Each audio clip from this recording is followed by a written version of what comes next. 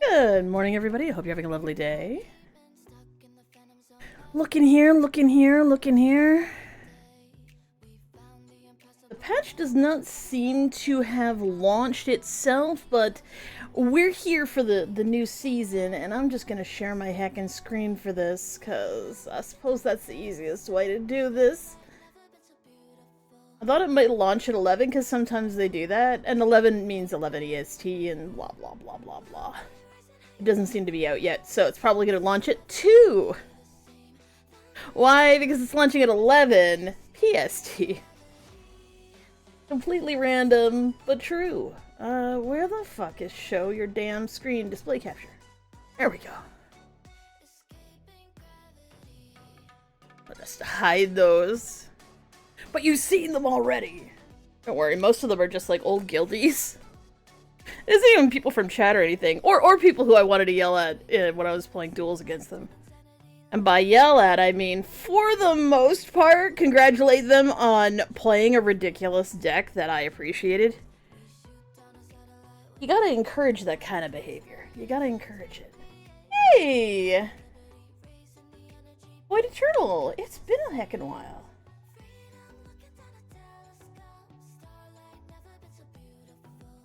Oh, your name is different, right? Sorry, I've got 3 people yelling in my head that Voided Turtle has been here before, but I don't think that was your name at the time. Yeah, not the time. It is literally to the minute, to the second. So it's available for today, but it'll be available at some point in time today. Anyways, so we've got the Battleground Season 6 coming up some point in time today. But not yet. Because today is the 5th. Blah blah blah, no more anomalies. New Battlegrounds track, blah blah blah blah blah blah. New mechanic, Storybook Brawl. Storybook Brawl. This is all just from Storybook Brawl. / it's just Darkmoon Fair ticket stuff, but that's okay. It's okay. So there are 42 new tavern spells across all 6 tavern tiers, with 5 copies of each tier 1 tavern spell, 7 copies of each tier 2, 9 copies of each tier 3, 11 copies of each tier 4, 7 copies of each tier 5, and 5 copies of each tier 6. Tavern spells return to the pool immediately when you get them, not when you play them. Like existing battleground spells, for example, like blood gems or coins, you can't triple them, and they are spent once they are used. If you freeze a tavern spell, it will stay in the tavern to the next turn, and you won't get an additional one added to the tavern next turn, just like think of it as an additional dedicated tavern spell space being added to the board. But if your max board slots is still 7, which means that if you have more than that, your tavern spell slot will replace one of the minion slots, which means it is absolutely not worth screwing yourself over with Ticketus. If you play Ticketus, you need to not take the extra minion, because if you do, you'll fuck yourself over. Yeah, tavern spells in Battlegrounds, which is just completely taken from Storybook Brawl, which is why I think it's funny. So these are some art from those spells, but here are the new tavern spells. So you can buy a tavern coin, which is literally just a coin from the tavern, which you can get from a variety of effects like, oh, say, Naga, or something like that.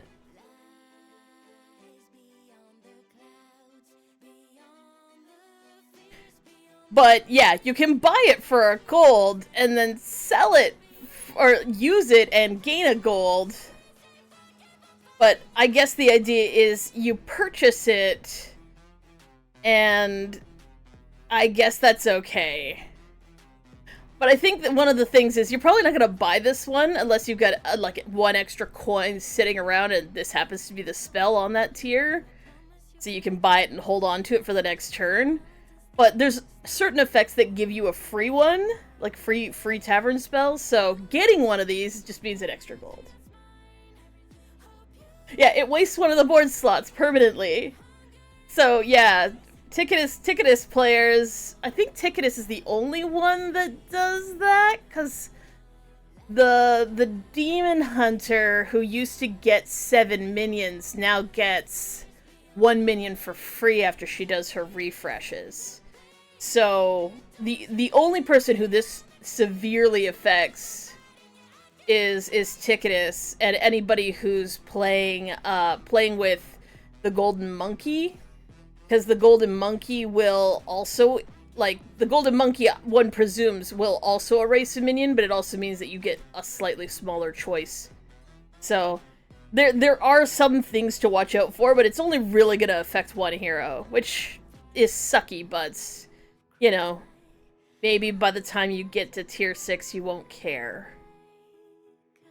Ticketus has the ability to get Dark Moon Fair tickets every 4 turns, and one of those early tickets is add a minion to your tavern permanently for the rest of the game, which is actually really, really good. It's quite strong, but if you get to tier 6 gives you 6 minions on your board, so Ticketus gets 7 minions, but tier 6 for Ticketus is going to have 6 minions max with a spell on top of it. So Ticketus gets screwed out of one of his more useful...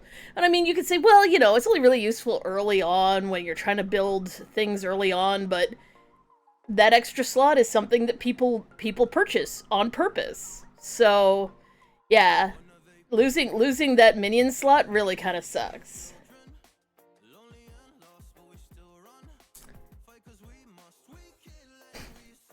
Then we got the pointy arrow, give a minion +4 attack. To be honest, I don't think this one's too impactful.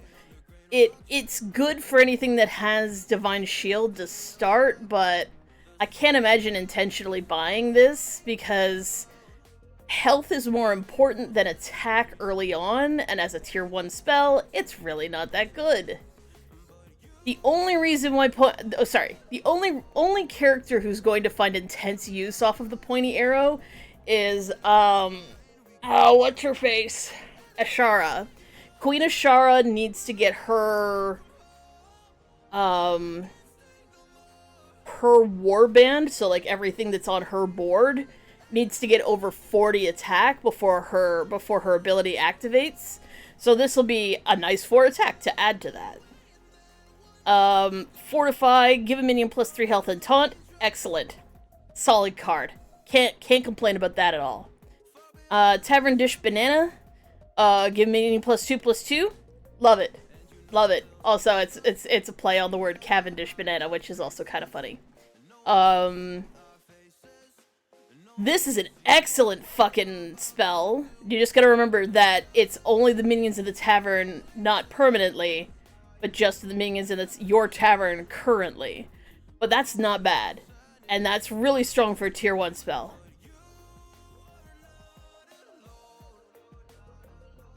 So, yeah, I deeply approve of them apples. Recruit a trainee. Tier 1, 2 gold.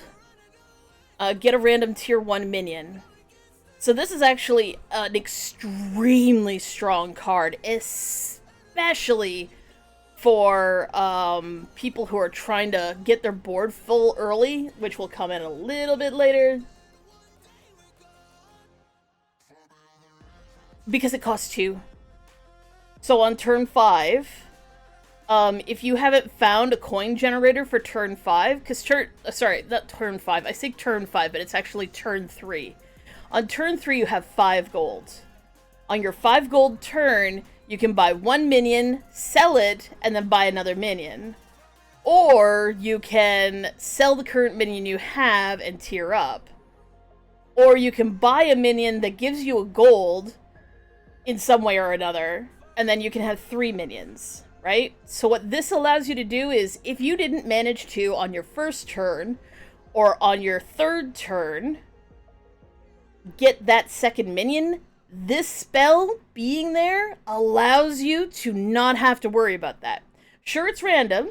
Sure, it might not be a good minion, but it's a minion. That takes up a slot, which means that your survival on that 5 gold turn is infinitely higher. Yeah, what you get doesn't matter much. You need something to take a hit. You need something that might finish off a minion. It doesn't even matter if what you end up with is a 1/1 that you're gonna sell in a few turns anyway. Because this takes up that slot. This, if you get it on turn 1 or turn 2, you're going to freeze to keep this unless you have a coin generation mechanic. Because you desperately want to get that extra minion on the board. Doesn't matter what kind of minion it is. Any minion is good. Yeah, a 1/1 does suck, but a 1/1 can finish off the board and make you tie or even win where the other person didn't get that.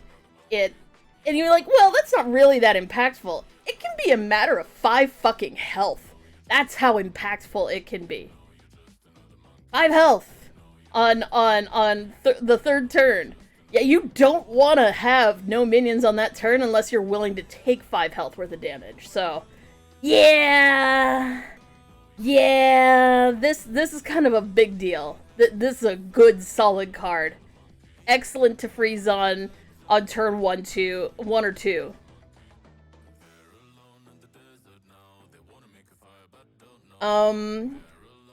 This one also works. So this one is get a random tier 1 minion. So that one could be bad, but Enchanted Lasso could potentially net you on that 5 gold turn. This could potentially grab you a tier 2 minion, which is even better. Yeah, health is a resource, but it's an essential. Basically, the strongest classes can get their board built early. They do anybody who can get 3 or 4 minions by 5 gold, they will survive till endgame. That's how much of a difference this makes.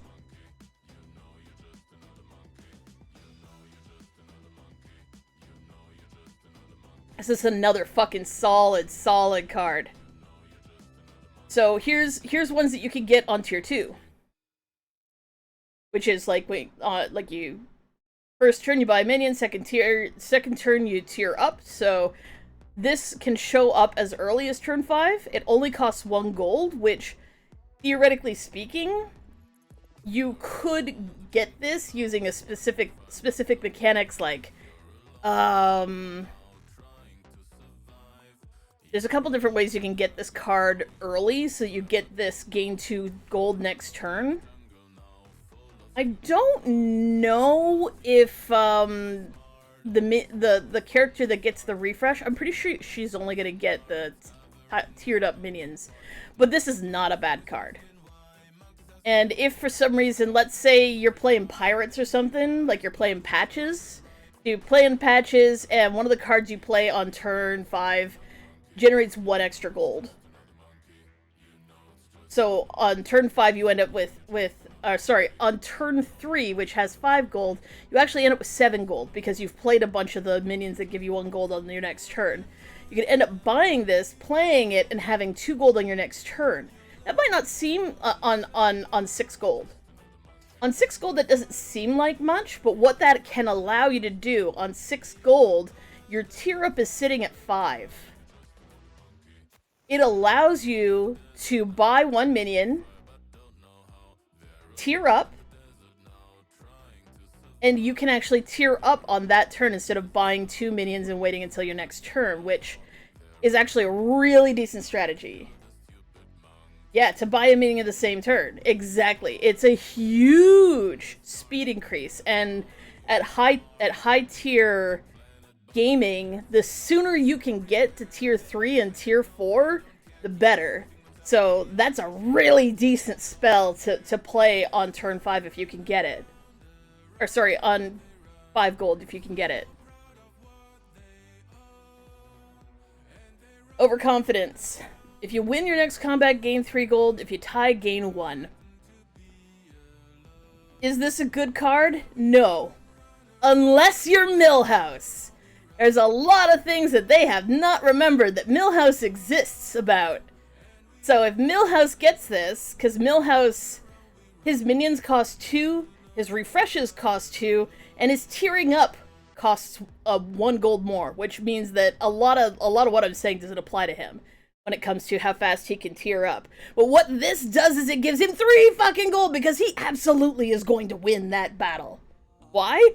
Because he has way more minions. Because he can buy almost 2 minions the first turn. He can't tier up the next turn, so he buys 2 minions or more on the second turn. On the third turn, he usually tiers up then, and if he does that, then he can potentially also grab Overconfidence that turn, right? Because his tier up is going to cost 4. Overconfidence is going to allow him to do that. He's got 4 minions to other people's 2, 3, or sometimes 0. He's going to win that battle. Which means that's an amazing card for Millhouse. Millhouse is going to absolutely devastate the game. Because his early game is so well supported by these cards. It's ridiculous how little they thought about Millhouse's behavior in this with these spells. I have a funny feeling that the easiest way they're gonna handle him is to just remove him from the hero pool. Because he benefits so much from so many of these. It's so bad. Well, I mean, you could have, let's say tier 1 or turn 1 you buy a Wrath Weaver. Okay, so Wrath Weaver is a 1/4. It's probably going to win the first game, but even if it doesn't, if on so tier 4 or turn 2 you tier up, turn 3 you buy a demon, which makes him give you a little bit of damage, but if you happen to get the minion, the demon that blocks that damage, you take 1 damage, you buy a minion, he gets +2/+1, so he's now a 3/5. You sell that minion and you buy another fucking demon. So if you get 2 demons on that 5 gold turn, he becomes a 5/6. 5/6? Yeah, 5/6. You're going to win that battle. You're going to win it. So you could even sell that second demon and grab that Overconfidence card. You'll probably win, and you'll get 3 gold for the next turn. That's how fucking overpowered that is. So yeah, no, it's good. It's really good.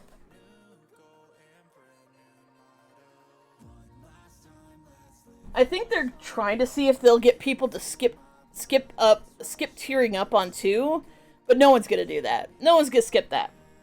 Because the tier 2 spells are good enough that you wouldn't want to do that.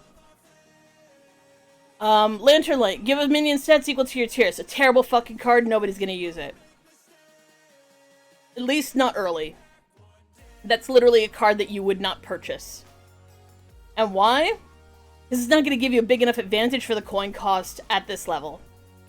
Getting it later? That's fine. That's fine. If that shows up later, people will buy it and use it.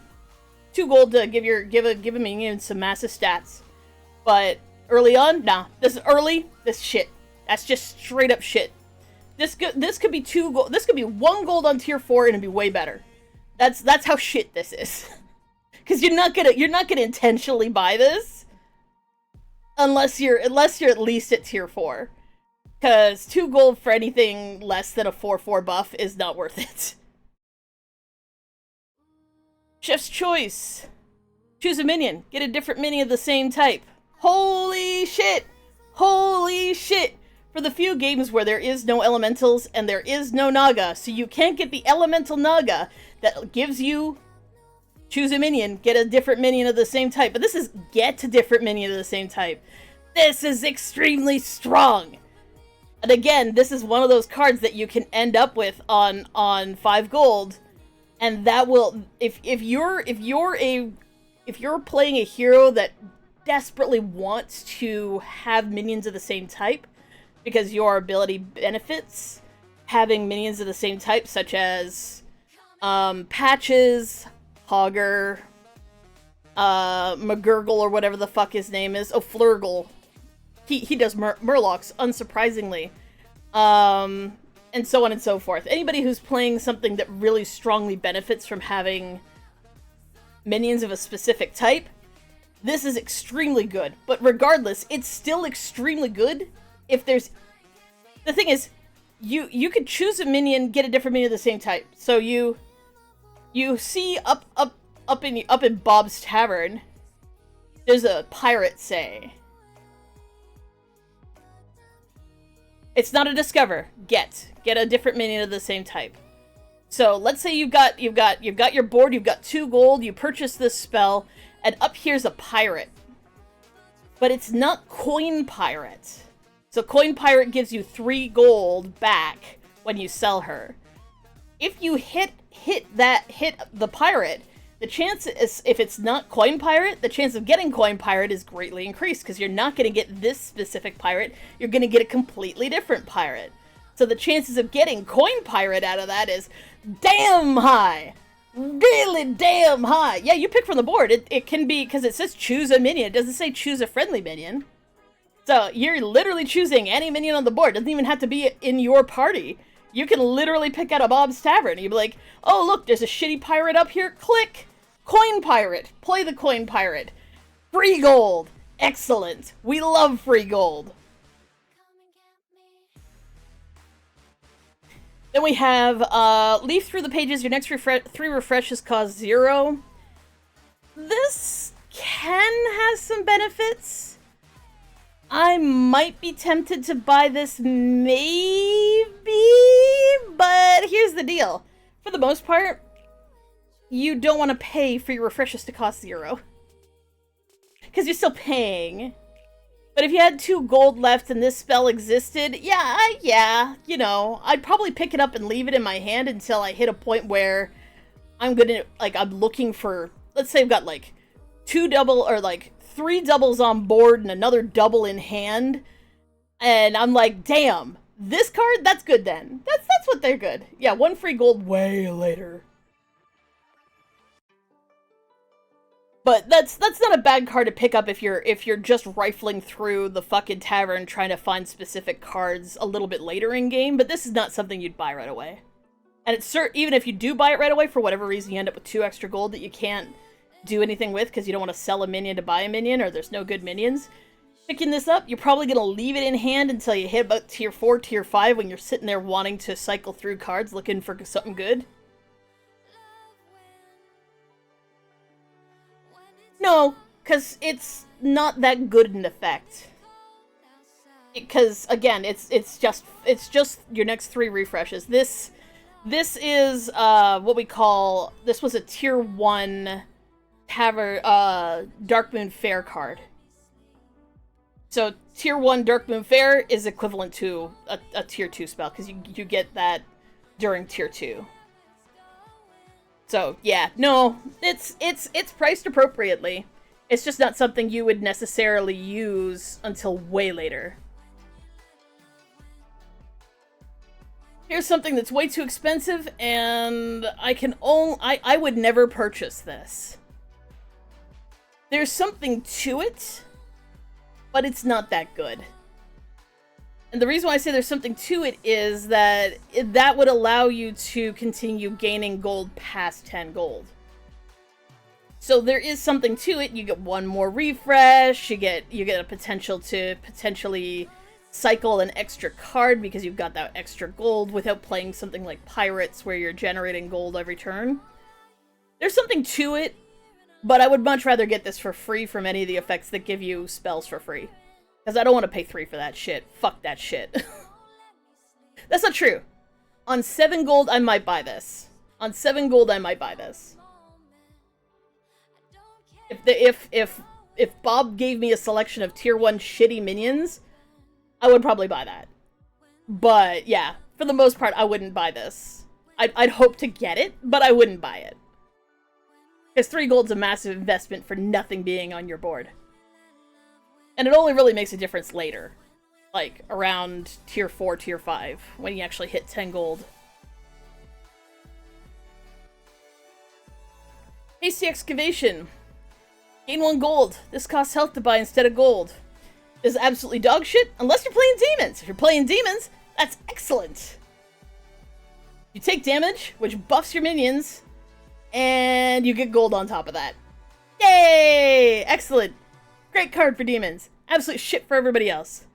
Unless for some fucking reason, you are sitting at the precipice of getting exactly what you want, then you're gonna sacrifice 3 fucking health just to get the 1 gold to get the item so that you can get a triple or something. But woof, that's expensive if you're not playing demons. Because demons can negate damage dealt to you by your own cards. That's why I said demons.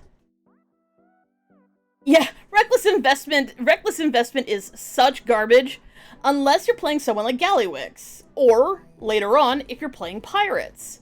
Because this is not bad if you're playing pirates. If you're playing pirates, you're generating 31 fucking gold a turn. The hell you care about this?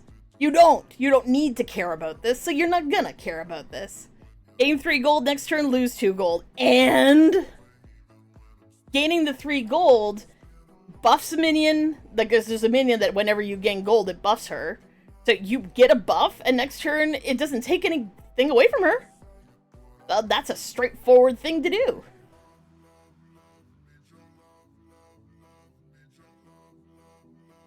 But yeah, on the whole, this is a really bad card, especially buying it like on tier 3 without having any means to like recoup that lost 2 gold. Yeah, it's not great. I wouldn't ever heckin' do it. Except I probably will. I'll be like, no, it's fine. I can play the next turn without gold, and then I will get fucked over by my own ridiculousness. Tricky Trousers. Tier 3, 1 gold, give a minion +1/+2 and taunt. If it already has taunt, remove it. This is a bad card. It's just a straight up bad card. 1 gold to give a minion taunt effectively, and or remove taunt, which rarely do you want things to be removed, but okay, I guess. It's only 1 gold, but there's enough spells in the tavern. Like, by the time you hit tier 3, there are more than enough spells in the tavern that you're not going to see this very often, which means it's too inconsistent to be relied on as a source of taunt. But yeah, if you really, really want taunt, it's only 1 gold, but it doesn't give a big enough buff in my opinion. Yeah. Plus, it also has the problem of, you have 1 gold left. You could refresh or buy Tricky Trousers, but you really, really, really, really only want 1 minion with taunt. Well, congratulations, this is actually useless. Because if it already has taunt, you don't want to play Tricky Trousers on it because you want to keep that 1 minion with taunt. And you can't play it on any other minion, so it's completely useless. Yeah, it is. It is worse than, well, it's a tier 2 taunt giver, but yeah. Yeah, and it's also strictly worse than the one that gives taunt from tier 1. Fleeting Vigor, give a minion +5/+5 until next turn. There's no reason why you would ever use this. This is a card that you get to when you get random like when you get random spells from various effects. This is just something to throw into your hand, but this is bad. It's just bad. Yeah, 1 turn you get a +5/+5. I would rather spend that 1 gold refreshing. Straight up. I would rather spend this 1 gold refreshing than to give 1 minion +5/+5 and have them die anyway. Like, it's nothing, especially if it's temporary. It's so bad. And again, this is also strictly worse than the taunt and +3 health. I would take the taunt +3 health from tier 1 over this shit. This is just bad. Shiny Ring. There's something here where on 7 gold, usually on 7 gold, you tier up to tier 3, and you've got 3 gold left over to buy a minion. But instead of buying a minion, you could refresh and potentially get the Shiny Ring, and that would be excellent. But other than on that specific turn, this is kind of an expensive investment for a very small buff. So I'm not sure how good that is, but I just don't feel like it's that great. And we have Echoing Roar. Give a friendly minion at the end of your turn, gain +2/+2. This is an excellent spell. It's really, really good if you've got a minion already that you want to keep until endgame. This is also a Dark Moon Fair ticket, and it's actually, this is an early effect for a Dark Moon Fair ticket. Usually you get this around, this is a tier 3, I think? I think this is the tier 3 Dark Moon Fair ticket, so that's actually pretty good.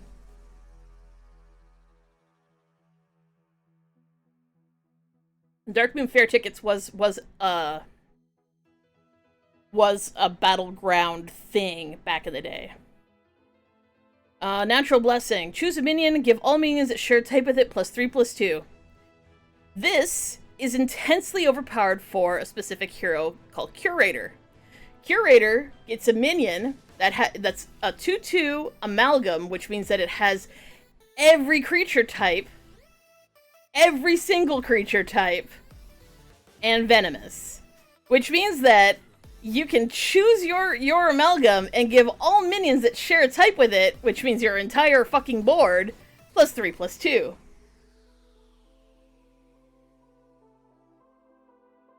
Right? Whoops! What was Blizzard thinking?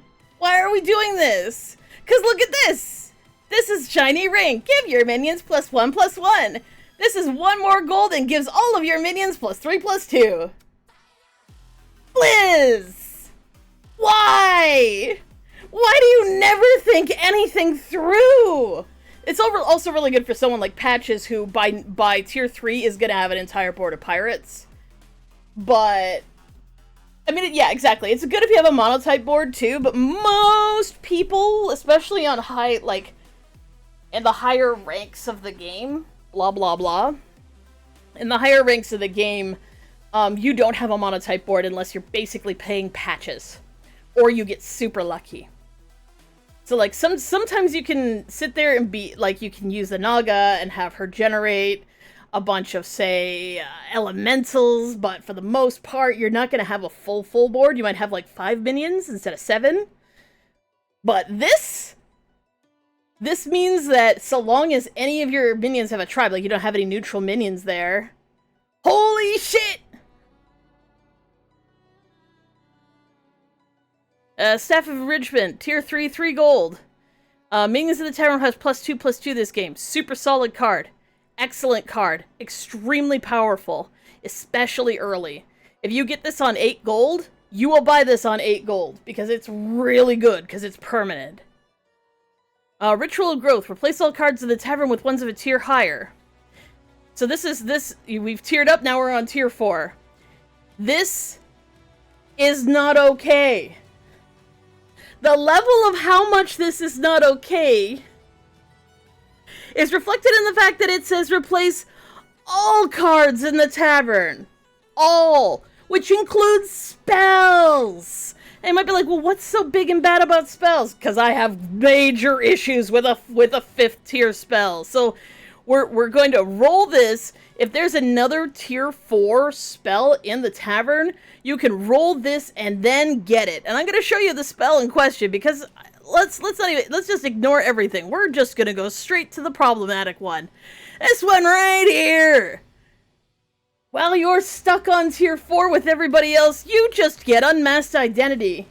And every single hero that has a good starting thing now has a good end game 1/2. This needs to be 5 gold on tier 6. That's how overpowered this is. It's insane. But we'll get into that in a second. The fact that you can actually use a card to get access to it while everyone's stuck waiting for the right time to skip to tier 5. You can just get this and skip that process and get that hero spell card is unfucking believable. Yeah, it's not okay. The level of it's not okay is so high. I don't know what they were thinking. Yeah.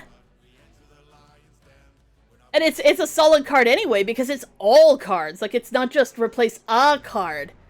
Which you mean you can get on a tier 3 minion, which only replaces another minion. But this is all cards including the spell. Yeah, no, that's not okay. Anyways, So we have Brand's Blessing. Your battle cries trigger twice until next turn. It's a bit iffy. It's 3 gold. So really, it's more like this is a card that I would hope to get, but not a card that I would buy out of the tavern. It's too expensive. Extremely powered up refresh. It's way too powerful. Again, this is just something that, meh. It's only till next turn, and it costs a lot. And you'd have to have a mitt full of cards that are going to give you battle cries anyway. So this might be okay, say, if you were playing pirates and you had a mitt full of battle cry pirates, and you happen to see this float by, and you're like, okay, I'll buy that now, play it now, and then do all my stuff. So it's got some niche use, but I wouldn't buy it on tier 4, because there's actually not a lot of battle cries on tier 4. They're on tier 3, or tier 5, or tier 6. Well, at least they were. Some of that has changed now. Titus's Tribute. Your death rattles trigger twice until next turn. It's important because obviously your death rattles only really happen during combat. More on that later. This is extremely strong with undead. Like, if you were going undead, this is insane. Because of the changes they've made to undead. And unlike this one that is really freaking niche and you're really not going to use it that much, this is gonna be, oh my god, something you're desperately going to want. Especially with undead. Because the death rattles triggering twice until next turn is just ungodly. Actually, battle cries are, permanent. This is permanent. This is temporary. Well, mostly temporary, because there are ways to trigger death rattles while the effect could be permanent.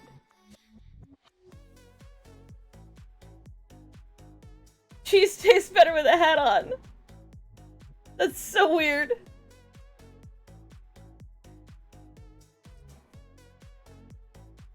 Yeah, battle cries play in tavern, not on round start. So yeah, no, this is a permanent effect, but there aren't a lot of battle cries that. And it is until next turn, because there are some ways for them to get triggered during battle. It's just an extremely rare effect. There's only really one thing that does it. So, this is a much stronger card, in my opinion. Because it could generate a shit ton of stuff to go into your hand. It could generate a whole bunch of really random effects using undead. It's pretty strong. Your end of turn effects trigger twice this turn. This is extremely strong with certain builds. So anything where there's a lot of stuff happening at end of turn, really, really good. Also extremely powerful for Ragnaros. Because his thing happens at end of turn.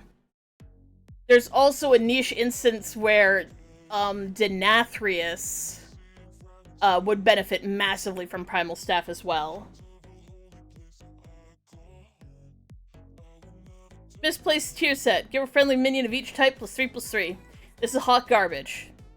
Even if you're playing Menagerie, for the most part, you aren't playing Menagerie until late. So you wouldn't play this during tier 4 for the most part.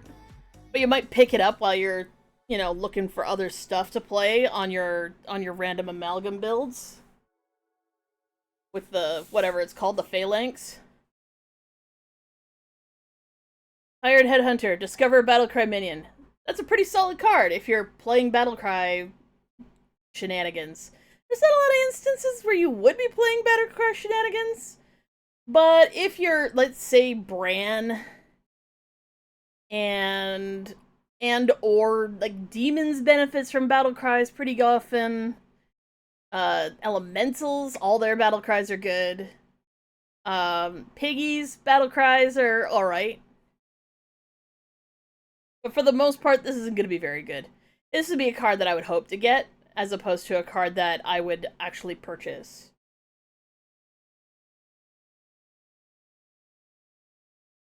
Discover a Death Rattle minion? Yeah, I wouldn't buy this one either. This would be something that I'd hope I get.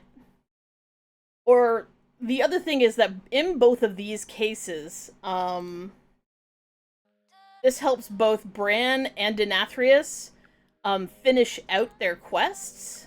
It's a little late for Bran, because Bran should have fucking found Battlecry minions before this was necessary.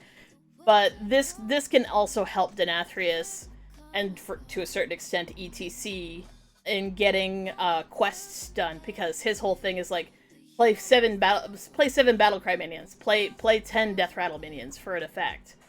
So this will help you get it a little bit faster. Defender's Rights. This is just another Dark Moon Fair ticket effect. Is it good? It's alright. Well, the issue is that this is happening at tier 4. Giving a minion +8/+8 in taunt is nothing to scoff at, but it costs 3, and you're gonna want to have a minion that needs that +8/+8 in taunt. Like, this is something you're gonna want to put on as a permanent thing, and sometimes by tier 4, you may not even have a permanent minion you're gonna keep. Like, you're still doing mid-game shenanigans, so you're not gonna buy that. But for someone who's like, oh yeah, no, I'm keeping this. Like, I've got a minion that I want to keep. That's alright. That's a good buff. That's alright. I got no problem with that. So it's good. But again, my issue is like, there's a lack of creativity. But that's neither here nor there. It's a good card. Discover a minion of your most common type. The issue is that this discovery doesn't help two of the characters that are mono tribe. So, in specific, Hogger and Patches actually don't benefit from their hero power if you discover the minion of your most common type.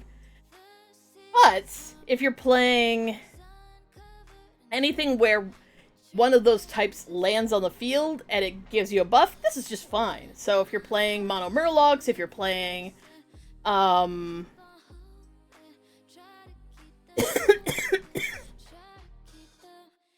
in both cases, yes, you have to buy the minion for their hero powers to activate.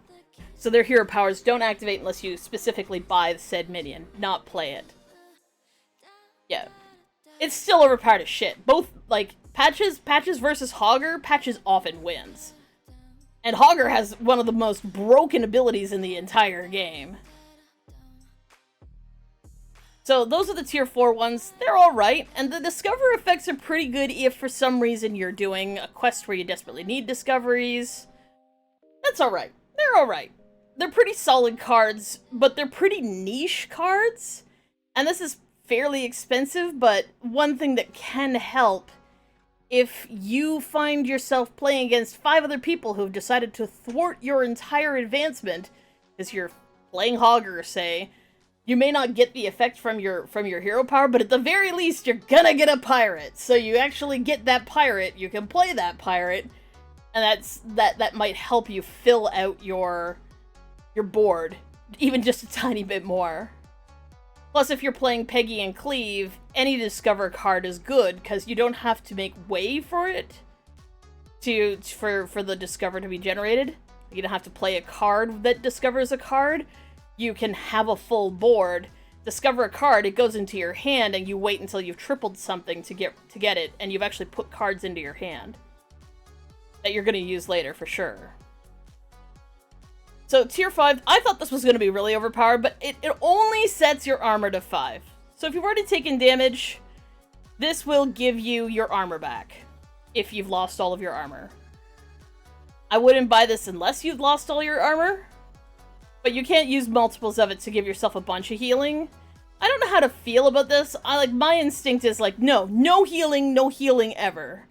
Especially considering that the update to the health wouldn't show until later. You may be like, okay, if I beat this guy, he'll be eliminated. And then he's got 5 extra health all of a sudden, which means that you don't eliminate him because he went from, say, 12 health to 17 health, which means that even though you beat him, you got, like, locked at 15 damage, so they get to stay in the game. This is quite powerful for preventing, like, a wipe.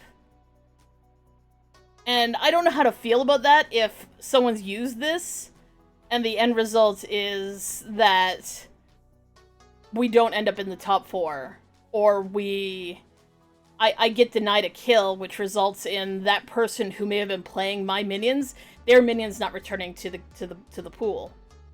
It's really good if you're losing. It's really sucky if you're desperately clinging to life and you really needed that other person to die to get those cards back into the pool. So, I don't like it, but, I mean, it's not as broken as some of these rest of these. Dreamer's Embrace, trigger friendly minions battle cry. This is kind of interesting. I don't know if I like it or not. There's lots of instances where this would be intensely useful because you don't, like, because there is currently a minion that you can play and choose to trigger a battle cry instead of, like, finding a battle cry minion. It's relatively cheap if there's a minion on board that has a really good battle cry, especially if you've already got, say, Bran on board, so that battle cry is going to go off twice. It's okay. But if you don't have any minions like that, well, it's not that great. But why would you buy it anyway? So, you know. It's okay. This is the card I had the biggest problem with. It desperately needs to be tier 6, which means you can't get it until it's 6, and it needs to be 5 gold to make it an absolutely enormous investment. Because let's talk about all of the heroes that will race to 5 in order to get their hands on this fucking card. Omu. Okay, I could just open up Hearthstone and show you all of these fucking cards. But it's well over a quarter of heroes that have early game advantages that want to use this. And putting it on tier 5 for 3 gold means that they're not going to have the same hero power anymore. Straight up. Because any hero power is better than having a null hero power that only really worked in the first 3 turns. Curator wants this. Alexstrasza wants this. Yeah, exactly. And what's even more irritating is, if, generally speaking, the Discover New Hero power gives you access to Shen's pool, which means it's actually an ultra-limited pool, which means it's only really powerful hero powers. But let's say you're Reno. You get a new hero power, which is the 3 Wishes one. Let's say you start off as 3 Wishes boy. So 3 Wishes boy uses up his 3 wishes, grabs this, gets Reno's hero power. Because that's one of the hero powers that Shen can get. Okay, he uses that, makes something gold. And he finds another one of these! And he plays it. Oh, then he gets another 3 wishes. Because Shen's hero power thing always allows you to get the full benefit of it. It's in fucking pot. Like, why? So unless they've dramatically reduced what hero powers you can get, which I hope they would, but I don't trust them to have done it. And unless they restrict the amount of times you can see this spell at all, which I don't think they've done. Yeah! This is such a bad fucking card! And basically any hero that has an early game advantage, plus Alexstrasza, because she doesn't actually have an early game advantage, will go whoop right up to 5. Right up to 5, because their early game advantage will keep them alive and allow them to skip all the way to 5 as quickly as possible, get their new hero power, and then immediately start dominating the endgame. Because their entire advantage early on kept them alive long enough to get a new hero power. Alexstrasza's ability is as soon as she hits 5, she gets 2 free dragons. Sometimes they are shit dragons and you just quit. Sometimes they are really good dragons and you go, Mwah! So she races to 5 to get to this spell, gets her 2 free dragons, and on top of her 2 free dragons, she also gets a new hero power. Exactly, you literally race to 5 on Alexstrasza because you want those dragons as soon as possible. Yeah, exactly. But Curator wants this. Yagi wants this. Because Yog in general isn't going to use his hero power after the first few levels. I mean, you still hit the button, but you aren't necessarily invested in what you get.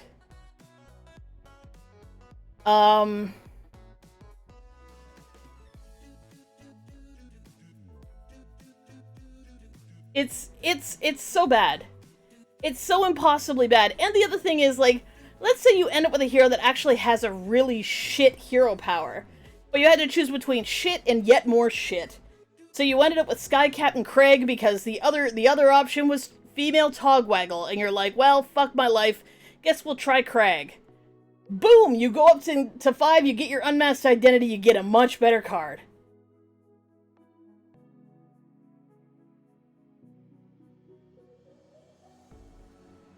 Mm-hmm.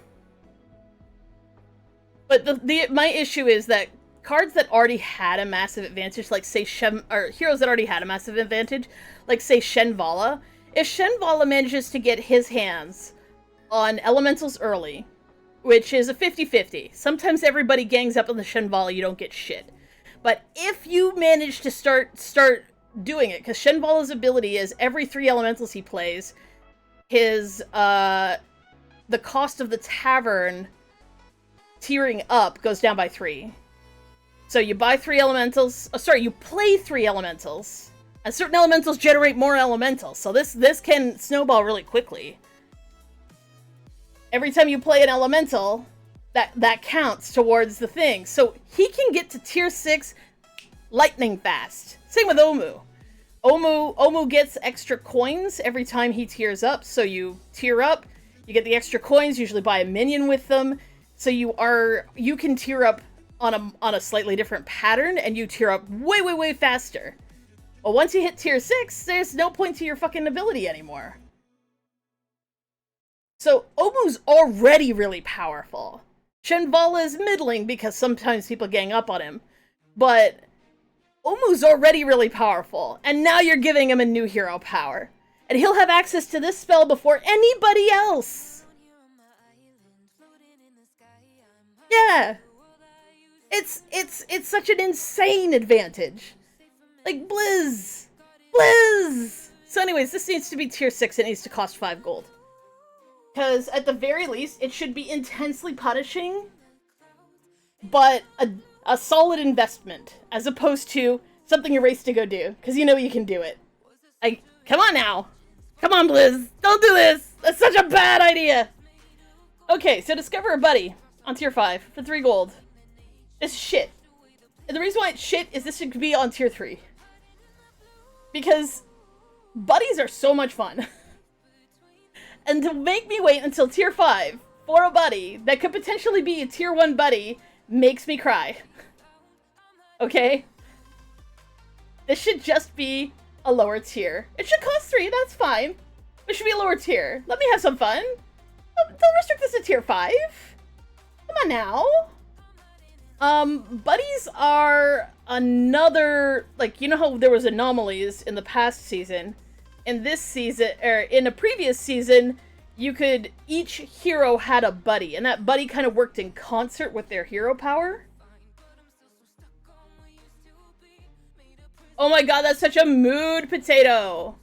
But anyways, there's also a hero called ETC, who has the ability to summon buddies, so he just has access to all of them. He discovers a buddy, so if you think there's like, what, 40 heroes? More than that. 8 times 8, 64, 8 times 4. Times, I don't know. 60, let's say there's 64 heroes, so there's 64 buddies. And the buddies can be anything from a tier 1 to a tier 6.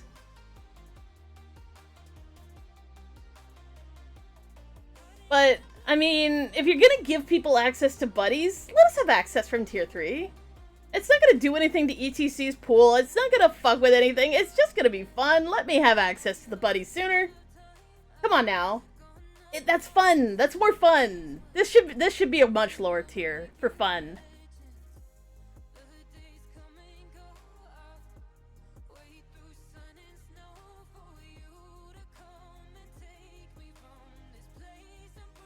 And yeah, buddies have a variety of effects from battle cries to death rattles to stealing death rattles to when you refresh, things happen. They have a huge variety of effects, and a lot of them are just fun. And I like that. I just wish it wasn't tier 5. Upper hand, start of combat, set a random enemy's minions' health to 1. Boy oh boy, this is such a uniquely shitty fucking card that has the potential to be a massive swing, but also do absolutely nothing. It'll be start of combat for this combat only. Set a random enemy minions health to 1. It's a one-time effect. Most of these are one-time effects unless it says the word permanently. So that's, yeah, that's a thing. Yeah, it's alright, sure, why not? The issue is that it's a random enemy minion's health. So let's say they've got a 900 minion, but they also happen to have Brand, who's a 2/4. You're just as likely to hit the real big minion as you are to hit the 2/4. So congratulations, it's now a 2/1, and that 900 biddy, yeah, it's still going. Like, it's... This Storybook Brawl does not exist anymore. And this is Blizzard remaking Storybook Brawl, in my opinion. Because Storybook Brawl had these spells. And these spells are very similar to the ones from Storybook Brawl. That's where the joke is at.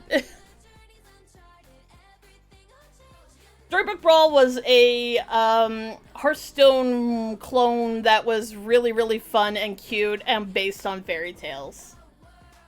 And one of its core differences was that it had spells. Yeah, it got... Well, here's the stupidity. It got made just before the NFT boom. And the dumbasses who made the game went, NFTs seem like a really good deal! And then the NFT massive bank exchange, blah blah blah, got hacked. / blew up. / doesn't exist anymore. Yeah, the NFT group that bought the game, it was that bank. So, congratulations. The game was, like, they tried to run it for a while on their own profit margin, but it just collapsed because no one wanted to buy it because so many artists were so turned off by it at that point. Yeah. This is why you talk to people about turning a game into some new random modern technology. You ask people who are in the know, and you don't ask people who are selling the product. You ask people who are not selling the product. Like, well, you know, they say it's a great investment. That's because they want you to buy in! Come on now! Anyways, that featured really cute art, and I really hope all the artists from Storybook Brawl ended up over in, well, as independent contractors who are well paid by Blizzard as opposed to actually working for Blizzard. Alright. Absolutely. Every single one of its abilities is amazing. It either permanently gives it's 6 different effects. It permanently gives all of your entire board +3/+3 and shuffles their stats. It makes them, makes the tavern permanently have +3/+3. It makes your minions eat the entire tavern. And then refreshes the tavern. It fires fireballs that give your minions and minions in the tavern +4/+4. And until it hits you or Bob, this buff continues making your minions and the minions in the tavern larger. I'm forgetting the other ones. Oh, it gives you 2 Darkmoon Fair tickets. Yeah, gain their stats. They get devoured. Like, it actually has a mouth that shows, like, it being devoured. So they eat the minions in the tavern. So yeah, no, worth 4 gold. I will buy this every time I see it. I will buy that. Unless I don't have the 4 gold. And if I have the 4 gold, and I really should be spinning to find something else, I'll probably still buy it. That's how good it is. Hell, the Yogg Saron's buddy, like Yogg Saron, the actual hero, his buddy, when you sell his buddy, it spins his wheel. That's the effect. His buddy does nothing else. It doesn't give buffs. It isn't a permanent card you keep. You literally play him and sell him to spin the wheel. Yeah, the fireball thing can be insane or really stupid. I've literally had a fireball hit me in the face on the first turn. Yeah, a buddy is a minion. A buddy is a minion with either a permanent effect or a effect on sell, or some of them have death rattles. Some of them, like, for instance, Lady Sinestra, who I have no idea who she goes with. Maybe Onyxia? But Lady Sinestra gives all of your minions permanent +3/+3. Oh no, she's Deathwings. She's Deathwing's buddy. So Deathwing's buddy gives everything on your board +3/+3 all of the time, so long as she's alive. No, the fireball doesn't damage you or Bob. Unfortunately, it doesn't damage Bob. Fortunately, it doesn't damage you.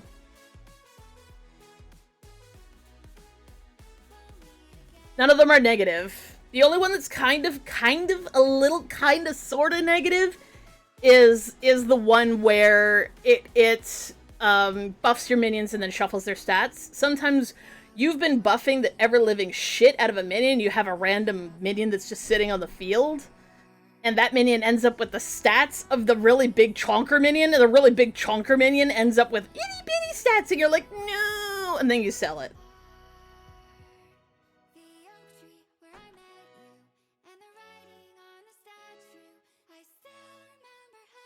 Well, no, because it can hit 1 of 7 minions on your side, 1 of 6 minions on Bob's side, well, up to 6, Bob or you. So it's pretty random, and usually you see a few buffs hit your minions. Just sometimes it just hits you right in the face because Yogg's being mean. Yeah, Bob can have a maximum of 6 minions.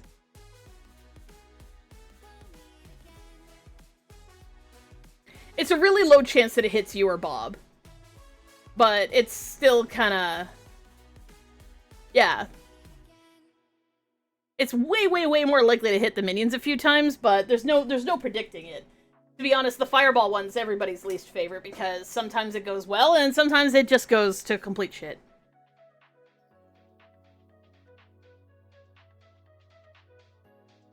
Golden Touch. Not worth it. Not worth it unless you have a miracle ability to buy everything in the tavern and then get the Golden Touch. Is that possible? Yes, with certain builds. Is it feasible and something you're actually gonna do? Probably not. But it'll benefit pirates. You'll be able to get a Golden Elisa really easily. So if I was playing pirates, I'd probably pick this up if I saw it. Because it's really easy when you're playing pirates to just have that extra... one, have the extra 5 gold to pick this up, but also have the ability to be like, oh hey, even though there's 6 minions in this tavern, I can buy all of those minions except for the Elisa, play Golden Touch, get the Gold Elise, and then, you know, get all the cards out of my hand. I mean, it could, but it usually doesn't. Perfect Vision, they got rid of the card that does the similar thing. This is a fine card. This is a good card. Good card. No complaints. It's nice and cheap. It does a minion stats to 2020. It is basically Uther in a nutshell. It's funny that it's a fucking Moonkin. I will always see Uther as a Moonkin from now on. Excellent card. Got no notes. This is the Storybook Brawl card, okay? This right here. This is what got taken straight out of Storybook Brawl. Is refresh the tavern with only tavern spells. And that was a really massive strategy in Storybook Brawl, was if you could get this card, like effectively this card, at exactly the right time, refresh the spells, cast as many spells as you could, because the way Storybook Brawl had a much more sophisticated spell system. Like, for instance, certain spells you could cast for free if certain qualities were already taking place, but that's beside the point. Getting an entire tavern full of spells means that you can freeze those spells, and sure, you may not get as many minions back, but gives you the option to hold on to those spells for a turn or two without buying them. Oh, it's gonna be great. This is gonna be a nice, powerful card. And only costs 2. I got no problem with this. Again, no notes. Glad this is one of the things they stole, because it is really fun. Lost Staff of Hamul, so it's just Hamul's effect for free, or for free. It's for 2, which is less than him and less than having to have, because again, spells like this, having to play Hamul meant that you had to make room for him to be purchased and then to land back on the field, which means you had to have 6 minions instead of 7. This allows you to refresh the tavern without having to have a space on your field for Battlecry minion to land. That's a good fucking card, and it's really good, and it's Hamul's effect. I had no notes, excellent card, love that card. Plus the thing is, let's say you refresh the tavern with tavern spells and this one pops up. You pick it up, you cast a bunch more spells out of the saloon. The next turn, you refresh your tavern with minions of that type. Boom! It's so good!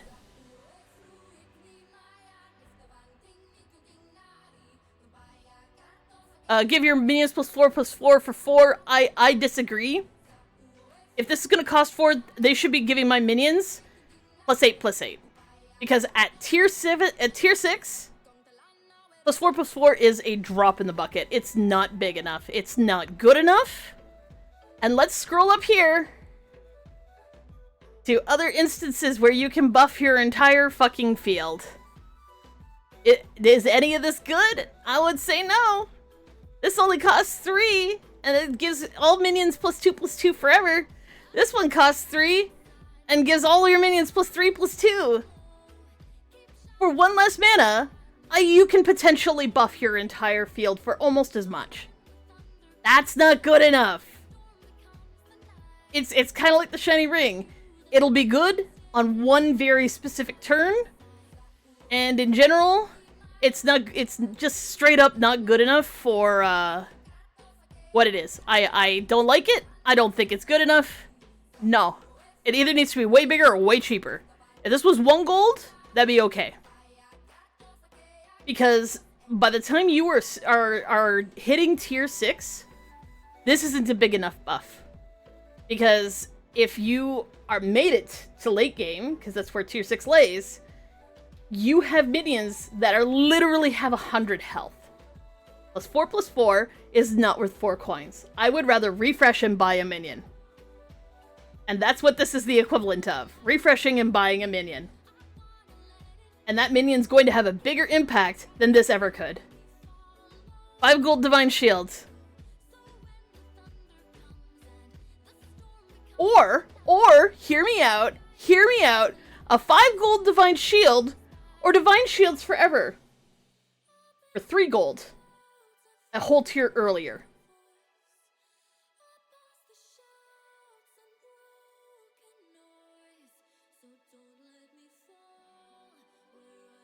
I don't know, guys.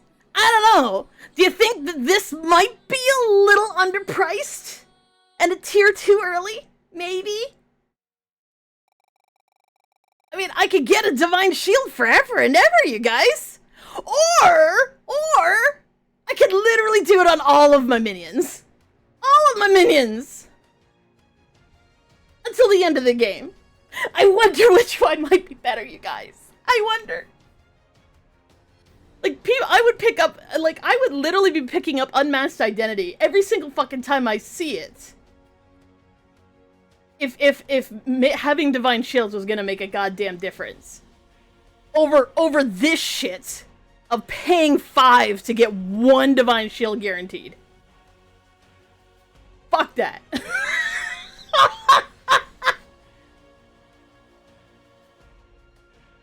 I mean, is it worth it? Yeah, I'd probably buy it. But at the same time, I'd much rather just get myself George's hero power and use that instead. New heroes. Now, my opinion when I first read these was straight up, all these are bad. All these are bad heroes. They are gonna be high armor, bottom of the barrel shit heroes. This one, due to its inconsistency. Roll a 6-sided die and gain that much gold, but it cannot be used again for that many turns.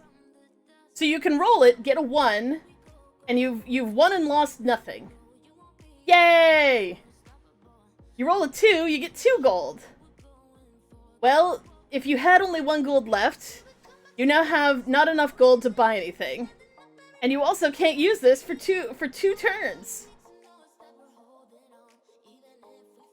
So that's shit. So the first two results are garbage. The third result, you roll 1, you get 3 gold. So you get my 1 minion. Yay! But then you can't use this stupid hero power for 3 fucking turns. So you're literally Sky Captain Scrag, only more inconsistent. And nobody plays Sky Captain Scrag because he fucking blows. And he gets 10 gold. That's a huge advantage. By the time you and if you roll 6, let's say you do this on 5 gold. So turn 3, 5 gold. You play lucky roll. Because you didn't get enough minions or whatever, you got an extra gold sitting there. You play lucky roll, you get 6 gold. Awesome, you get 2 minions. That's pretty strong for your early game. And then you die, because your hero power doesn't count anymore. If I ended up with Snake Eyes and Sky Captain Scrag, I'd just quit. That's how bad this fucking hero is and how much I don't want to play it. It's so bad. It's so bad. Next.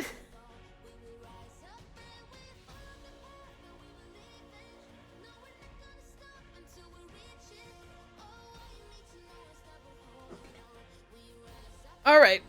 Tayfelin Bloodwatcher. Passive. Every third tavern spell you buy costs 0. This is one of the instances where having access to a free tavern spell is excellent. Remember how I was saying, I would get this spell if it costs nothing? He's one of the ways you can get it for nothing. So, yeah, discover a Battlecry minion, discover a Death Rattle minion. Okay, if it's free, sure. Not a big problem. And, oh, of course, he actually makes that 5 gold tier 6 Divine Shield. Yeah, not a problem. It didn't cost 5, it cost 0. Done. And you can sit there and hold on to that 0 for as long as you want to, in order to fish for something you actually want. Not a problem. So yeah, no, I got no problem with this. Will he be good? No, he'll be mid. And why? Because there's better things in this. Just straight up better things than this. Any hero that has an early game advantage is gonna put him into the dirt. So yeah, no, he's gonna be mid. Not as bad as Snake Eyes, but pretty mid. And then we have Doc Holiday. Blessing of the Nine Frogs, 1 gold, get a random tavern spell. So he's kind of like the inverse of the get a free spellcraft spell that's permanent this turn. So you get a random tavern spell. Could be good, could be shit. It's not going to be any higher than your current tier. The only one that would really piss me off is the shit investment. Everything else is fine. Because it only costs 1 gold. And most spells cost more than 1 gold. And for their effect, 1 gold is fine. So I really don't have a problem with it except for the risky investment one, because that's literally just garbage sitting in your hand. Unless you have some means to overcome the badness of it. Like on 9 gold, and I hit this, I get risky investment, I play risky investment, or sorry, on 8 gold? Yeah, on 8 gold, I get risky investment, I play risky investment, I can buy an extra minion, which is good, because that might actually fill up my board to 7 minions. And then the next turn, which is 9 gold, I can hit my random tavern spell, I can tier up, hit my random tavern spell again, I'm missing the other 2 gold that I usually buy a minion with, and potentially get one of the discovery minions. So, there's places where you can use it, but the fact that the Blessing of the Nine Frogs only costs 1, but again, is this better than Omu racing to 5? No. Is this better than Shinvala racing to 6? No. Is this better than Curator getting a new hero power? No. So again, it's middling, and the reason why it's middling is it doesn't have a super early game advantage that you can then turn into a massive end game advantage by changing your hero power. Consistently. Unless they make that card super rare or change its tier. And we have some new minions. 4/5 at the start of your turn, lose 1 attack. Am I do I have a problem with this? Eh.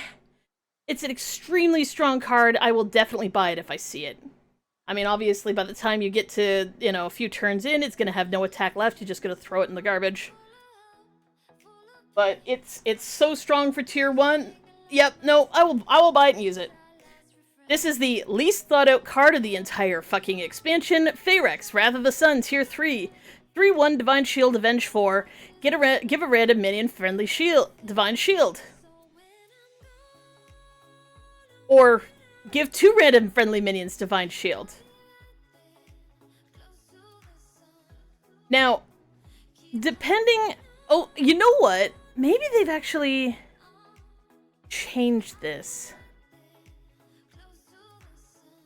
If he can give himself Divine Shield, it's all over. Because he can just keep giving Divine Shield to things that already have Divine Shield. He's going to make certain builds, like Divine Shield mechs, an absolutely ungodly amount of fucking... Yeah, it's what a friendly minion dies. So, for every 4 dead minions, he will bless something with Divine Shield. This sounds, you know, mid, but there's potential for some super shenanigans to go on, especially with mech builds, but also with undead builds.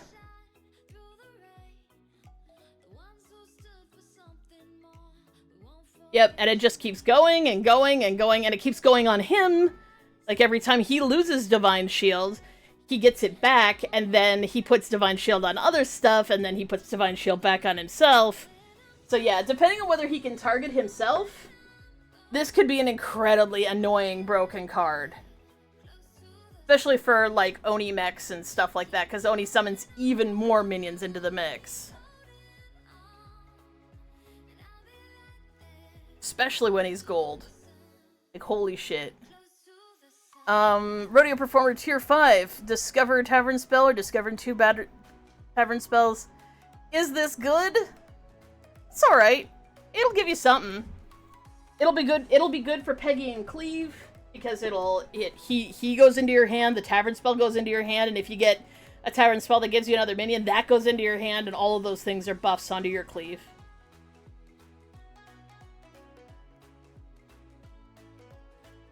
Yeah, it does imply him. I seem to recall that I was like, oh my god, he's just gonna keep on putting the damn bubble back on himself. Mad Matador, 0/8 taunt. When this would take damage, deal it to a random enemy minion instead, once per combat. This is a really funny card that's kind of like the new Leroy.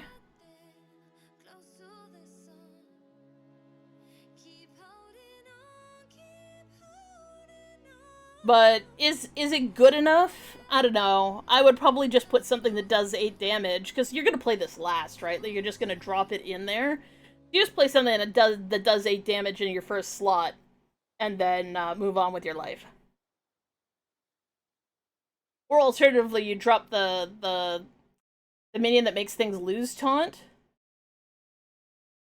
But it only works once per combat, which is also really funny, because if you use the 3/4 Whirlwind, Divine Shield, remove taunt from a minion, this just becomes a null minion, because her 4 damage is going to deal 4 damage to one of your random minions, which is a drop in the bucket, and then they've got a dead minion here that's not going to do anything. So I really feel like the anti-ridiculous attack is really going to do nothing. It's just going to take up a slot on your field.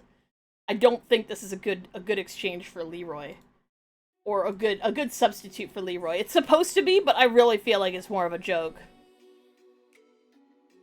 And Source World Fungus has +1/+2 for each Tavern spell you cast this game, which is really, really, really, really powerful for anything that generates spells. More on that later.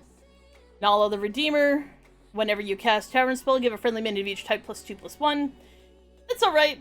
For certain failing spells, you might want to put her in there, but she's in neutral minion, and at the end of the day, that makes her worse than everything else. I wouldn't put her in. I just wouldn't use her. I think she's gonna go largely unused. Straight up. Because it also requires you to be generating a shit ton of Tavern spells, and while there are minions that do that now, there aren't enough. So I really just don't think she's very good. I could see her on tier 4 and still probably be unused. Yeah, Wind Fury. This minion always attacks an enemy minion that it can kill if possible. This is good for very, very late game. Sorry, this is good for early late game, before everybody's minions turn into unstoppable 200 monsters.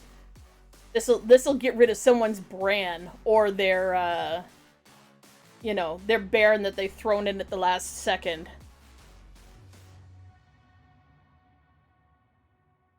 This is much better than Zap Fitzwick, or whatever the fuck his name is, because sometimes he ends up attacking the wrong goddamn minion.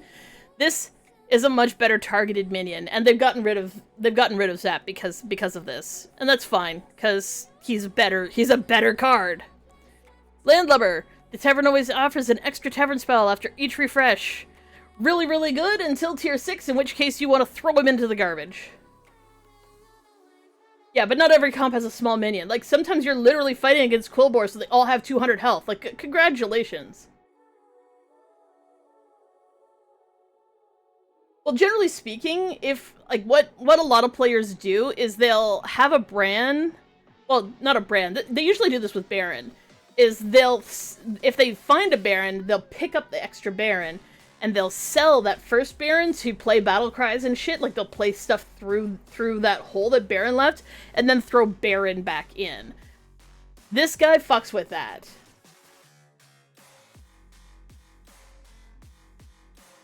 So it can be good, but alternatively, it may just hit a random battlecry minion that was just sitting there at low health. I mean, you do care about Bran. Don't tell me you won't care about Bran, because if Bran's sitting there and you end up getting fucked over by, like, let's say somebody somehow generated, like, I had this happen to me yesterday. I had, like, someone with, like a 70-90 taunt early on. And they had a Bran, and I had no cleave. And sure, I killed the first 4 minions, but I didn't kill Bran, and I didn't kill that taunt. That's 5 extra damage to my face that I did not need to take. By early on, I mean, like, I had just tiered up to 4, and they had a gigantic fuck-off minion and Bran. So yeah, no. Sometimes you really want that Bran to be dead.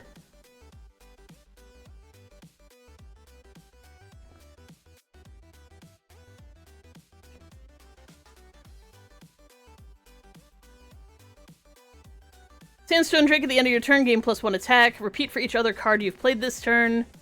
Is this good? There does seem to be this sort of hand dragon thing happening where you generate a bunch of cards in hand and play them all, so this could get pretty big. This works extremely well, however, with, like, buff dragon, where you, like, buff, when you give this one dragon attack, it gives all of your minions health. So Sandstone Drake doesn't get any of the benefits from that attack at that time, but it gets the attack at the end of turn, so yeah, that's alright. Yeah, it's permanent. Because it happens at the end of your turn. So it happens in Terran, it is a permanent buff. Living Azurite. Oh look, another Nomi replacement card. Nomi replacement cards are always welcome, because Nomi isn't an elemental, but buffs elementals. So this is an elemental, it buffs elementals, it's automatically better than Nomi. Whenever you cast a Tavern spell, elementals in Taverns have +1/+1 this game. Excellent. No notes. I like it. Bizarre Dealer. 1 Tavern spell each turn costs health instead of gold to buy. Excellent for demon builds, and he's a demon, so again, no notes. I like it. And he works with Yes Yes Boys, and he's on the same tier as Yes Yes Boys, which is excellent. He's a worthy 4-star to find. Sylva's the Vindictive. Spellcraft. Discover a tavern spell. Will anybody have this? No. Will they play it in passing? Yes. So basically what this means is if you're fishing for cards or you're playing pirates, Spellcraft discover a tavern spell, so you buy it, it goes into your hand, Peggy buffs the cleave. You play it, Spellcraft card goes into your hand, Peggy buffs the cleave. You play the Spellcraft card, which gives you the tavern spell, which buffs the cleave, because it goes back into your hand. And if the spell that you discovered discovers a minion, you play that spell, which gives you a minion, which buffs the cleave. Spellcraft means as soon as it's in your party, it puts a spell into your hand. That spell is temporary until end of turn. However, if you leave him in your party, he'll do that again. But the thing is, even if he's a 5/8, because he's not one of the Naga that benefit all of the other Naga, this is a card that gets played in passing. In fact, this is a card that works really well with Peggy and Cleave. Peggy and Cleave is a very specific thing that I only see in, like, upper tiers, but honestly, anybody hasn't figured this one out. So there's a pirate that cleaves, so when it attacks, it hits the minions to other side of the taunt, or the other side of its target, which means it does triple damage. It hits 3 minions at the same time, which is great. You want that. So you can have him and one other pirate, whose name is Peggy Sturdybones. Peggy, for every card that enters your hand, she buffs a pirate that is not herself with like +1/+1 or +2/+2 depending. So when you buy him, he enters your hand, she buffs. So that's one. When you play him, he gives you a spellcraft card, which buffs. You discover the tavern spell, which enters your hand, which is a buff. And if that tavern spell discovers a card, that card enters your hand, which is another buff. If that card that you discovered gives a card into your hand, or multiple cards into your hand, that's a buff. So, is this amazing for Peggy and Cleave? Yes. Is it good for a Naga build? Fuck no.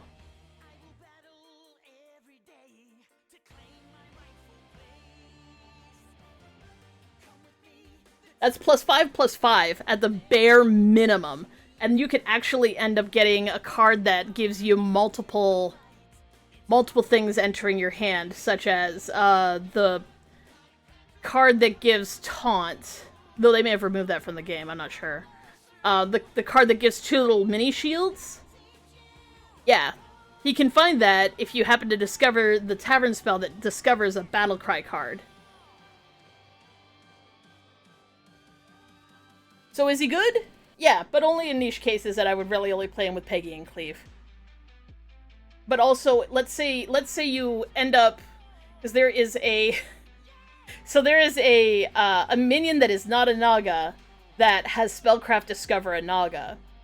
So you could play that card, discover a Naga, discover this guy, get rid of that guy, put this guy on the field, get the Spellcraft, get the Tavern spell, have the Tavern spell discover a card, which generates another card. So yeah, no, he's great, but just not for Naga.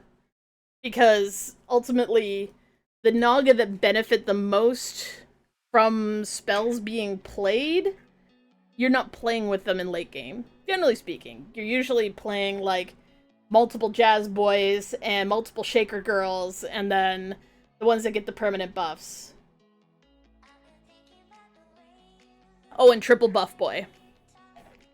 So yeah, you wouldn't have him in your build. You just wouldn't.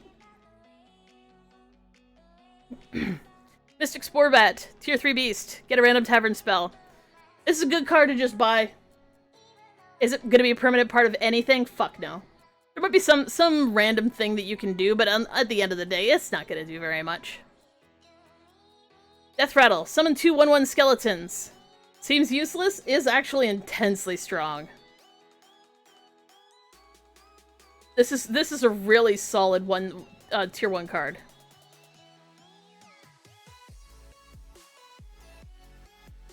Then we have Grave Gobbler at the start of your turn. Destroy the undead to the left of this to gain +4/+4.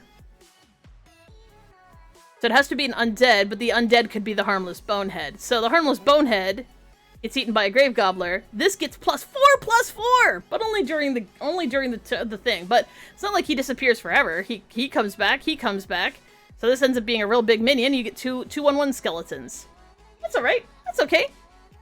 But there's more! Death Rattle. Give a different friendly undead reborn. On the Death Rattle. So he could eat it, get +4/+4, and reborn. Alright. Okay. We're getting there. Then this one has reborn, and Death Rattle give your minions +1/+1. Oh, now we're getting somewhere. Just let me check. At the start of your turn, destroy the undead to the left of this to gain +8/+8. So this still only destroys one card. Some of these I wanted to see what the final result is. Destroy Battle Cry, destroy friendly undead to gain 3 gold. This is very similar to a demon card that used to exist. Only he doesn't get a buff. All he does is get the 3 gold. That's alright, because if you're gonna sell it anyway, you get the... yeah. Wait for it, because this gets really stupid. Moros. Oh, God, that picture just gives me fucking flashbacks.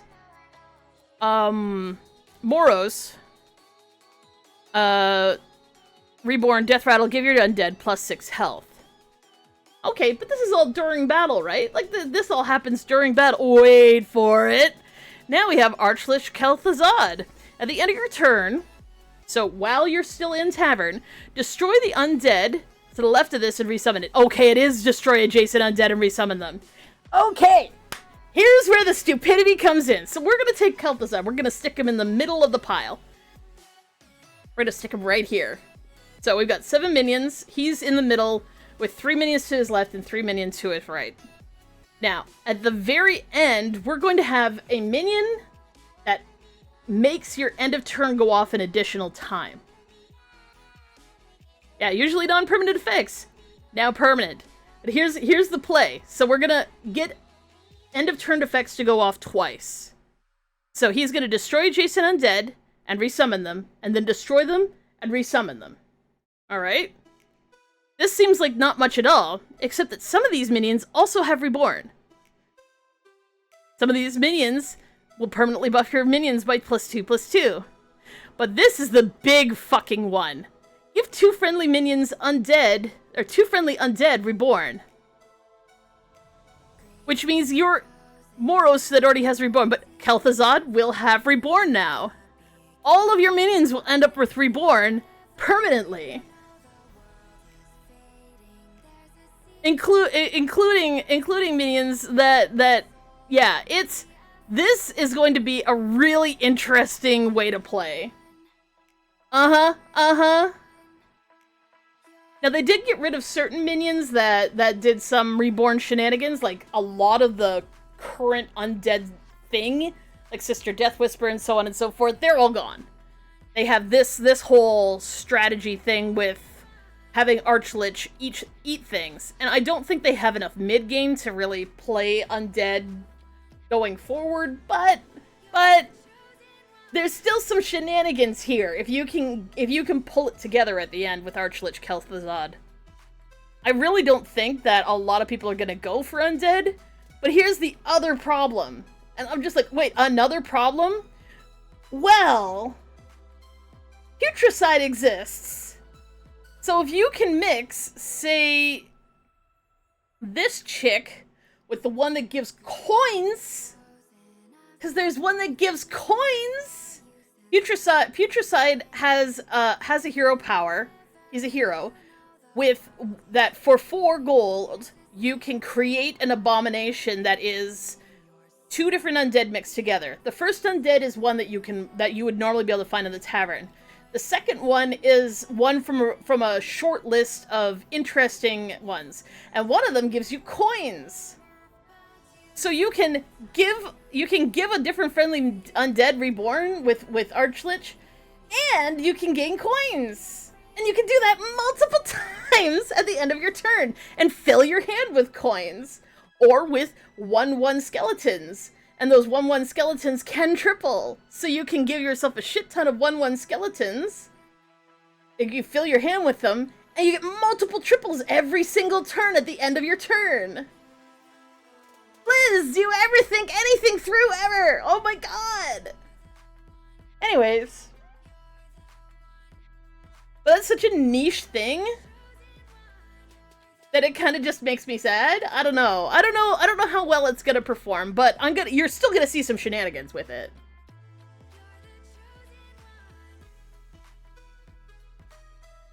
Yeah, we need to know the timing of the interaction of Reborn with the KT effect, whether or not you need to have space for things to get resummoned, or whether the Reborn one's gonna get eaten on a 2 things happen at the end of the turn. So, it's hard to say, Moros will never buff himself unless the other you have a Moros on either side of him, as far as I can tell. And then only one of them will get the buff. Like, and also we don't know if it happens simultaneously or not. Yeah, so there's things that are up in the air. I'm curious about it anyway. And then we got some new Quillbores. So at the start of your turn, discard a spell to get 3 blood gems. Oftentimes this will be a blood gem, so at the start of your turn, discard 1 blood gem and get 3 more. This is okay. Unless you're playing Peggy and Cleave. You play Peggy and Cleave, and all of a sudden, at the start of your turn, you discard, which does nothing, but you gain 3 blood gems for no reason, and your Cleave gets +3/+3. They are 1/1 with the caveat that they can get bigger. Yeah, gems are a 1/1. But the thing is, gems are a 1/1, and you can also take those gems and then also put them on the Cleave. Peggy and Cleave is going to be really, really popular. Like, more than it already is. And then you also have the Snarling Conductor, which works really well with other pirates. At the start of your turn, discard a spell to gain 3 gold. That's really solid for the one pirate that gains gold whenever or that gains health whenever you gain gold. Or gains health and attack whenever you gain gold. Then we have Paint Smudger. 5/3, whenever you cast Tavern Spell, play Blood Gem on another friendly Quillbore.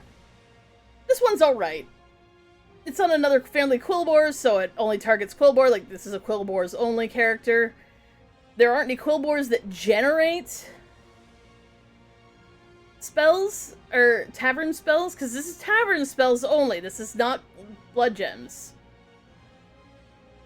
But, you know, she could sit there and maybe while you're fiddling with spells, but this will have a decent interaction with the two new heroes that deal with Tavern Spells. Like, they can play Quillbores and get a little bit better. Or get a good response out of Paint Smuggler.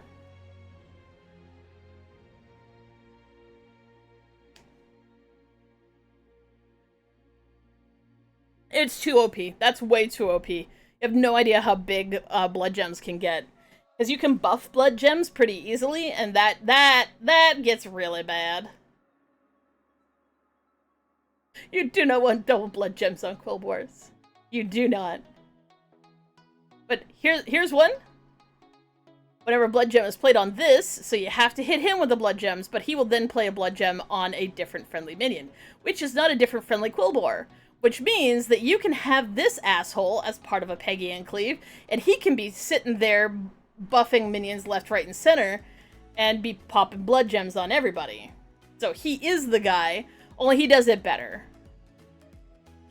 But it had the restriction is that he has to get the initial blood gem, and he's buffing 1 out of 6 other minions with it. Yeah, but this is a tier 5. And it's interesting that it's on a friendly minion, which means it can target other minions as well. Then we have Emerald Proto-Whelp. At the end of your turn, gaining 1 attack. I don't know if they've removed Dozy Whelp, but I have a funny feeling they did. Because this is basically a shittier version of the Dozy Whelp. And then the stupidity of, do you guys not remember that Millhouse exists? Bronze Sand Spewer. It has Divine Shield. And if you have 7 minions at the end of your turn, gain +2/+1. Is he going to have 7 minions at the end of his turn the very first time he sees this?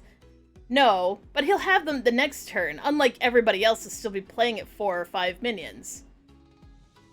His Bronze Sand Spewer will become enormous, while everybody else is probably not even going to ever take it unless they don't have any other choice.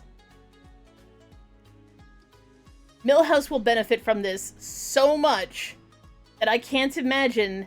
You know, I really feel like they're just gonna remove Millhouse from the entire from the hero pool, which would be a blessing because I fucking hate him.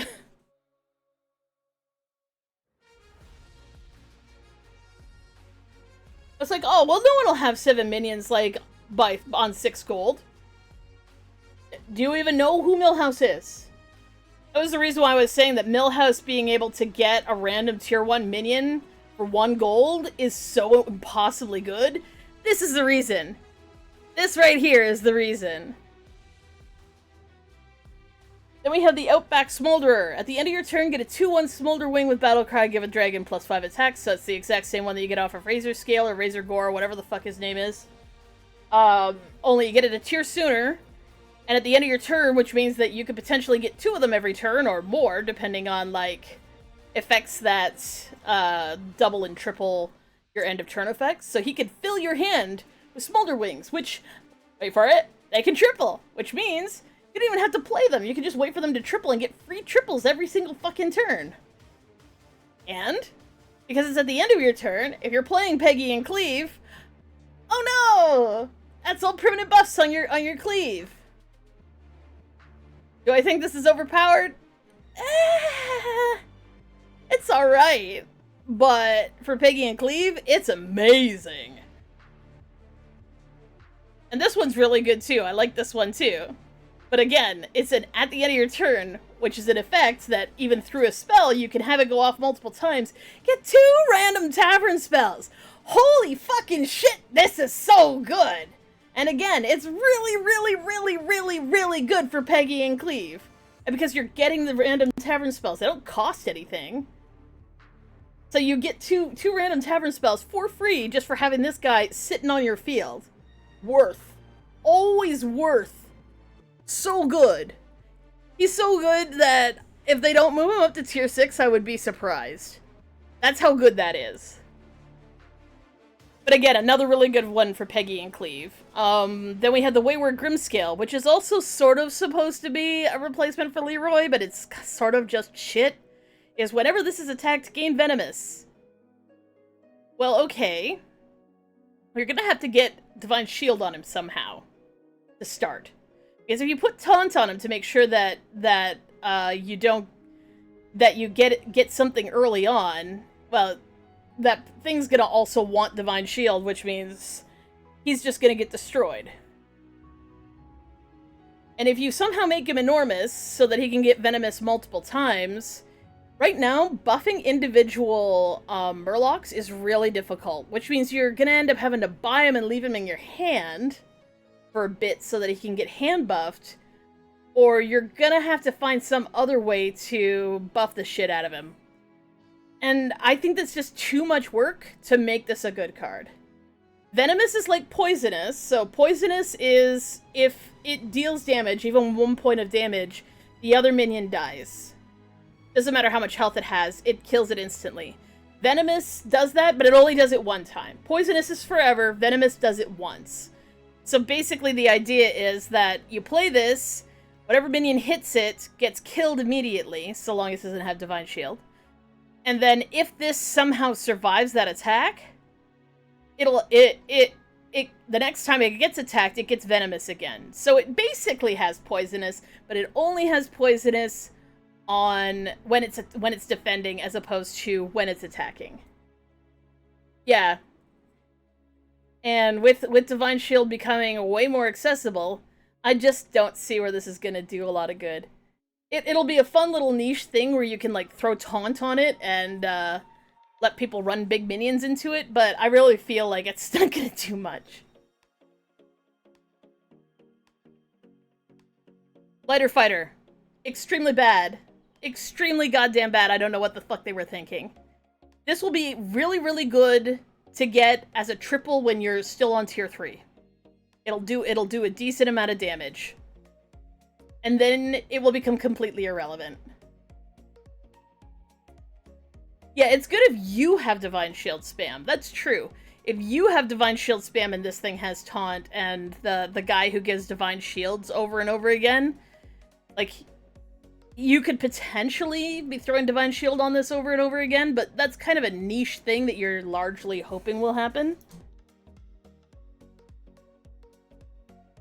But yeah, I mean, there's things you can do with Lighter Fighter, but I really just feel like it's on a bad tier, and it really doesn't do enough, and it sure as shit isn't gonna scale into late game. It's kind of just like a much shittier version of whatever that was called, the cannon that did 5 damage over and over again to, like, the highest health minion.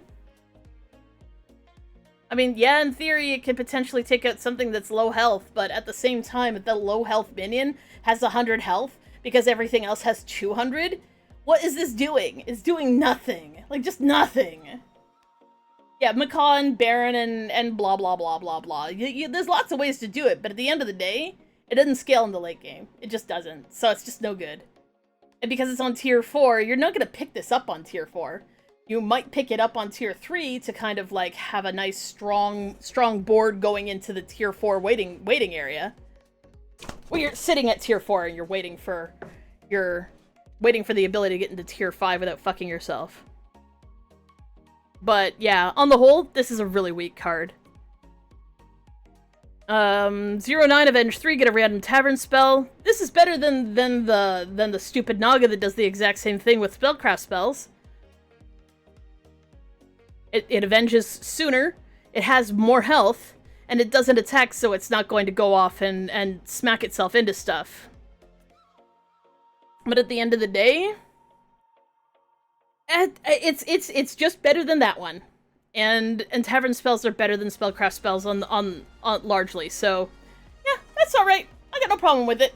Other than, it's a trolley! How can a trolley be a mech? I thought we went over this! Yeah, 0 damage is good here, because it's not going to attack. You don't want this fucking thing to attack, you want it to avoid damage at all costs so that it keeps doing avenge things. Is there's nothing more annoying than having all of your Naga go through and beat on stuff, and then all of a sudden, you're stupid, and they all live because they have enough health, and then your stupid Avenge Boy goes flying across and kills himself before you even get one spell off of him! Okay, so, there were patch notes saying that they had removed the status of mech from trolleys because trolleys don't have a CPU. Okay? This sounds really stupid, but this is how it works. They did it as a throwaway comment to basically say we've removed mech from these things because, instead of saying because it gives an unfair advantage to Warlock, is exactly what they needed to say, but instead they were like, well, technically they don't have CPUs. Well, here's a trolley, it's a mech. Why is it a mech? It doesn't have a CPU. Yeah, it was literally something in the patch notes. It was a throwaway comment. It looks like a dev comment. And of course you can tell they're joking, but at the same time, don't you sit there and present the logic that trolleys don't have CPUs, therefore they can't be mechs, and then introduce a fucking mech and call it a trolley. Fuck you. We have standards here.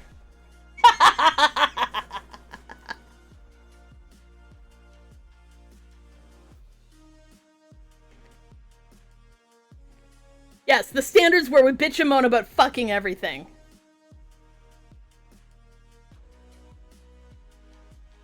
This one does have one. See, it has glowing lights, maybe? Maybe, possibly. This glowing lights. So that this one does have a CPU? Yeah, something like that. Now, here's a really nice one. This one I would actually possibly put into my, like a Peggy and Cleave, even though some of Peggy's buffs are going to end up on her. But if you're playing all pirates, this is even better. Because if you've got some Peggies, every time you buy 3 cards, you're going to be buying tons of cards as a pirate. You're going to be also generating tavern spells. Hell yes. Solid card. Want to play with it. I love this. I love this so much. Yes. I love this. Yes, please. Then we got some here. Oh, here's some updates. These weren't announced before. Vol'jin. 0 gold.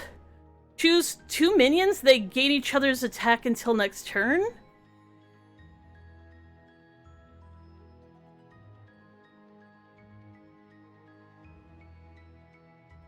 Aww.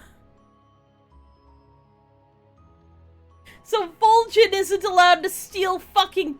Aww. It is. It's such a nerf.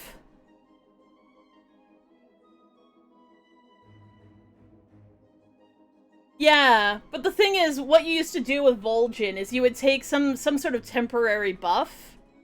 So you would take a random, let's say you had like a 1-1. You really wanted that 1-1 to be a 10-10. So what you would do is you would buff the shit out of a minion in the tavern using spellcraft spells. Then you would transfer those onto your small minion and transfer the small minion stats into the tavern. And because it was a transfer of stats, it would permanently buff that minion, even though Naga spells only should last until end of turn. It was kind of a fun exploit until they banned Vol'jin out of Naga lobbies, and that makes me sad. But now they're like, like, why can't they gain each other's stats until next turn? It'd still be overpowered as shit, but at the very least, like, you wouldn't lose Vol'jin's identity of swapping stats. All he had to do was make it until next turn, but yeah, now they just gain attack until next turn?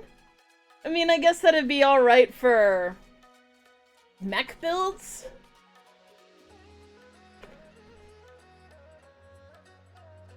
Oh, Solo! Look at this! No text change, but now counts minions destroyed in the recruit phase. So fucking Kel'Thuzad devouring minions? Kel'Thuzad devouring minions activates any. Avenge probably does work. Oh no!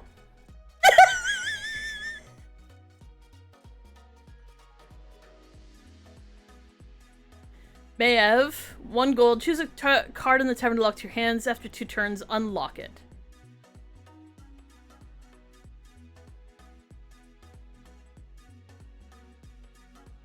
Choose a card in the tavern to lock in your hand.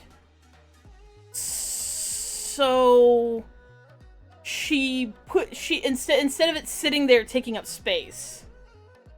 Okay, so they're making Mayev suck less. They're just putting it in your hand, which limits your hand space, but whatever. It's not as bad as limiting your tavern space. And it's choose a card, so it can be a minion or a spell. That's nice. That's fine. Lord Baroff has been returned to the Pure Pool. Dev comment, please don't break him again.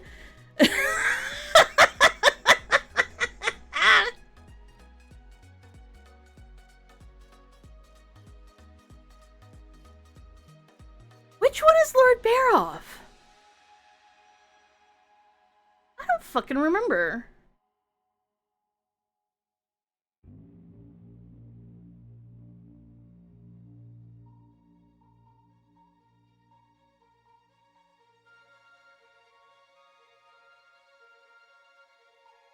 Oh! I wonder how people were breaking him. That's funny. Edwin, Togwaggle, Bazil, Silas, and Sidragosa have had their hero powers also updated to work with tavern spells. That's interesting. So that means that you can have tickets floating on top of a tavern spell. Only vaguely annoying. What would Sindragosa's passive... Oh, Sindragosa's active. Sindragosa's active could just target the tavern spell. The new patch reveal has had some interesting things up here in the updates. For the most part, I think you were already here when I was going after this shit. So things that are removed to the minion pool, tavern tipper, nobody will miss it. Selfless hero, interesting. Interesting. We're getting rid of the cheap, occasional divine shield. Interesting. Reef Explorer. I think... Is that the taunt one? They got rid of Leroy, nobody cares. They got rid of Mithrax again, which is a bit sad. I don't think they needed to do that. They got rid of Theatar, that's fine. They got rid of Zap. They replaced Zap with something way better. Stormbringer.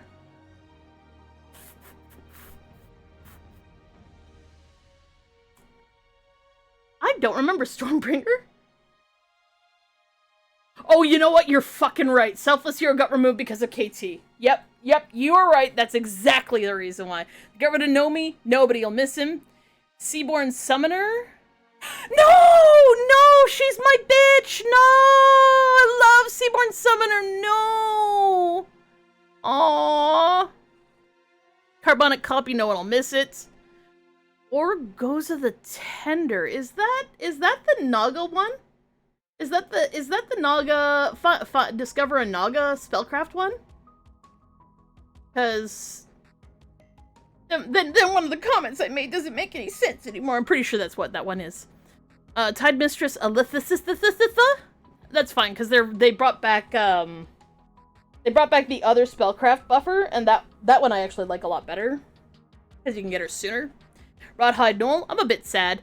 Scarlet Skull, no one's gonna miss that shit. I'm actually a little confused they got rid of Scarlet Skull, but I guess they just decided that the other early buff undead ones are fine to, like, cover it up, like, cover its inadequacies, so... Alright. Soul Splitter, a bit sad, but they basically gave us Soul Splitter anyways. Relentless Sentry. Which one is that? Because it's not the one I thought it was. They got rid of Sore Loser, which, to be honest, is fair because it wasn't very good. They got rid of Death Whisper, which makes sense because they don't want her interacting with Kel'Thuzad. Captain Flat Tusk. They got rid of Bonker, which is a bit sad. They got rid of Thorn Curse, which is... Nobody's gonna miss that. They did get rid of Dozy Whelp. I figured they would. They got rid of Bronze Warden. That's fine. They got rid of Time Saver. That's fine. They got rid of Disco Shuffler. They basically replaced it with a spell. They got rid of Low Flyer. It was not that great. I saw... Like, I tried Low Flyer builds, but they're just not that great. Well, they did get rid of Dracasath. Interesting. So they replaced Dracasath with the one that serves them up at the end of turn. Interesting. They got rid of Kaboom Bot and replaced it with that other bot that I said is not worth it. Kaboom Bot was good because you could kind of get it early. And that was fine. They got rid of Upbeat Impressionist, which I think is the duplicator, right? The one that duplicates minions and gives you triples. Yeah, Selfless isn't an undead. Huh.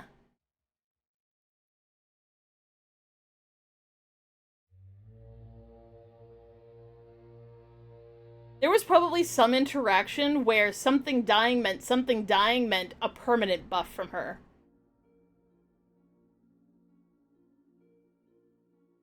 Leeching Fellhound. Oh.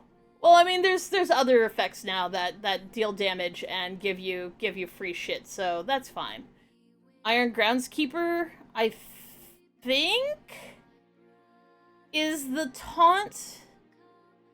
taunt wall, the mech wall that you kind of played. They got rid of Uther because they replaced it with a spell. Following minions have been returned to the minion pool. Critter Wrangler, which I don't remember what it does. Nether Drake, Razor Gore. Yay, Razor Gore! Master of Realities. Snail Cavalry. Snail Cavalry is... It's a minion updates.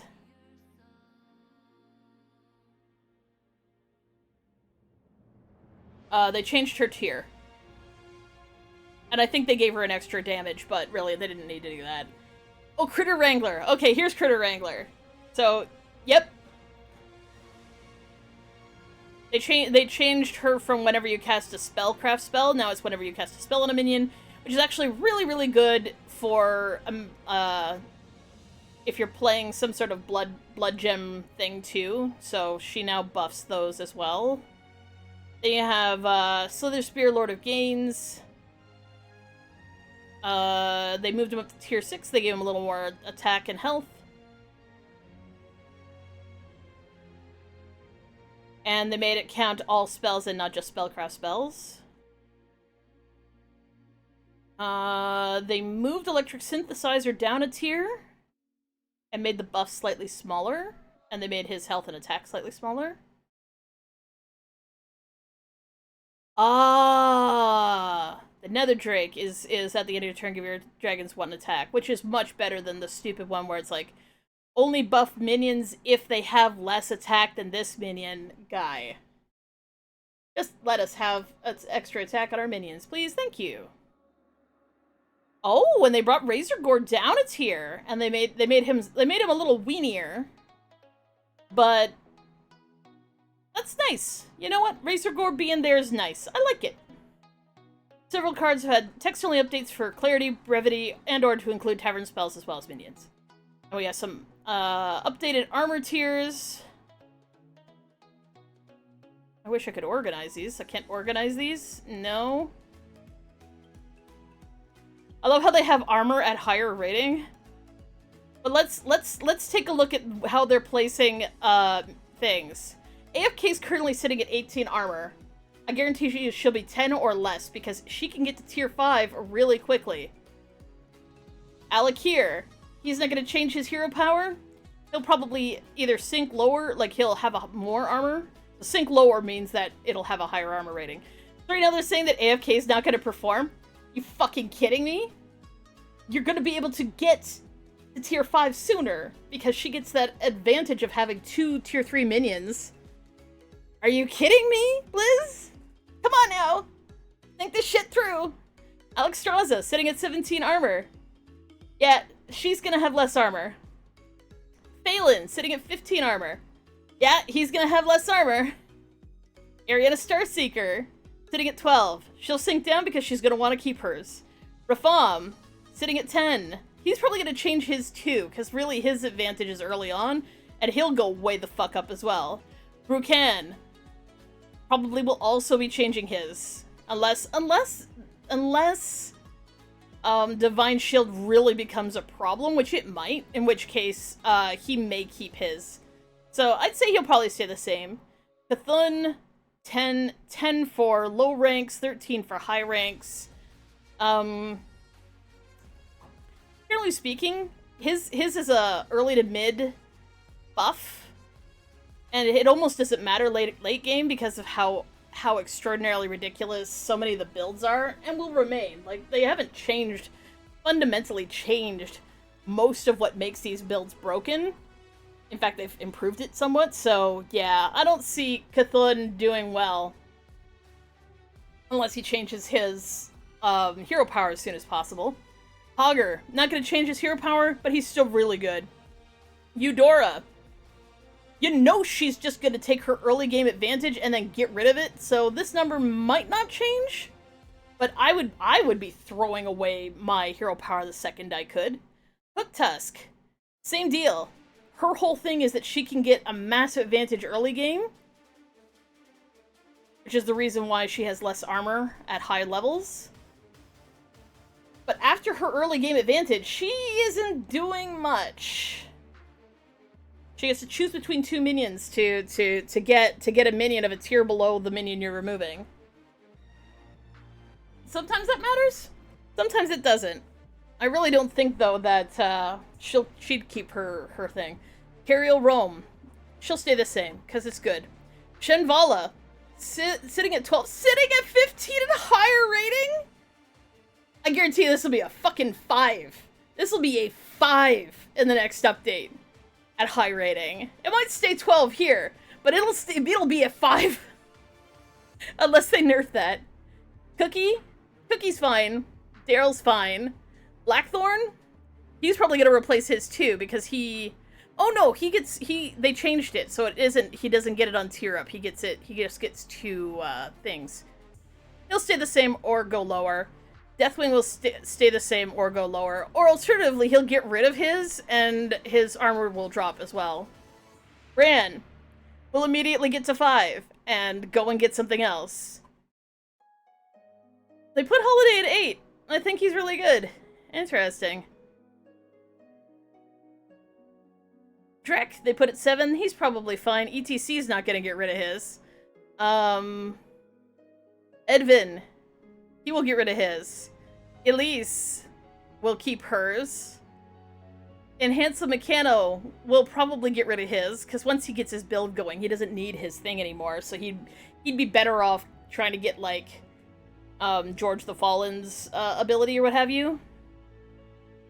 Forest Warden Omu. He will have no armor at high levels. Uncle Mancer Flurgle. Yeah, no, he won't change his. Galacrond. I could see him staying the same. Galewing, to be honest, it's okay. George the Fallen. Everyone's gonna be going for his, and he'll still be at 15. Because his advantage is until the late game. Until he has his build in place, he isn't putting that buff on. But the thing is, everybody else who's racing up to, like, try and grab his hero power will have access to their late game from their early advantage. His advantage isn't good enough, early enough, to be good. Greybow will stay the same. Guff? Yeah, Guff's gonna get rid of his ability, basically, as soon as he hits tier 5. Togwaggle, probably the same thing. Because, in general, you don't have a good enough board to, buy it over and over again. Like, I mean, it's cheaper, but at the same time, it's also kind of shit. But, I don't know. He might not change his. Illidan's not going to change. Toki's not going to change. Toki's going to benefit massively from certain things. Inge is good. Any now getting benefit from Undead is going to have another spec to play, which is interesting. Jandice is going to still suck until they put some better minions into the game, because right now she just can't really do a lot. Like she's extremely limited on what she can do. So I can see her getting rid of her hero power too. But yeah, her gameplay is really niche, and it's also just not really good because she doesn't have a lot of advantages. Kael'thas probably wouldn't get rid of his. Munkla probably will get rid of his, but I don't think his number is going to change any. Kurtrus is okay, but honestly, I don't like playing as Kurtrus, even if he is good. Lady Vash will stay the same. Lich Baziel will stay the same unless he gets... Like, here's an interesting thing.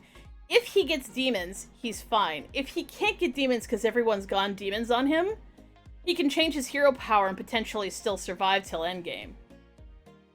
Lord Barov. Do I think that he's any good, or is he gonna keep doing his thing? A couple of coins can make a big difference, so, you know. Lord Jaraxxus still sucks. I was just like, wait a second, 10? Oh yeah, no, 19. He still sucks. Him being able to make other minions eat other minions, but everyone just always steals all the demons whenever they see that you're in the same field as him. Mayev got a buff this turn, so I'm surprised they have her on this low armor.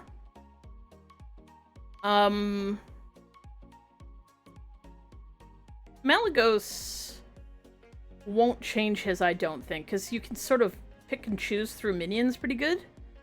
Naguyon's good. Millhouse is going to be so overpowered with this update. His ex-wife is not really going to benefit from anything here. Bigglesworth, I mean, Bigglesworth sucks. Let's be honest. And you can't get Bigglesworth's thing from on Naguyan, so you can't get Bigglesworth's thing via the hero power choose, so yeah.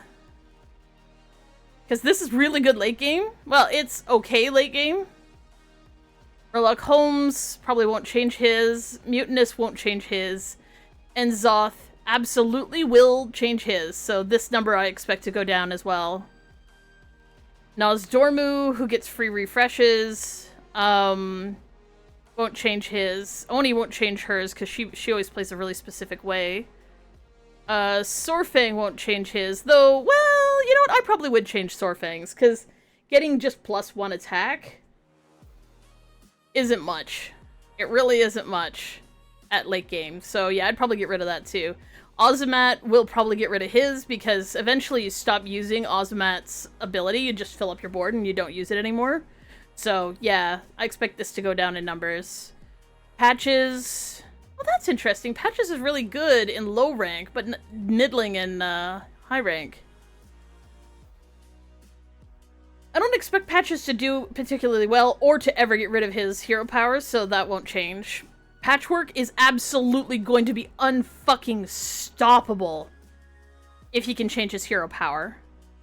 Futureside, after he uses up his hero power, will change it and possibly be really good. Pyramid probably won't change his... Well, they might change it late game. Queen Ashara is not going to change hers. Wagtoggle will absolutely change hers because it's awful. And this number I expect to go down. Ragnaros, who sucks. I could expect him to change his as well because Sulfuras doesn't really do anything after, you know, turn 12 or so. Rakinishu, I expect his to change, so this number might be lower. Reno, I expect his to change, so this number will be much, much lower. Voon, I expect his to change as well, because you really only take that advantage on the first few times, and then afterwards it's kind of negligible.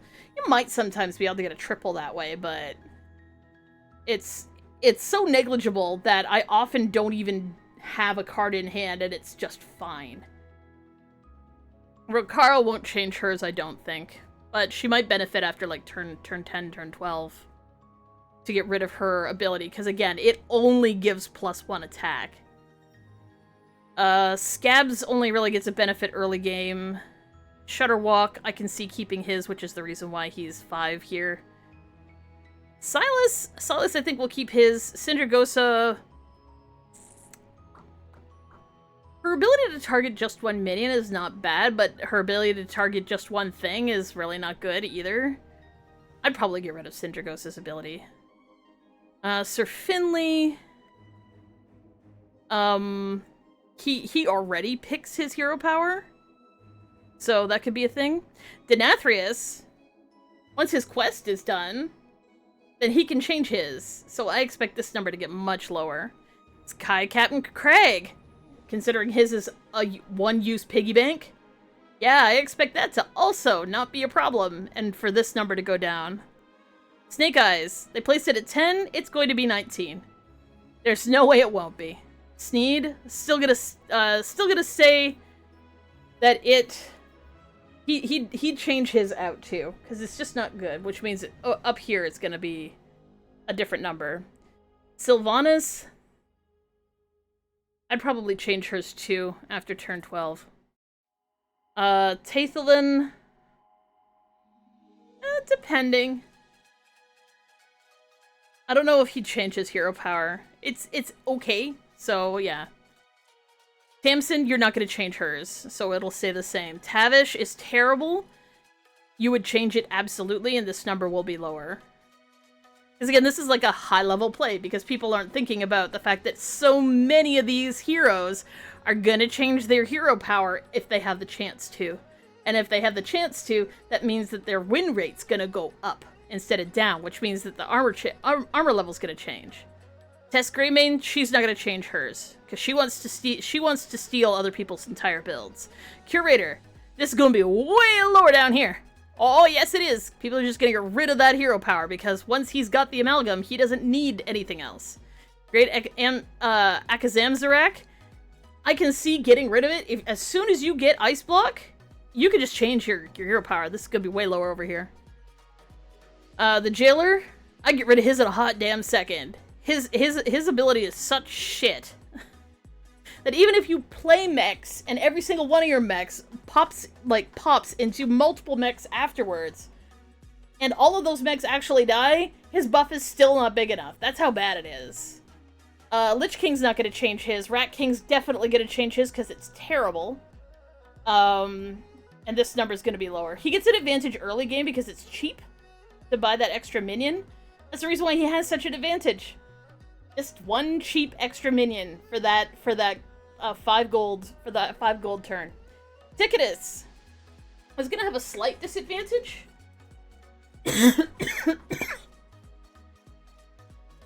But I wouldn't turn down the turn 12 ticket or any subsequent tickets if you somehow last that long. So Ticketus isn't gonna change, so his armor's not gonna change. Thorum, the second that card becomes free, yeah, you're gonna change your hero power. Which is usually around tier, like, you usually get it around tier 4, so by the time you hit tier 5, you are free to take another hero power. So, of course you will. Gallywix is going to have a massive advantage. I can see this number actually getting even lower on high rank. Varden's not gonna get rid of shit, though Varden's gonna have some problem with his doubling ability, doubling up things, and, potentially eliminating other minions, which really kind of sucks. Like, he needs that extra room, and him being on tier 6 means that minions are going to be disappearing with his ability. And I can already feel myself being annoyed at the fact that that extra slot's being taken up by a spell for Varden. Vol'jin! They nerfed the shit out of him. I expect these numbers to actually go up instead of down. And, I mean, I'd be getting rid of Vol'jin's ability almost right away as well, because it's just that bad. He might have a niche in playing mechs, because mechs have divine shields oftentimes, but yeah. Xyrella. If I were playing Xyrella, I wouldn't be getting rid of my thing, so this is probably going to stay the same. Yasarj. Yeah, only has an advantage in the early game, so I'd be getting rid of my thing, so I can see this getting lower. Yagipu. I would also get rid of his ability pretty much as soon as I hit tier 5 anyway, because you're not pressing the button after tier 5. You can, but you'd be better off either refreshing twice to try and find a minion that you really want, or just buying a spell, because sometimes the spells are cheap now. We have Ysera, who honestly, when people play her well, it is really hard to beat her. Thing is, a lot of people end up playing dragons when Ysera is on board, so I don't necessarily see these numbers changing, but she'll probably keep her hero spell. Zephyrus the Great. I can see this becoming a 5 over here, because he's going to spam and get his triples right away, and then he's going to get a new hero power. It's so bad! Like, how many did I say were going to change? It was like 1 in 3! 1 in 3! I actually thought it was like, going to be around a quarter, but it's even more heroes than that are going to change! Blizz, why? New Battlegrounds track. Nobody cares. General Battlegrounds updates. Turn timers have been temporarily extended by 5 seconds each turn while players get used to the new frontier. Bots have been added to the Battlegrounds ladder? 1 or more bots will be added to certain games to provide newer and lower MMR players with a smoother experience. So they're gonna force people who suck at the game to tier up sooner and end up against higher level players who will absolutely wreck their shit. Oh my god, Blizzard, why? Oh.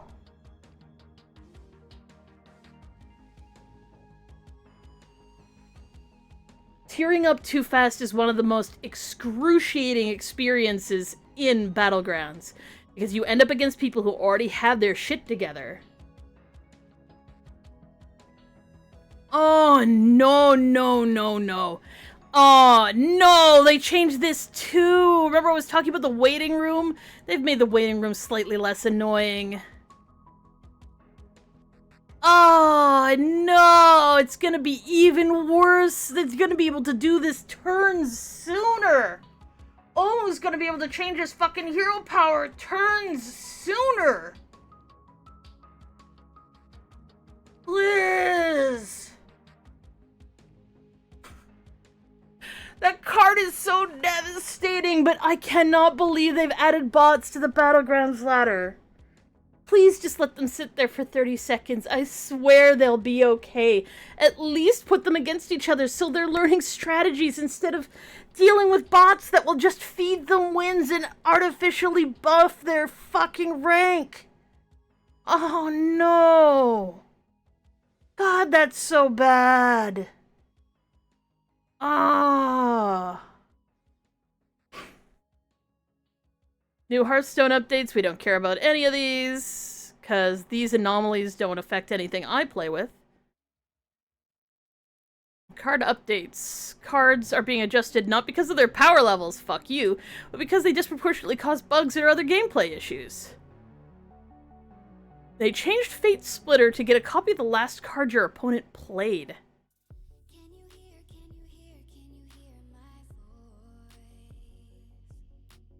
Really? For Fate Splitter? What the fuck was causing the problem, I wonder?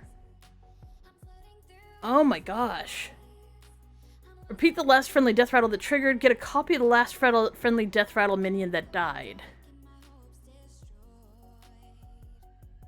So monstrous parrot that they were actually going to fix so that you could use it to summon cows no longer summons cows, but just puts a cow in your hand. I guess that's a way to do it. Gain a random friendly battle cry, or gain a random friendly death rattle that triggered this game. Get a copy of a random friendly death rattle minion that died this game. So Counterfeit Blade is also just not working with the cows. Well, to be honest, the Counterfeit Blade couldn't possibly ever summon a cow, so I can understand this being annoying. But the Monstrous Parrot, I'm pretty sure, had enough attack that it could have summoned a cow. I swear to God, they just decided they couldn't fix it, so they just changed how they will all work.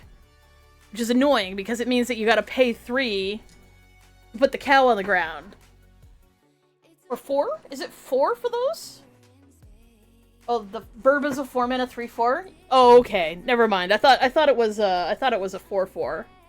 Hi, Black TNT. Dwarven Archaeologist, discover a card.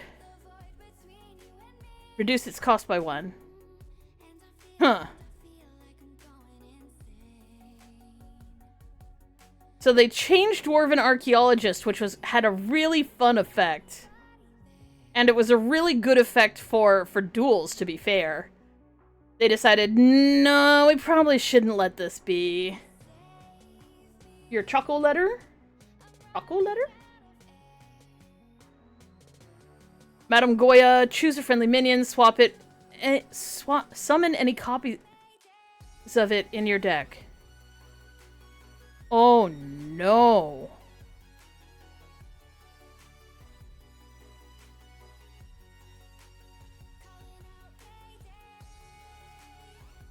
Did they realize that that's going to make Madame Goya summon 100 cows? Madame Goya can now summon an entire fistful of fucking cows that all have the buff.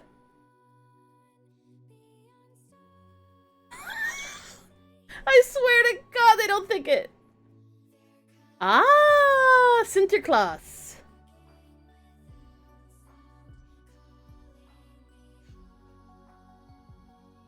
Well, no, the card is not the same. The card's not the same at all. Because Dwarven Archaeologist used to put on the ground, and then every single time you did a discover effect, it would make the card that you discover cheaper.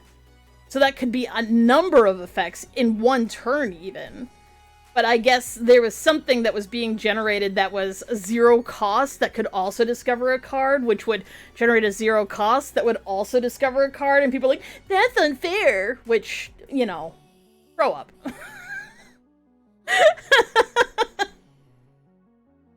Because there is, what is it? There is a studies card that could potentially generate itself. And a studies card only costs 1, so reducing its cost by 1 would make it 0, which would allow you to sit there and generate a dozen spells.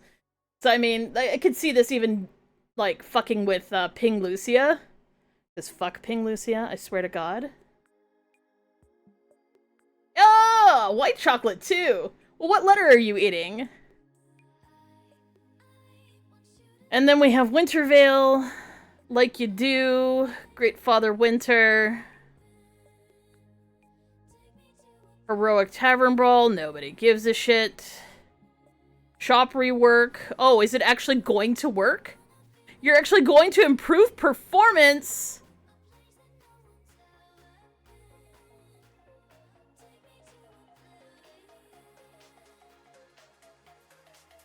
It's not gonna lag out and glitch out, and when you try and move the... Like, when you try and scroll it, it's not gonna, like, do all sorts of really annoying shit where it skips ahead 3 different things? An R. Very nice. New player progression update. After finishing the tutorial, new players will get access to the apprentice track, an experience replacing the current apprentice ranks and intended to simplify and guide new players. Development and protection modes and classes, including Death Knight, are now earned as rewards on the apprentice track instead of their previous unlock requirements. We're also introducing the Tavern Guide, a series of quests designed to teach players about Hearthstone's core systems and strategies. Apprentice track and Tavern Guide are expected to take less time to complete than the current apprentice ranks, which, to be fair, I still haven't finished. I ranked up the other day and I was like, wait a second, I got, what was it, I think it was Deathlight level 40. I'm like, how long have I been playing? And I'm still not level 60 on Death Knight. And with the amount I play Death Knight in duels, you'd think it would rank up sooner, but yeah, no. You have to play an ungodly amount of Hearthstone and lose because you don't have access to all the fucking cards.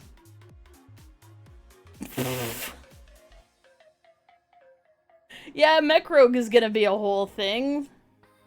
Anything where you can put lots of different copies, but like right now, Madame Goya with cows. Madame Goyle with cows that have entered your deck via die or blah blah blah. Yeah, she's gonna summon a bunch of 7/7 cows to the fucking field, all of which, when they die, will have enough attack to summon a new cow, which you can then buff, so that they will summon a new cow. Man. General, base download for new installs no longer include mercenaries or solo content.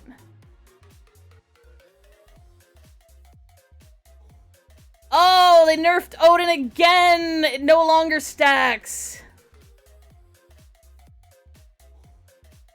Partner cards will now check costs when you play them, so playing them can't negate their own effect due to cards that change cost based on cards in your hand or minions in play.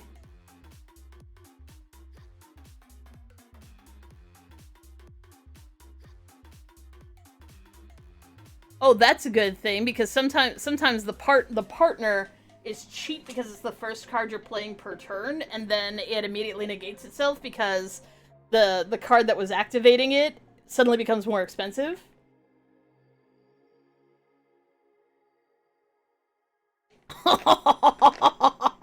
Yeah, the doing that to Valorok would be so funny. You'd be generating so many cards per turn. Fixed a bug where Magister's Dawn Grasp, Hero Power, and Artificer Zymox cause disconnects. The Magister Dawn Grasp is no longer banned. Who wants to bet that it's still broken? I'm gonna say it's still broken. And I'm gonna play against it, and it's gonna disconnect me as usual. Because I don't own it, but I play against it a lot, and it disconnected me so much. Fixed a bug where forging or trading a Mirage Dominion would get you an extra Mirage in hand. Oops, that's not a good thing. King of Piracy's finale effect triggered before his Battlecry effect. Interesting. Very funny, but interesting.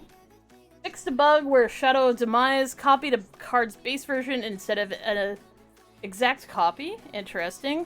Fixed a bug where the animation for Amethyst's reinforced ability. Fixed a bug where the Primus didn't have animations or sounds, but it used its abilities. Fixed a bug where Symphony of Sins was missing its music effect when played. What's a symphony with no sound? Fixed a bug where excavating epic and legendary treasures resulted in a small spike of lag. I guess there was some lag. Multiple Anubaraks? Oh my god.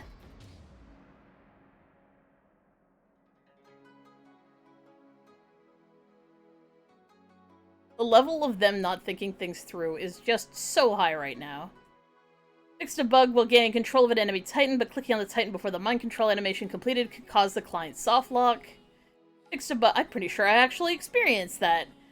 Fixed a bug where Confessor Paletrus could summon colossal minions with her effect. Fixed a bug where Trading Tunnel's Battlecry didn't deal damage. Ah, good, they fixed that. That's interesting. I never saw that, but I saw people play it.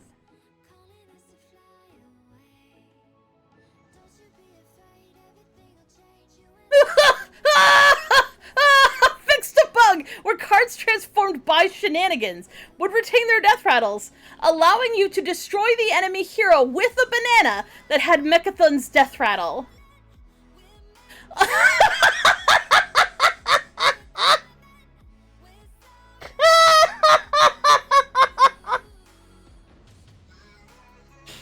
No!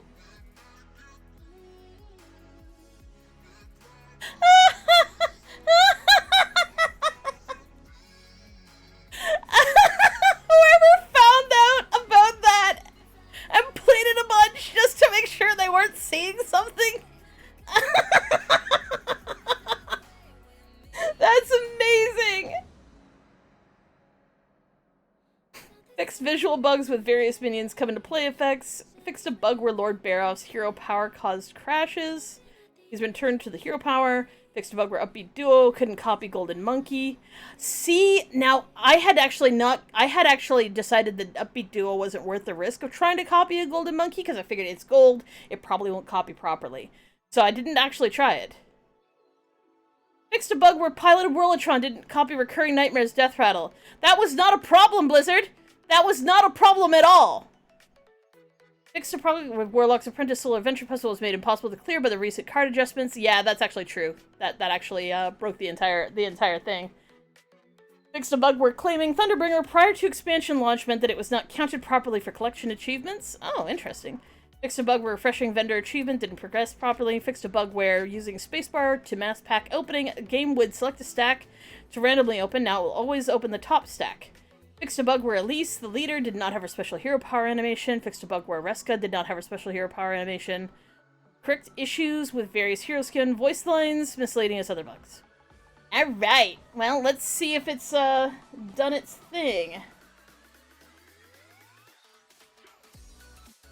Has it updated? One can only hope, because we're at 2 o'clock now.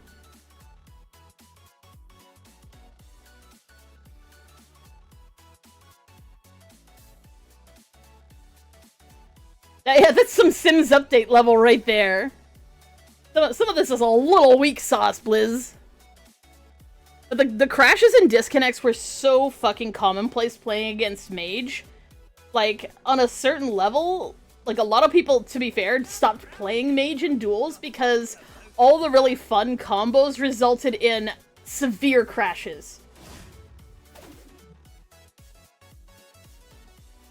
Demon Hunter, Priest, or Shaman? No, thank you. I'll be playing, Battlegrounds, if it's going yet.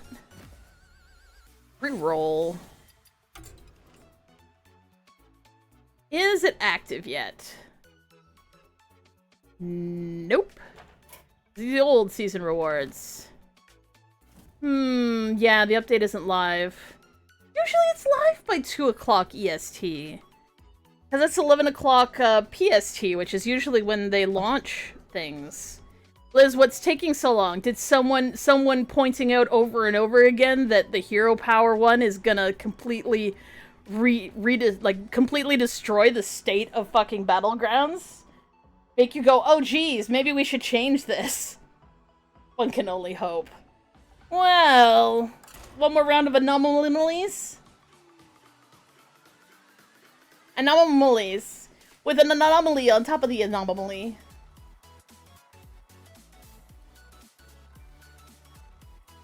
I can usually tell when an update goes live because everybody, you actually watch, you're playing Battlegrounds and all of a sudden everybody just quits all at the same time. That's how you know it's going, because someone will let you know.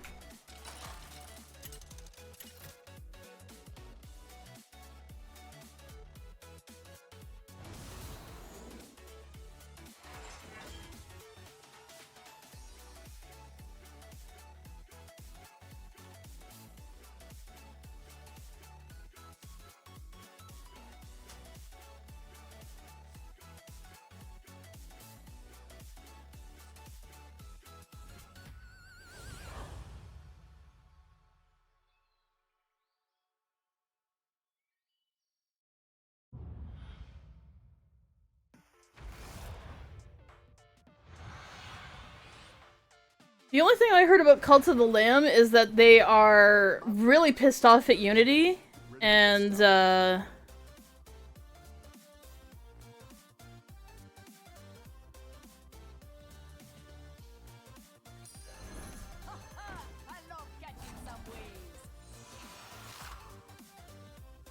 and that they were threatening to take down the game, so I downloaded it immediately just in case they did decide to take down the game, so at least I've got a copy of it. Which I have to keep reminding people who keep like, we occasionally do purges off of our hard drive to, like, make space, and also make our desktop a little more organized. They won't take it down? I mean, like I said, like, the last I heard from them was that they were gonna take it down because they didn't want to get nailed with Unity's bullshit. Oh, they're even gonna make some DLC. Nice. Very nice. And I do want to support them because that game is super massively fun. Good at this.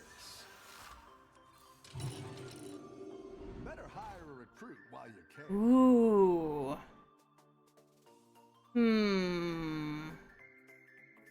Nah. Yes, I've actually heard about the Sins of the Flesh where the I presume they're gonna add in the idea of orgies. It's still gonna be PG, but it'll be like, I don't know, massive group sleepover, wink wink, nudge nudge, you know precisely what this means if you're an adult. And I think you can also potentially get babbies like you do.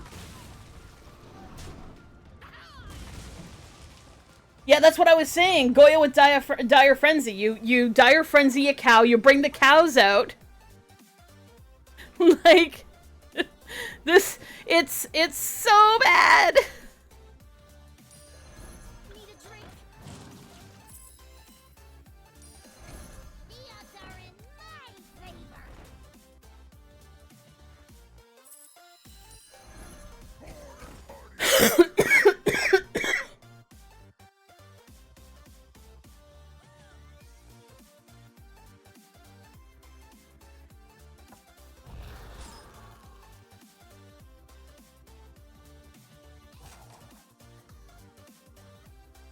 Because the bovine, what are they called? Bovine skeletons are 3/3 skeletons, but if they have 4 attack, they'll summon a new bovine skeleton on death.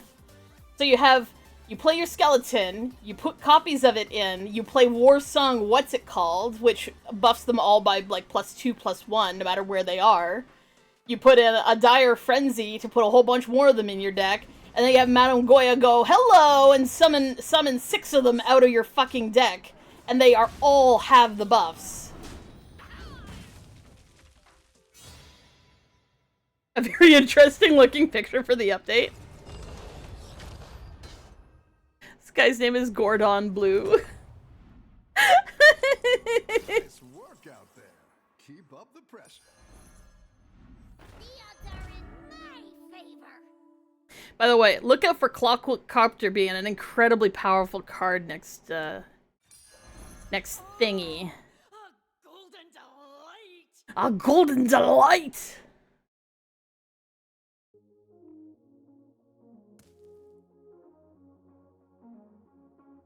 Yes!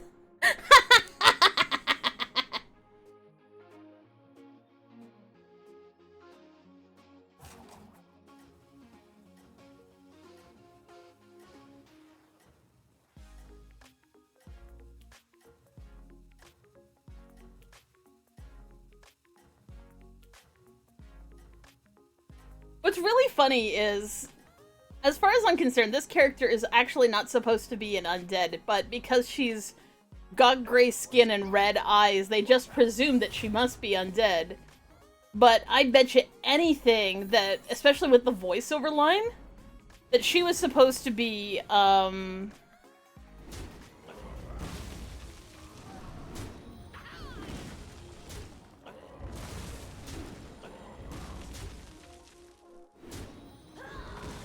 that she was supposed to be a dwarf, and she should have been alive. Like, she could have been a pirate, but they decided, no, she's got gray skin. She can be undead, because she'll work really well with undead builds.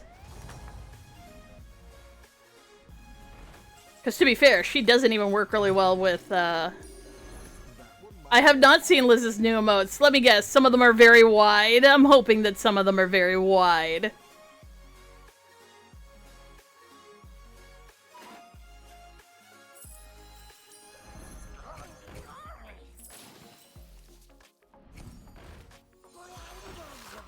Djibouti.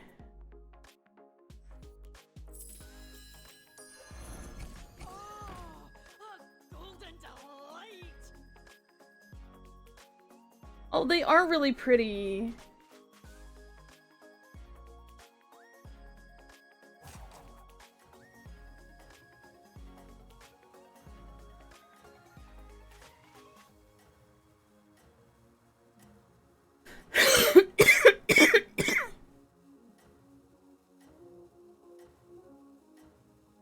wow.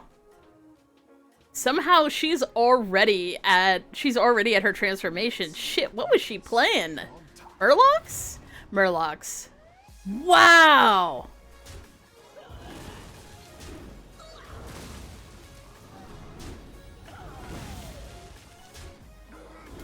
Yay! I teared up.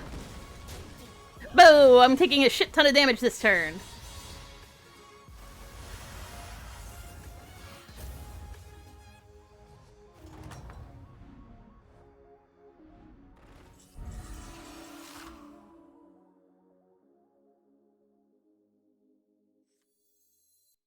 Hydrate, you bastard! Hydrate! A good tactical choice.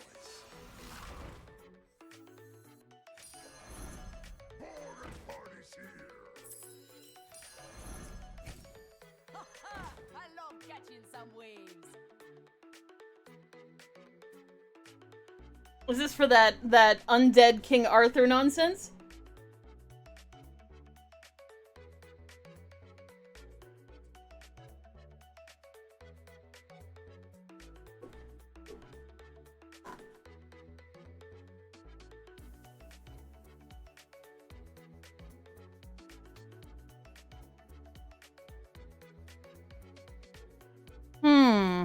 This was not at the top of the screen last time. So I'm just looking at the Blizzard loader, and the 18 or 28.2 patch notes are now at the top of the screen instead of hiding at the bottom of the screen. Like, you know which knight actually betrayed him in the original stories, right? You can turn this Because I find it really funny.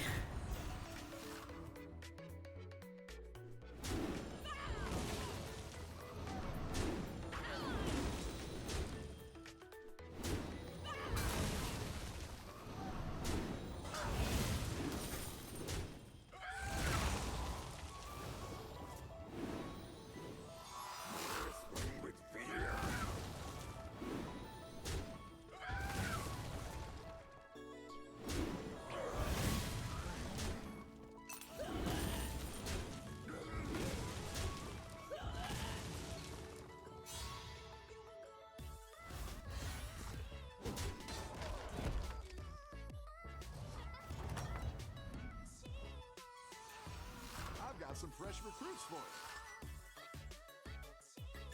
Great! Let's get some better minions in here.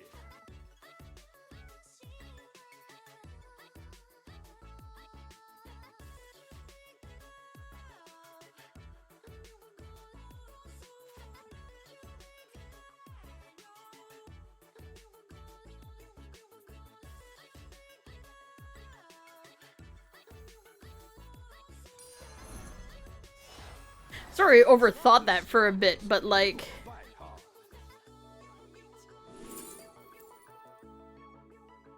Oh, that one's adaptable barricade, so what's the one that is being removed? Fit for me!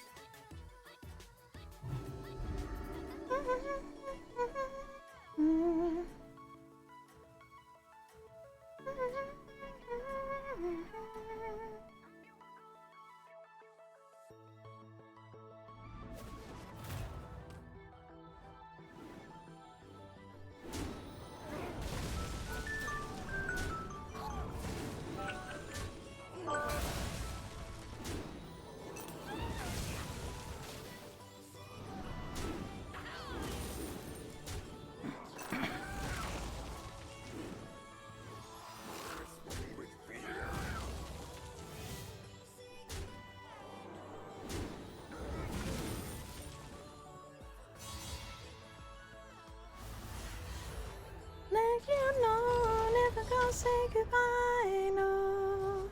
Never gonna let you know, never gonna get back. Never gonna let you know, never gonna say goodbye, no. Never gonna let you know.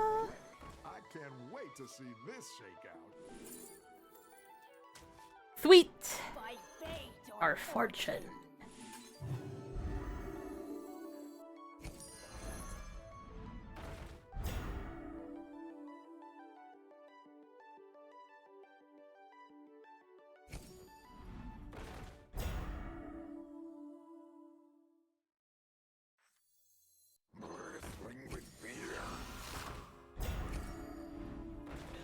Every time you two are getting rough, my undersounds.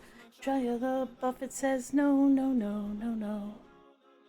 Just no, no, no, no, no. And every time I see him with you, my heart sounds like Shia LaBeouf. No, no, no, no, no. No, no. No, no, no, no, no. No, no, no, no, no. No, no, no, no, no. No, no, no, no, no. No, no, no, no, no. No, no, no, no, no. I think you can win this thing.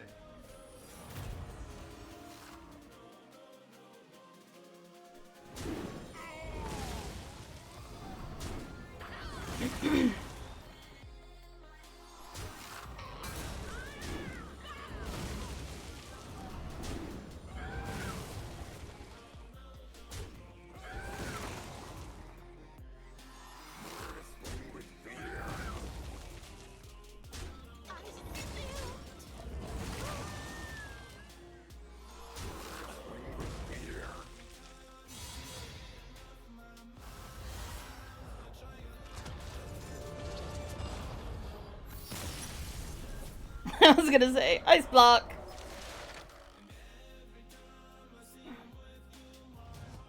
Sounds like Shia LaBeouf too. No, no, no, no, no. No, no. No, no, no, no, no. No, no, no, no, no. No, no, no, no, no. No, no, no, no, no. No, no, no, no, no. No, no, no, no, no.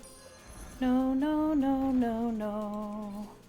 No, there must be someone else playing pirates. God damn it. Hey, my heart and my heart and my brain. Like, no Peggies. Who the fuck is playing pirates? Me? No one! No one's playing pirates! Bob, you son of a bitch! Let me on pirates, you stupid shit! By pirates you mean mechs, right? No, pirates. Give me pirates. This is ridiculous.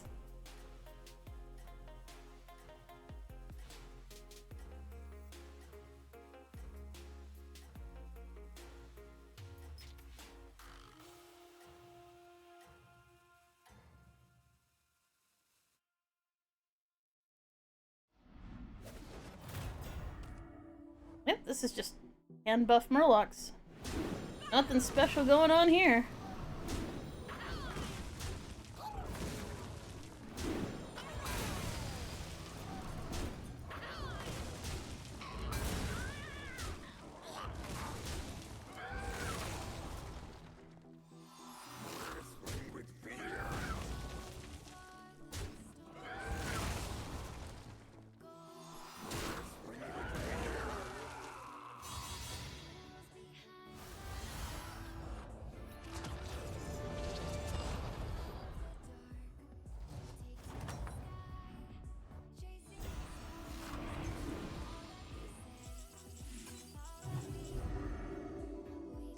Now we're in business. Hide and seek, reason and rhyme, grand and glorious. Live in the dream, yours and mine, euphorious. Hide and seek, reason and rhyme, grand and glorious. Live in the dream, yours and mine, euphorious. Yep, nobody's playing pirates with me. I can't find pirates.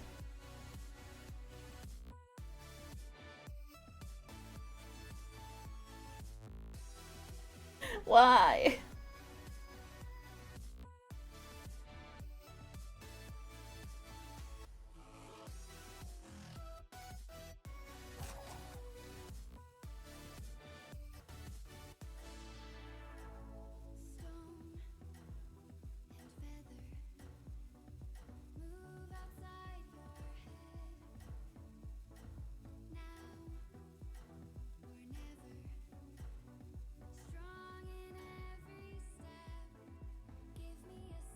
Keep up the momentum. Well, what are we gonna do?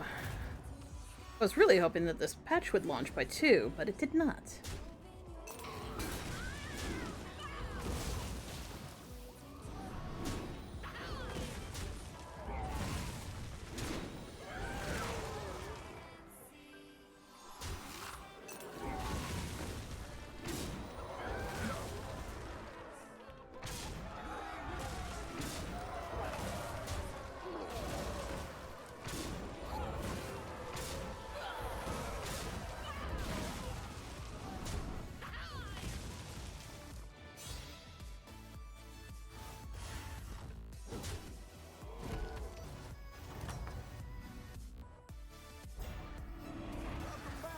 How's it going out there?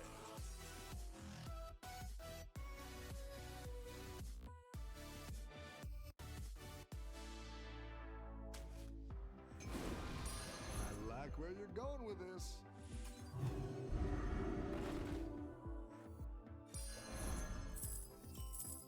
So anyway, I started blasting.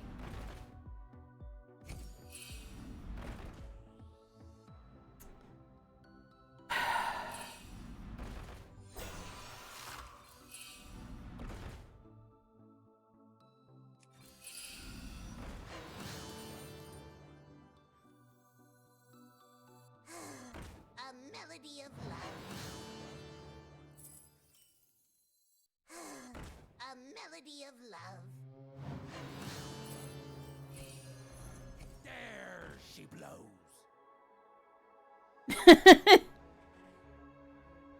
Well, in this case, the enemy cards are just literally cards that I'm not receiving. Like Bob. Bob be like, no one else is playing pirates, but I'm pretty sure you don't want pirates. I feel it. I feel it in my heart of hearts that you don't really want pirates.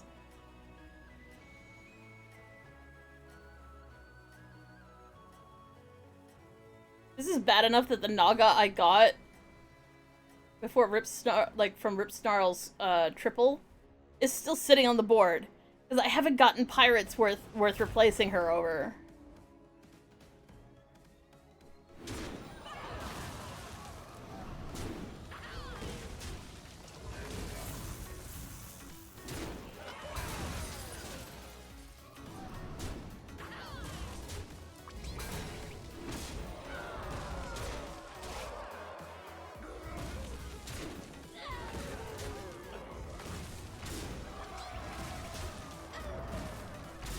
Oh my fucking god, are you kidding me? Are you kidding me? Heck you! Heck you, man! Heck you! Muscallywags! Muscallywags be saving the day!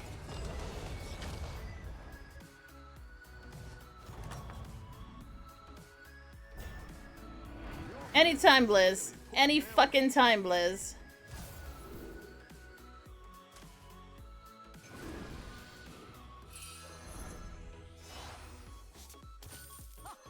I love catching some waves.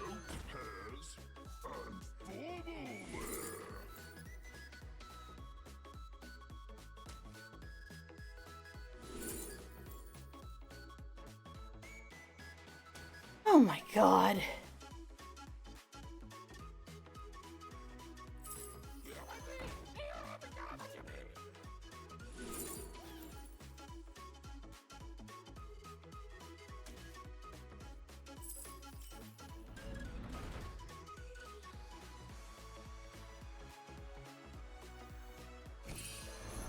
I feel like I'm taking crazy pills. Are there pirates in this game? Because I feel like there aren't. Go ahead and hire one of these recruits.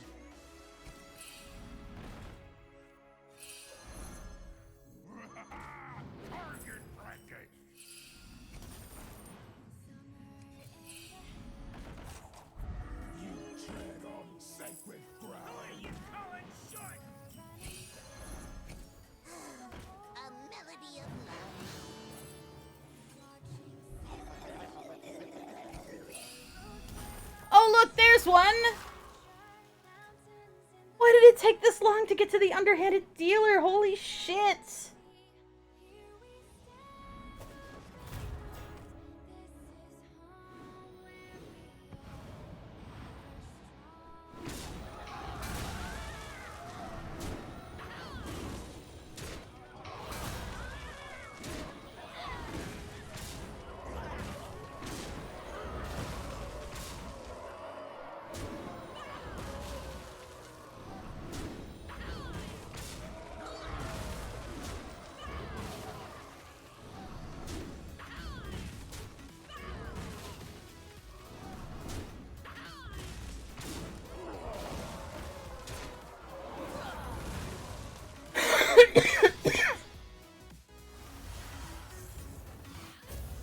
One more turn. The battle is really raging out there.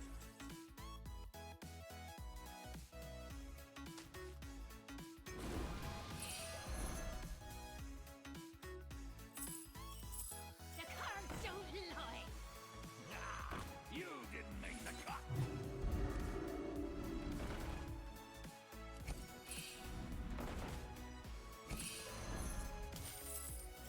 Peanuts, anyone? Better hire a recruit while you can.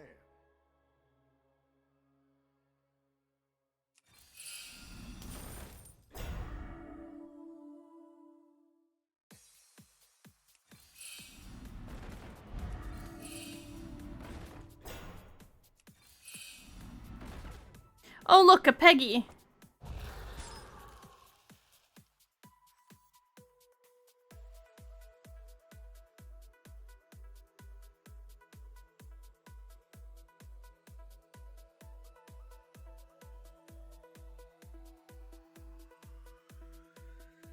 Like, I need a Peggy, I need a heckin'...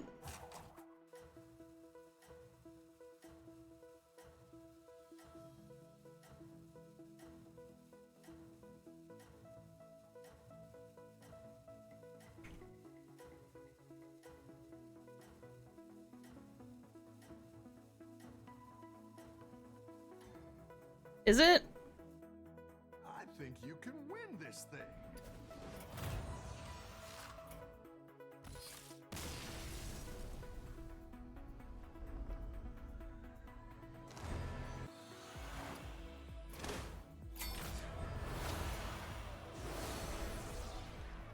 Okay, let me out.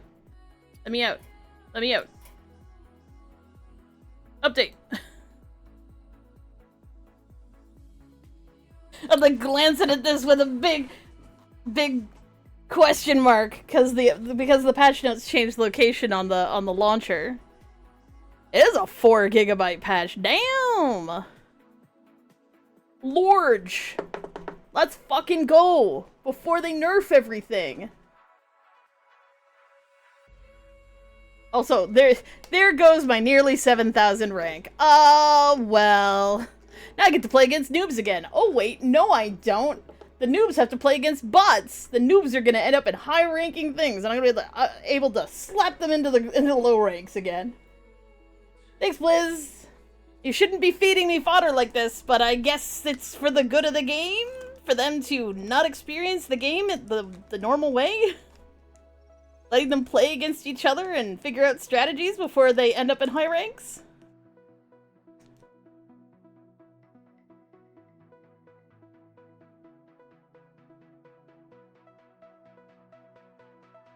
Hearthstone, now playable.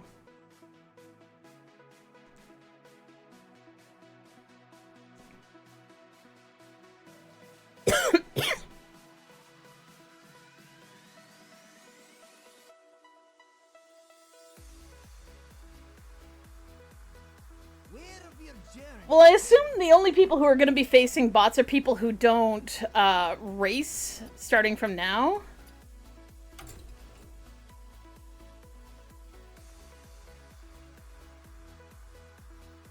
Basically, anybody who starts playing Battlegrounds like tomorrow is going to be going up against bots and getting getting their MMR artificially inflated.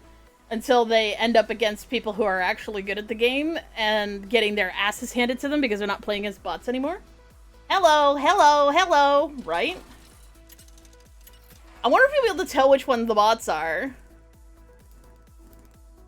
Oh, look! Let's see how bad Snake Eyes is. It's gonna be bad. This is gonna be so bad. It's Sky Cat and Scrag, only 10 times worse. Well, the update just launched. It launched like 45 minutes later than it normally would have. But surely nothing was going wrong, and that was the reason why it was delayed.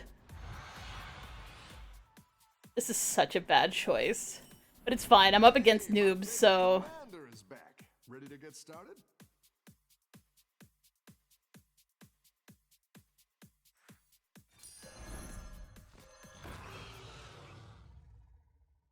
Oh, the true BS. The true BS hasn't even begun. I definitely got a hero power swap, though.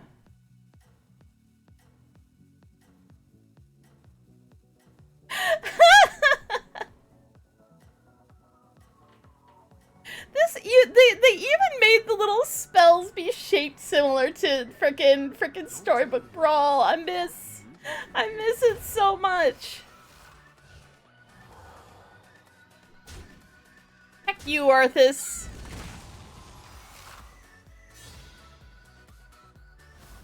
I said heck, you hecking heckity heck.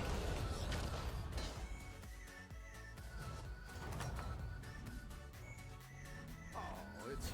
We all hit some bumps now and then.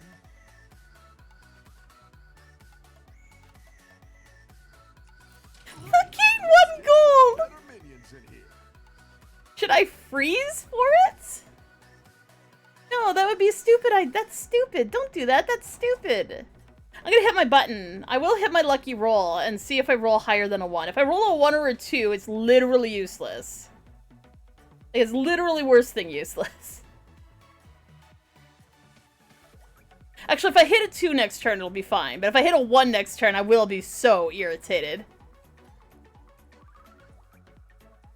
Have a good battle, friend. Actually, all 3 of us are in here, aren't they?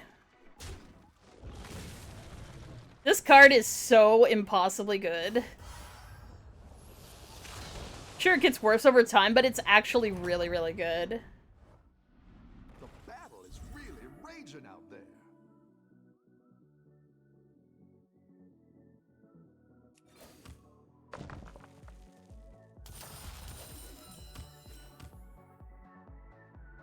$8 gold. It's just a little sand in your eyes. Gold in my teeth, gold in my hat. Ha ha! I love catching some waves.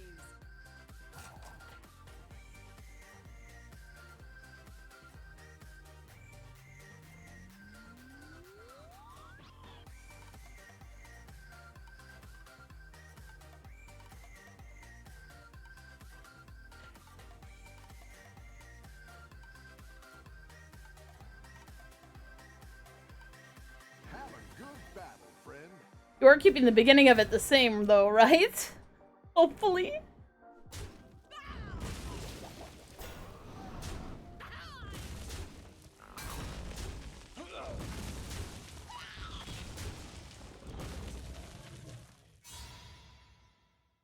Yeah, see, this here should probably be a 2-4 and not a 3-4.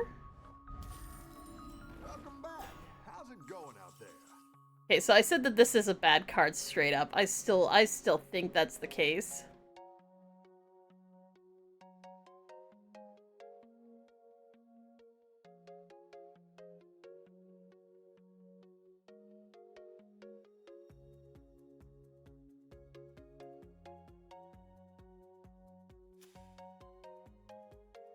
He didn't tear up.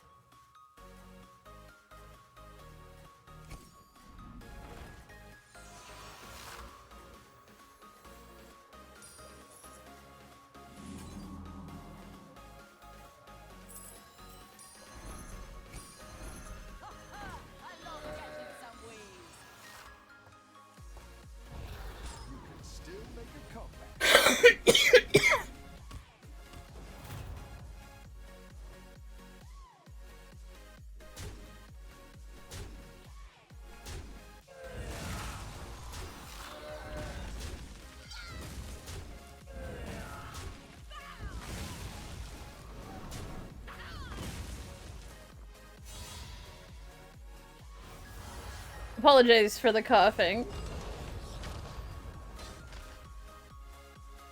I don't know if you guys know what Shin Ramen is. Your minions really pulled their weight.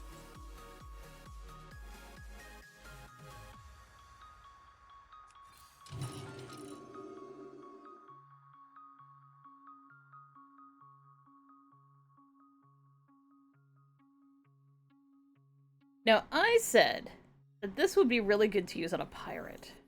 That one might make all the difference. Not too bad at all.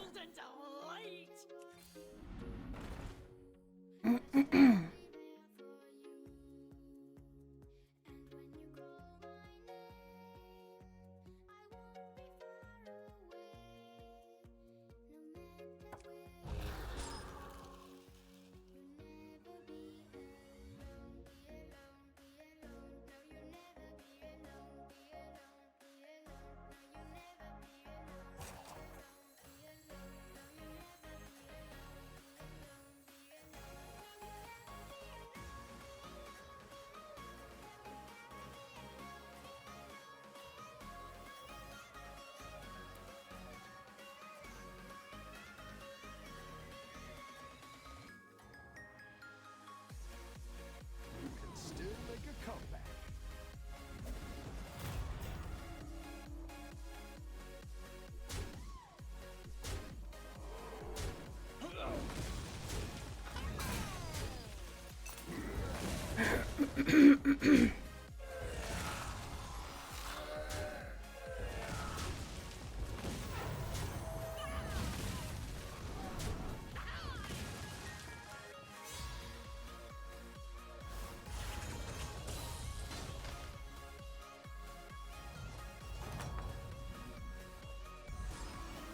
The battle is really raging out there.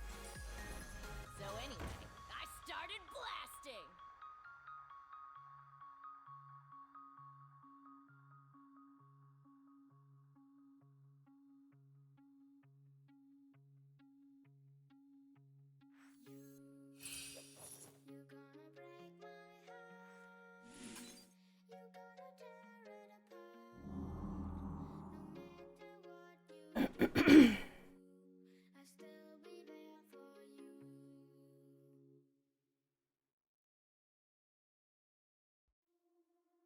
Oh shit, I could have used this elemental. Fuck.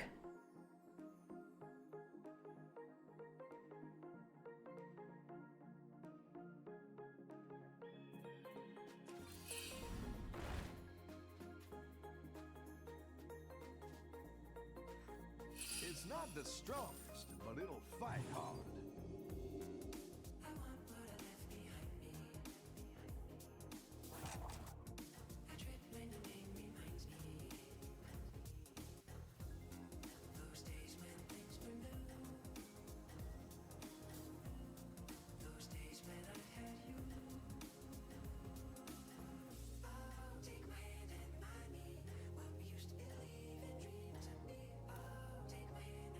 Don't tell the others. I'm rooting for you.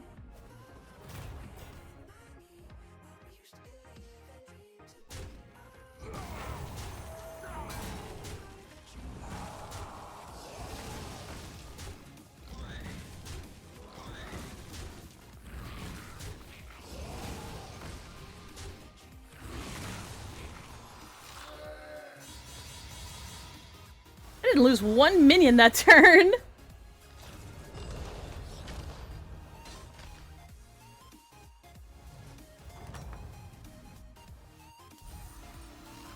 Your minions really pulled their weight. Great! I can bring in more powerful minions now. Yeah, let's step up our game. Was that a bad choice? Yeah, probably. Am I gonna do it anyway? Yeah. Because I just rolled a fucking 6 on this, which means it's not gonna be usable until I'm dead. So, let's see if we can get that hero power exchange, shall we?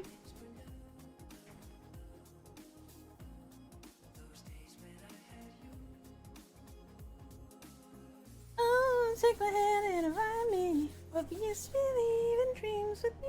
Oh, take my hand and remind me.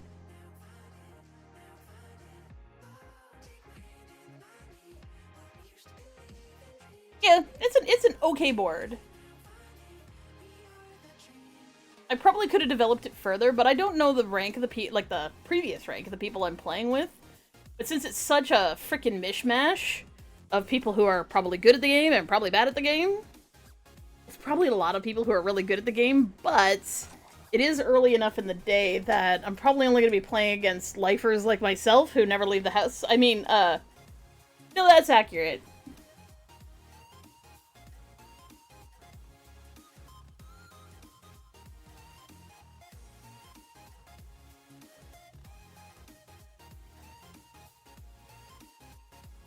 You can turn this around.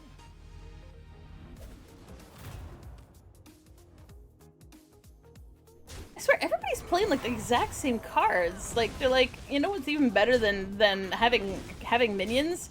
Having access to extra spells.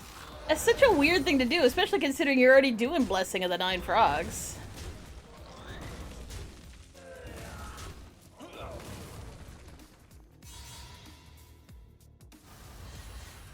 Someone remind me to stop eating random spicy powder and killing myself with it. Spicy. Got some fresh recruits for you. I like where you're going with this. Hello. That'll do some damage. See.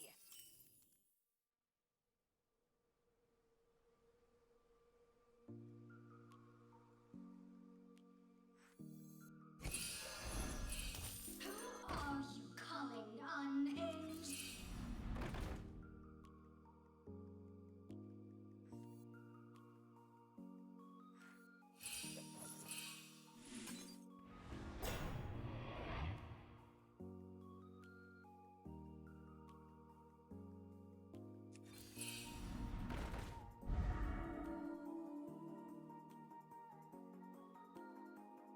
What are you playing? Elementals? I probably won't freeze for that.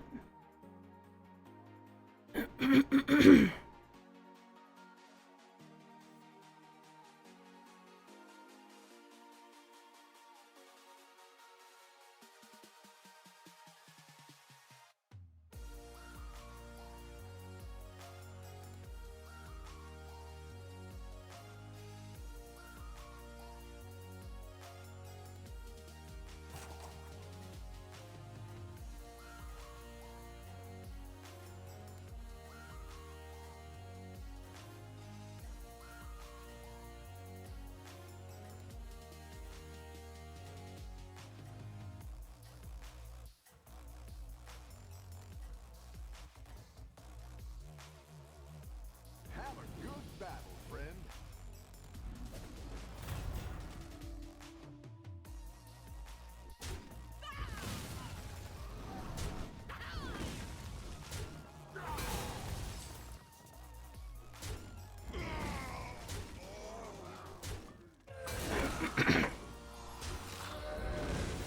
You little shitter!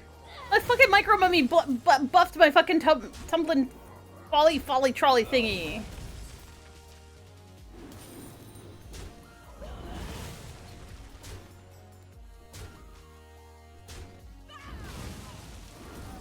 Nice.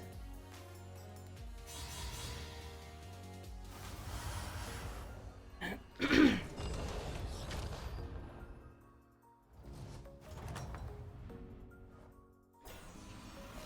good at this.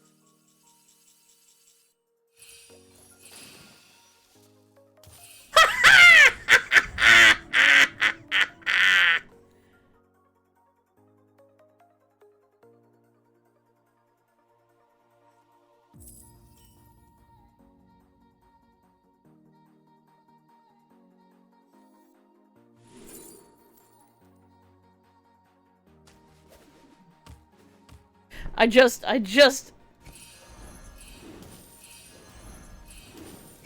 ready. Now, I'm ready. Now, borrow.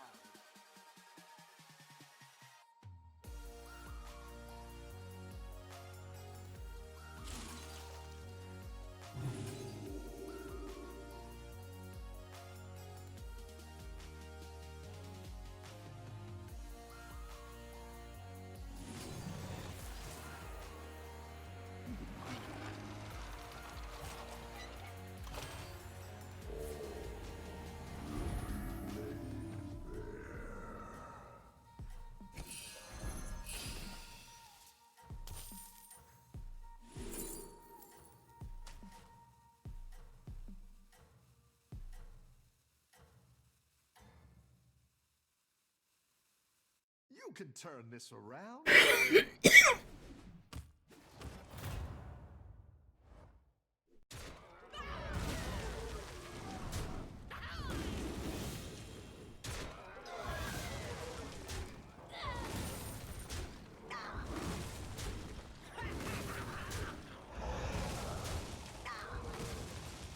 This ain't good, but I won't die.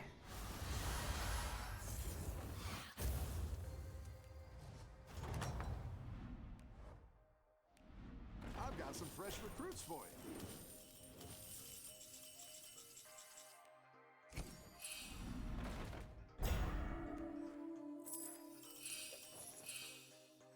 I didn't like that one either. Here's a gold for the trouble.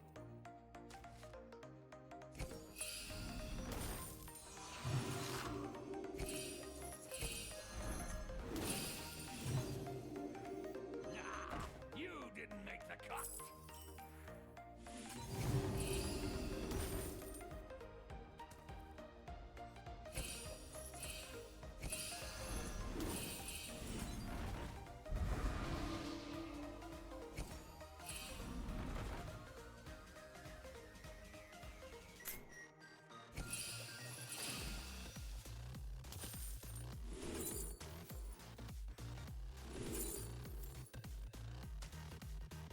Kratos can sing too. Go ahead and hire one of these recruits.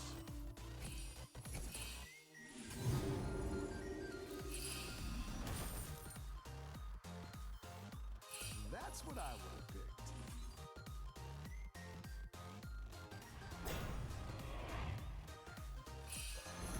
The odds are in my favor.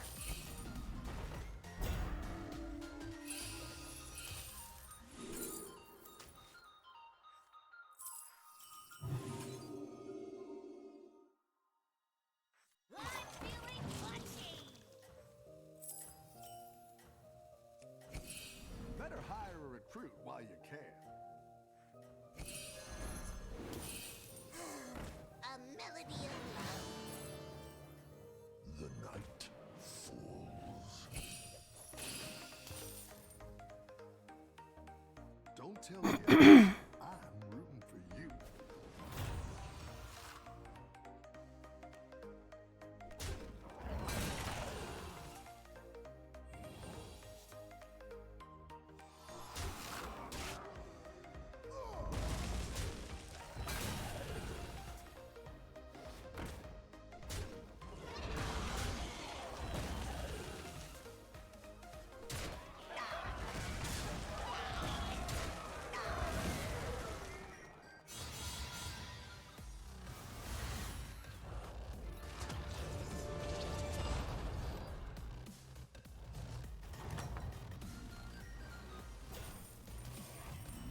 Nice work out there. Keep up the pressure. What I said about having 3 gold. Don't lie. Shit, yeah, we got to get paid. Oh! Droid Adverb Food Services tipped $100. Mellow voucher, comic Oh. project. Oh, thank you so much! Now we are in business.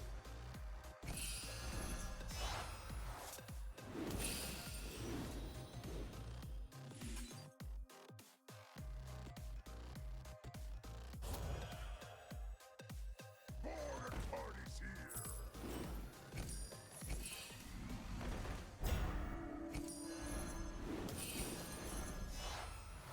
Oh, you're moving up in the world.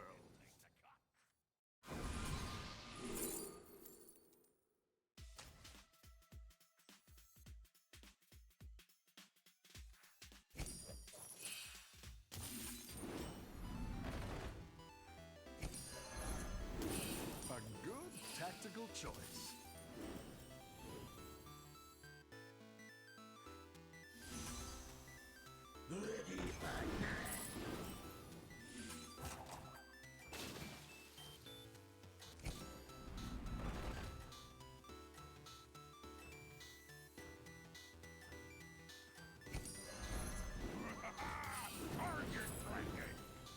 So anyway, I started blasting.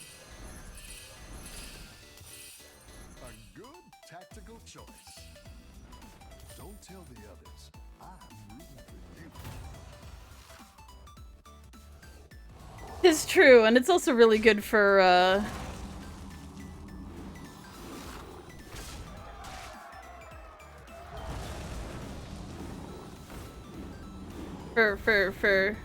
holiday stuff.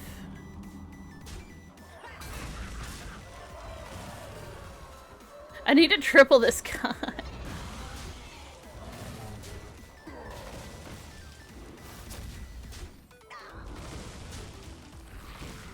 Very true. Very evil.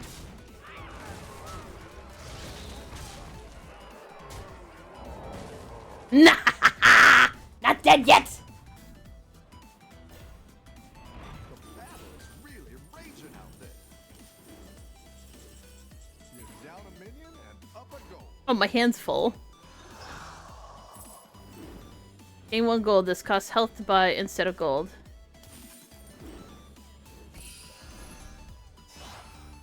That's a great play. I can't wait to see this shake out.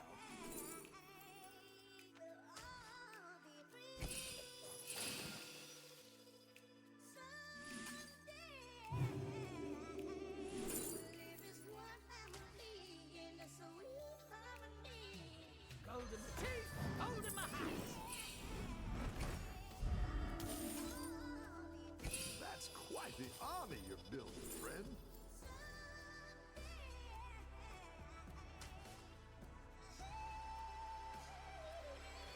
Whoa, Paula's got me there.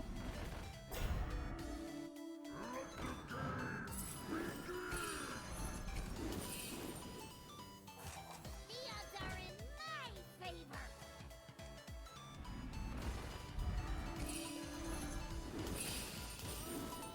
Golden teeth, holding my hat. Burn the harpoon! Go big or go home, I always say. Go big or go home, I always say. Have a good battle, friend.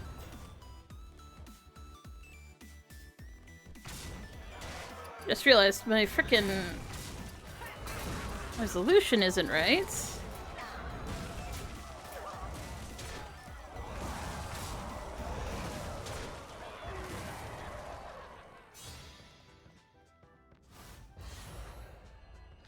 So yeah, that whole thing about being overpowered if you could just change your fucking hero power, yeah, that's a whole thing. Your minions really pulled their weight.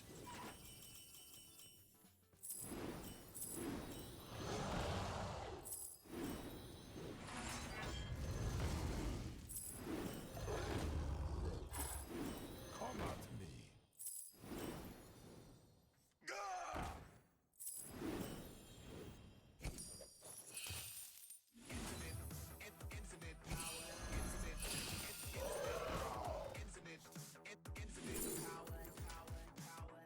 Was it peanut manners?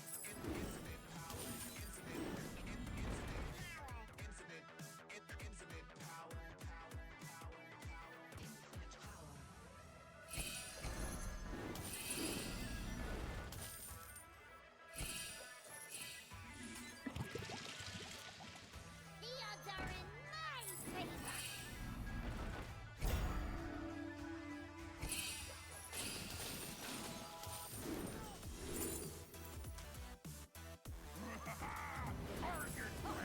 I love catching some waves.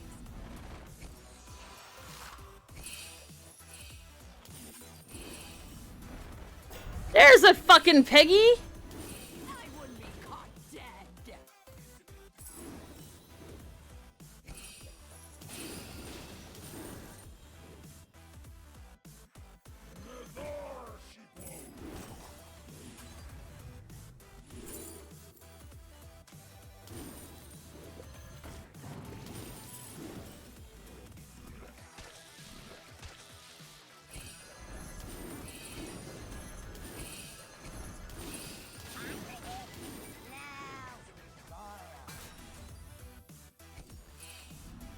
Keep up the momentum, friend.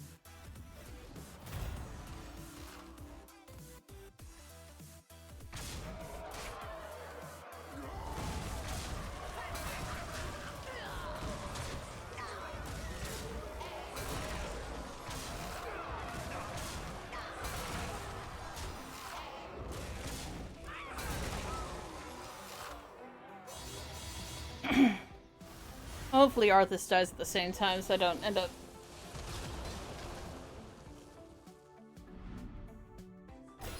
Aww.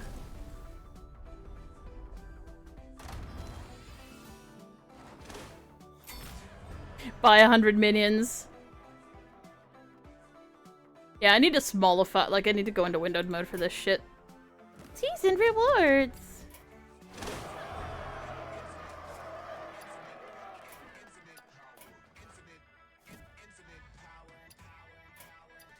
I hate that it won't let me be free of these updates. There's something new. I'm not going to use it though, because it isn't a good emote. Or at least it isn't an emote that I want to, like, portray to people. Like, Hamson doing the little cross-finger emote.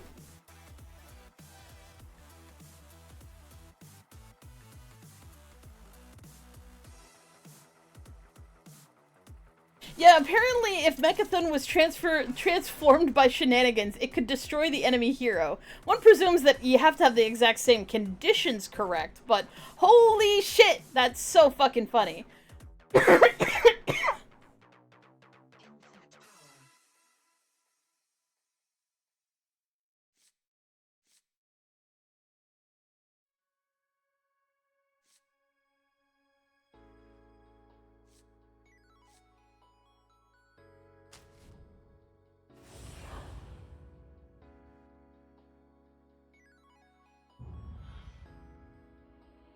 We could do this all night.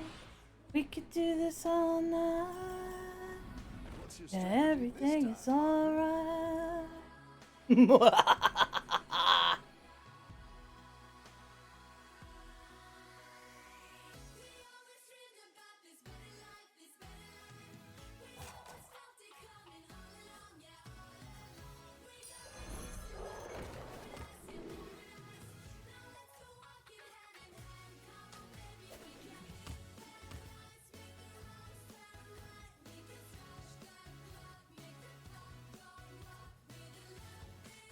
That's so ridiculous that it took Mechathon shenanigans to actually make people realize what was going on.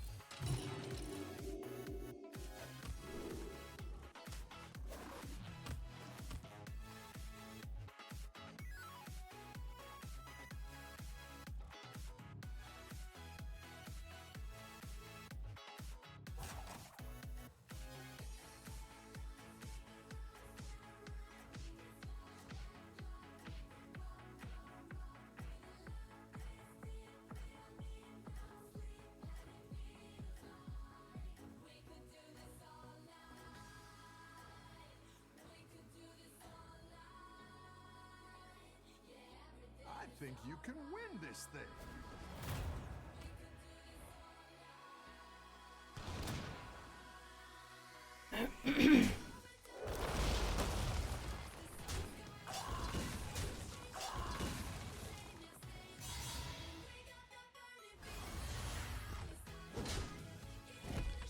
I guess he decided that it was more important to buy a fucking spell than play the fucking game. Oof, Lantern Light sucks.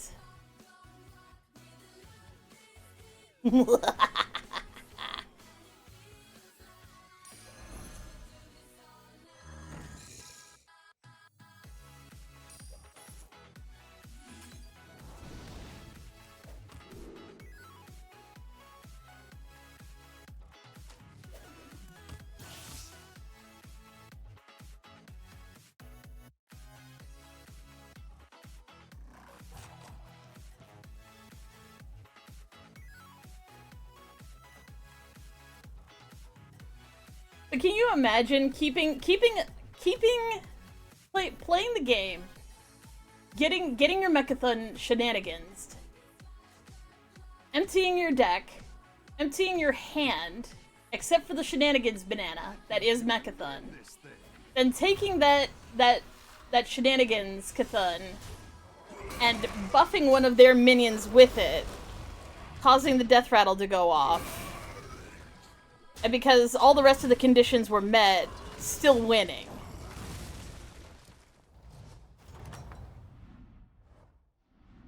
The level of that is so niche it shouldn't have even been a concern. Oh! Oh!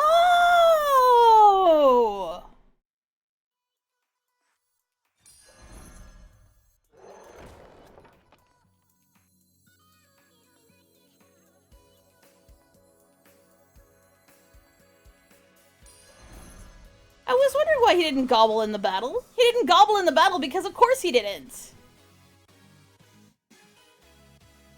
We have dragons? Ah, no dragons. Fine, he can gobble this one.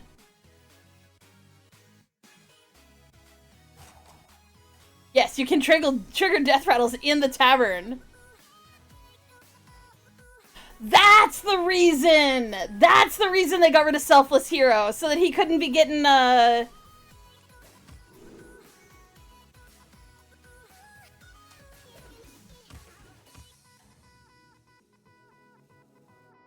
Let's see if you can stay on top.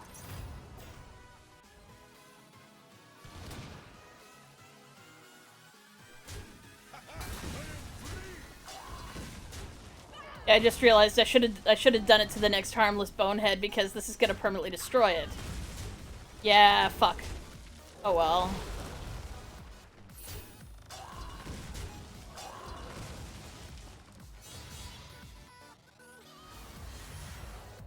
Yeah, you're right, you're right, you're right. I wonder why they removed Selfless. There must have been some sort of weird shenanigans that's caused that to happen. Nice work out there. Keep up the pressure.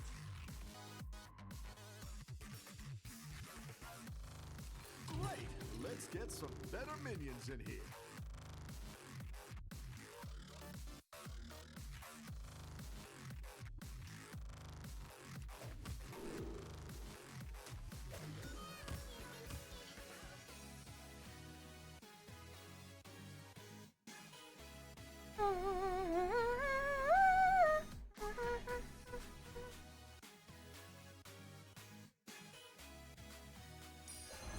Makes sense for this to be it. Minions in play. Oh, someone just gifted me a sub to Destiny.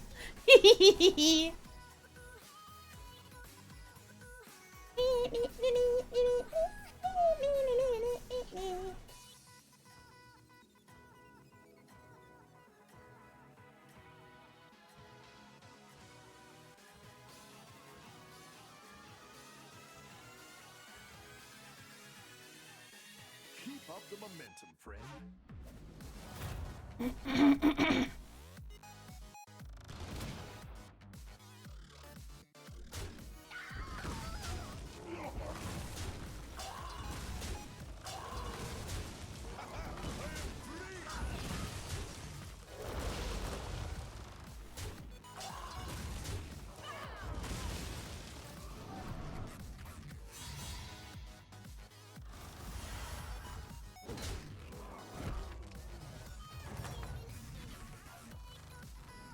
The battle is really raging out there.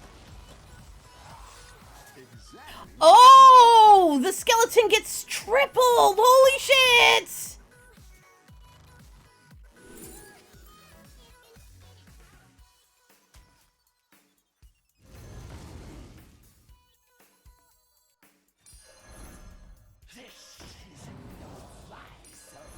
Bristling with fear.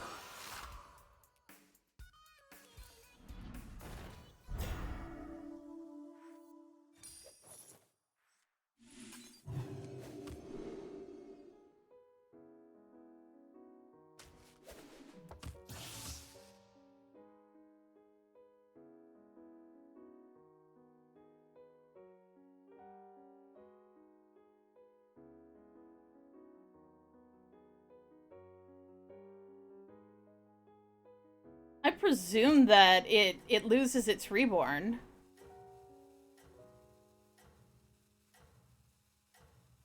That only makes sense.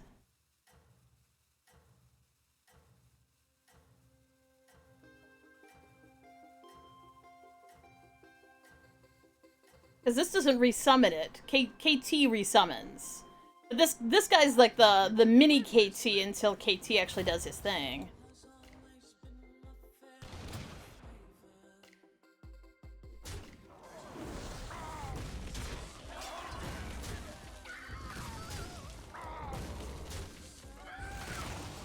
Yeah, on death it gives another undead reborn.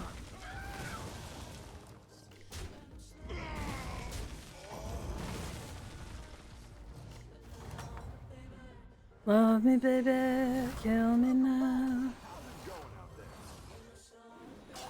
Here, I'll test it this way.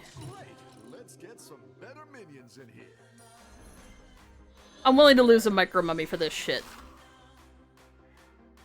Yeah, salt, baby, salt is. Oh, should we do something for science? Let's do something for science here.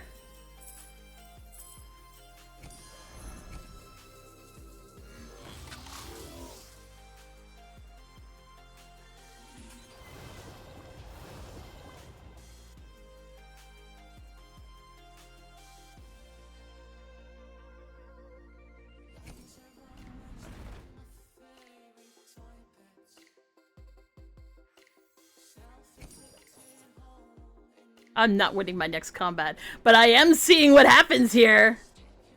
Do I need more room? Because it's going to do its death rattle and then it's going to try to reborn. So its death rattle goes off first and it will fill up the rest of the spaces here, right? And then it should reborn.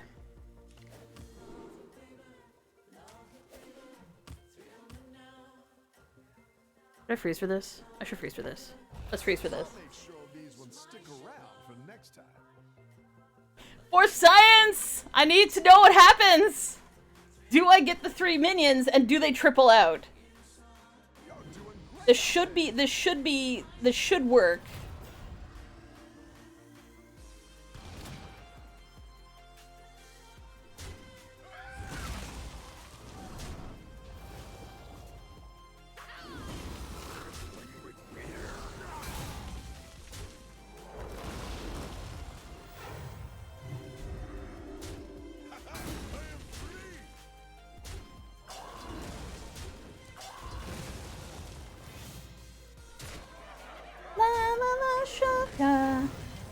He can buff himself! Oh my god, Blizzard, why?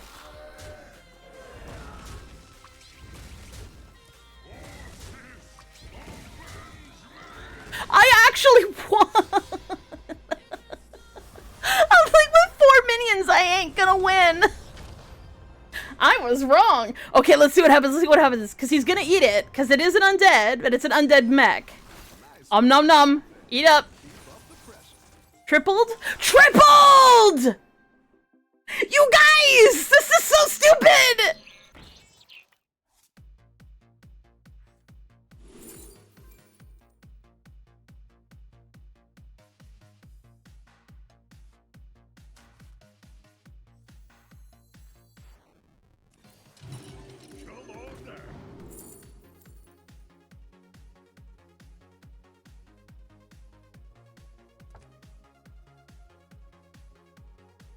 Yeah, and the triple did happen before the reborn, meaning it wasn't actually at risk.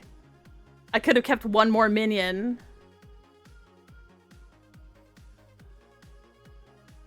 I have to be careful with multiple grave gobblers, though, because they will om-nom everything. I stand alone.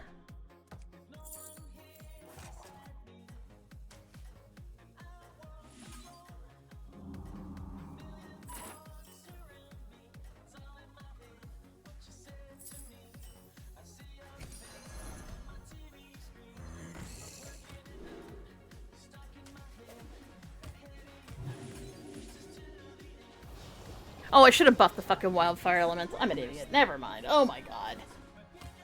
And also, the Micro Mummy doesn't have Reborn anymore. So that does answer that question. Well, shit.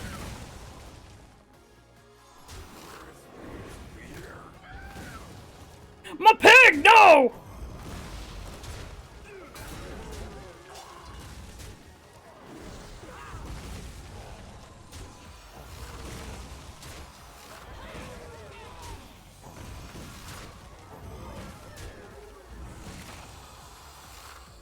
Overconfidence! Hell yeah!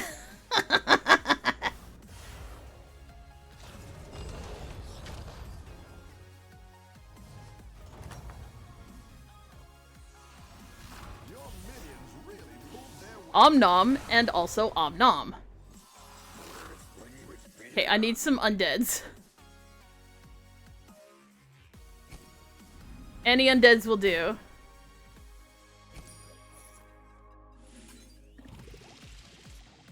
Sweet. Perfect. Love it.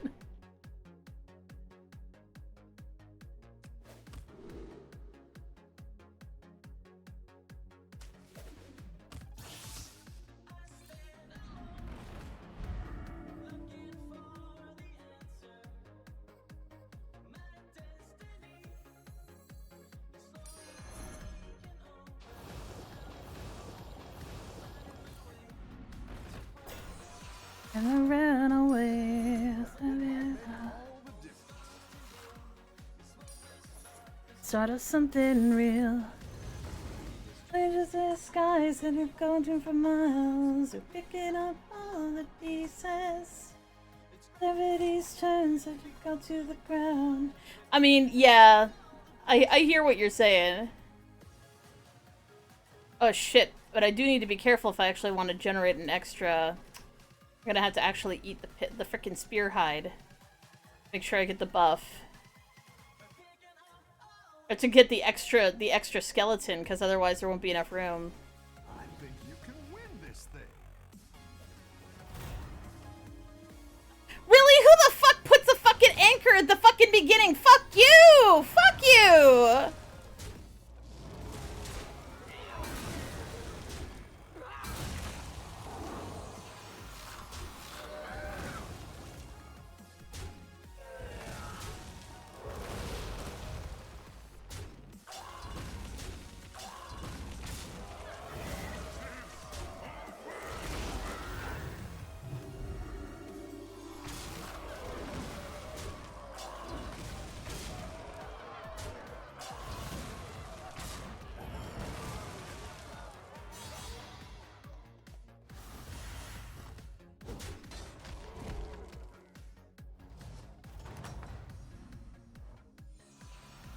Welcome back. How's it going out there?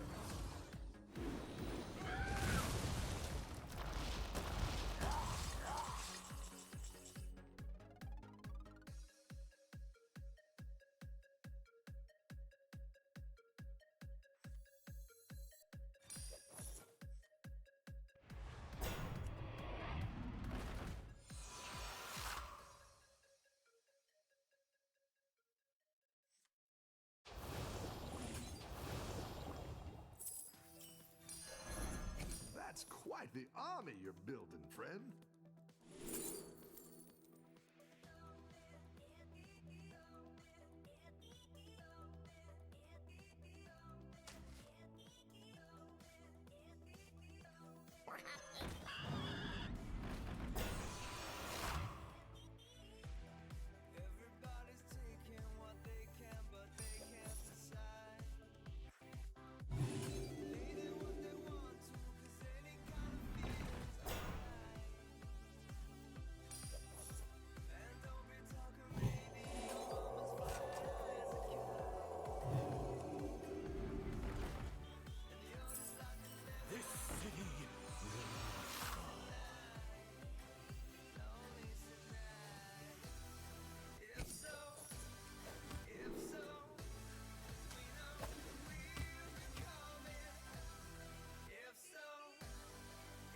I think you can win this thing.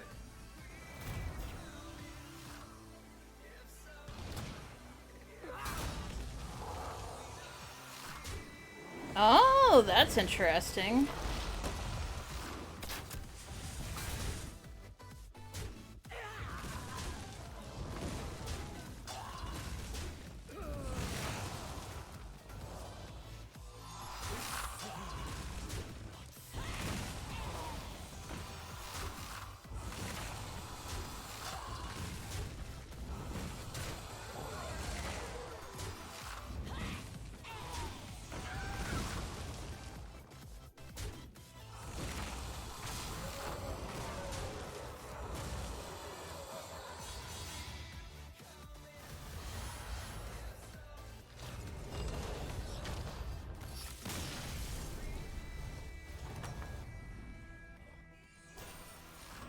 Your minions really pulled their weight.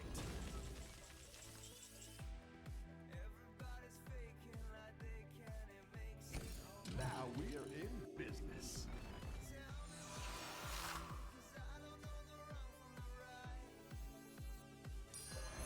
That one might make all the difference.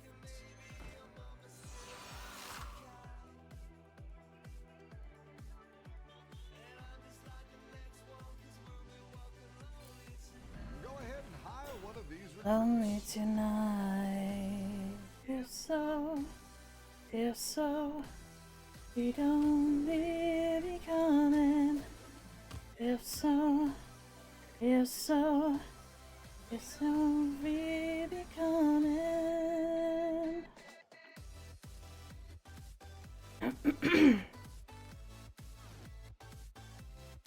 Actually, I should. No, I guess I should do it this way.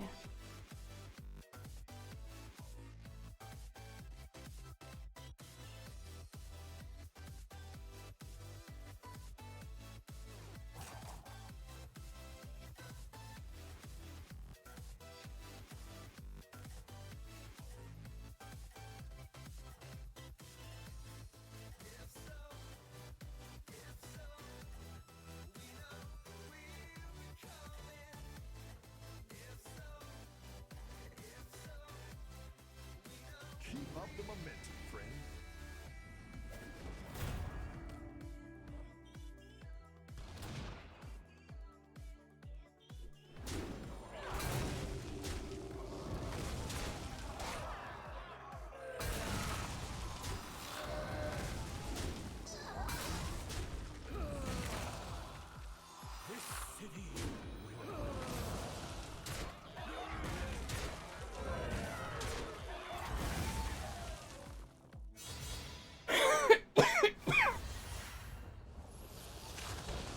I figured the redirected attack could hit the attacking minion. That makes sense.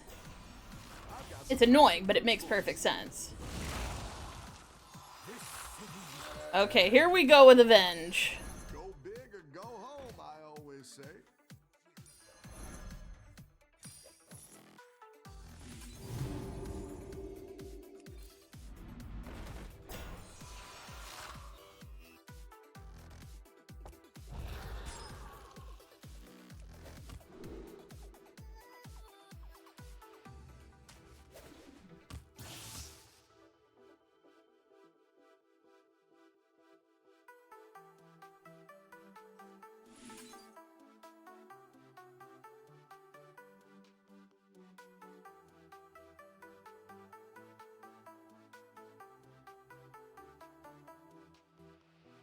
Taking hold of what's inside me. Moving fast, I feel my heart beat. Turn it up, the music makes me let it all go. Time to let go. Keep on pulsing to the bass drum. Hits me hard just like a shotgun. Please suck.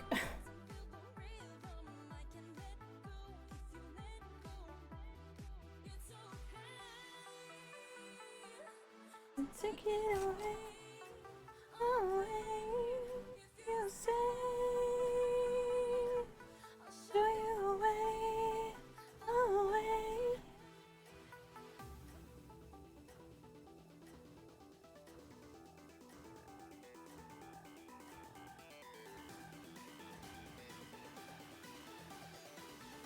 I think you can win this thing.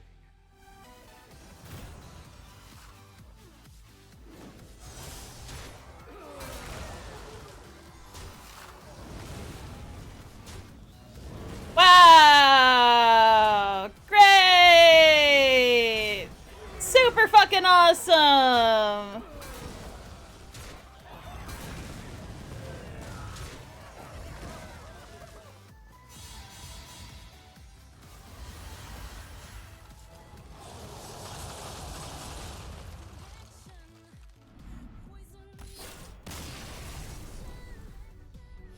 Well, I did get my hands on Kel'Thuzad, which shouldn't be surprising.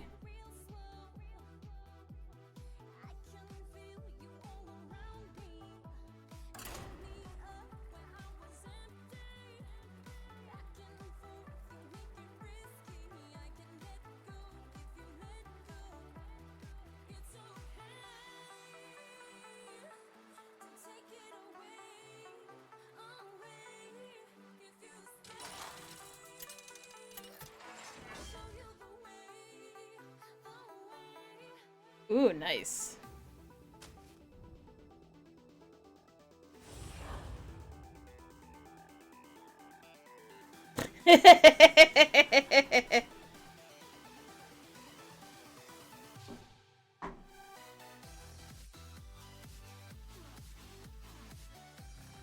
Yep, I have noticed Dreamers Embrace is the same artist Coil Casting. There's so much reused art in freaking Battlegrounds. Like, half the anomalies were literally stuff from duels. Which is really weird to see, because you're like, that's not what that does. I know that's not what that does, because that is in no way, what this does. Like, the keyword one.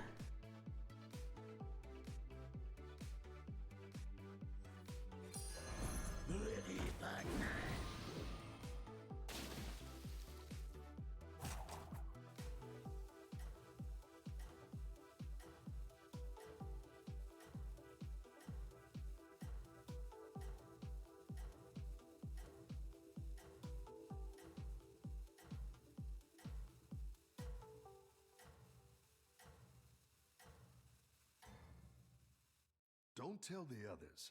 I'm rooting for you.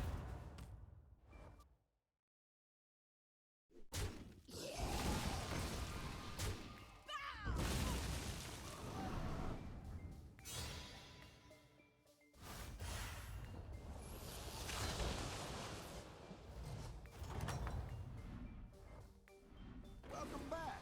How's it going out there?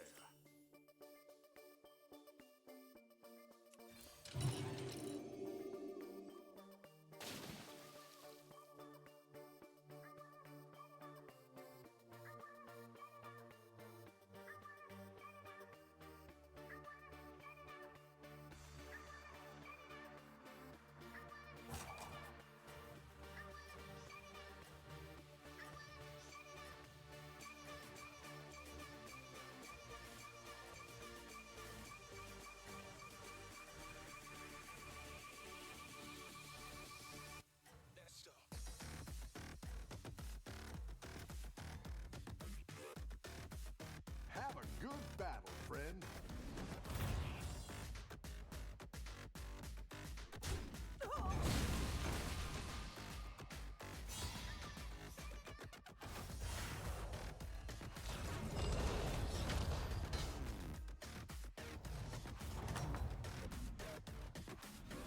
Nice work out there. Keep up the pressure.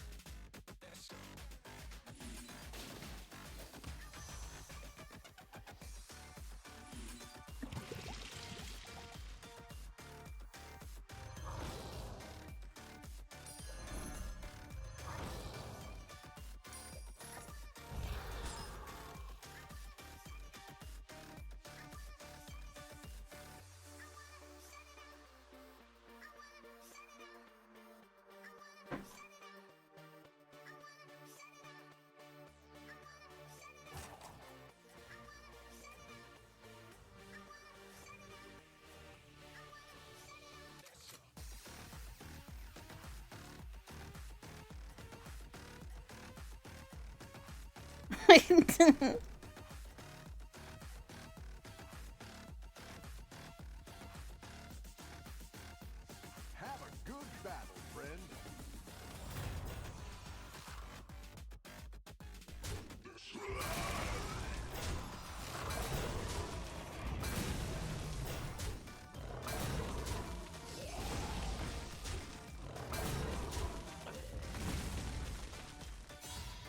Yeah, get wrecked by a hecking cuddling. Yeah!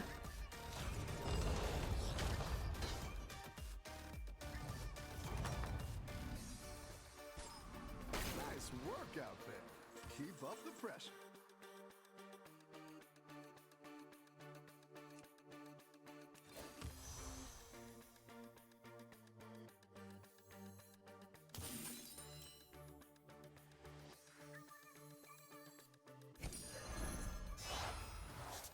It's good to get some minions in play. It's good to get some minions in play.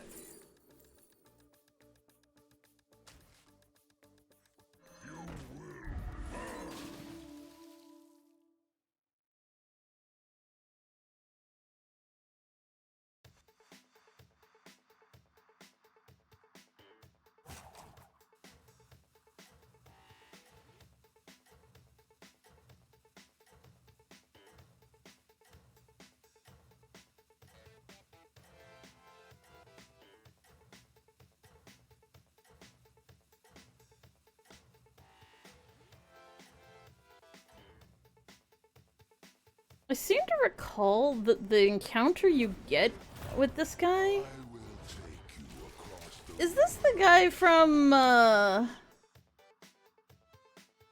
Pandaland? I think it is the guy from Pandaland.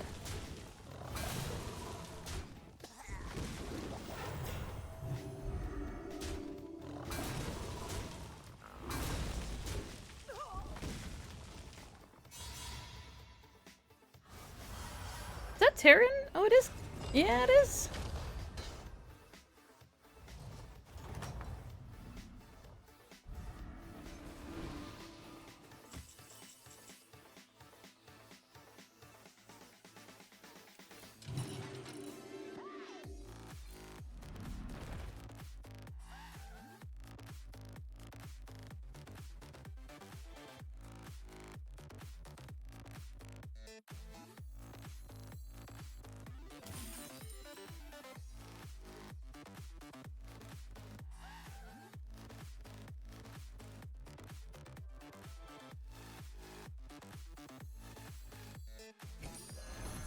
Watch out!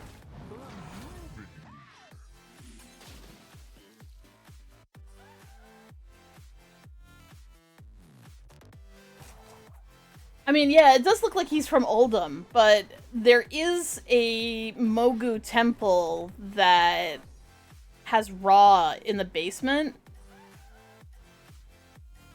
And I seem to recall there's kind of like an encounter inside the temple where you end up running against this guy who's like constantly summoning fucking light beams from the ceiling over and over again, and it's just a complete shit show. I'm pretty sure that's him.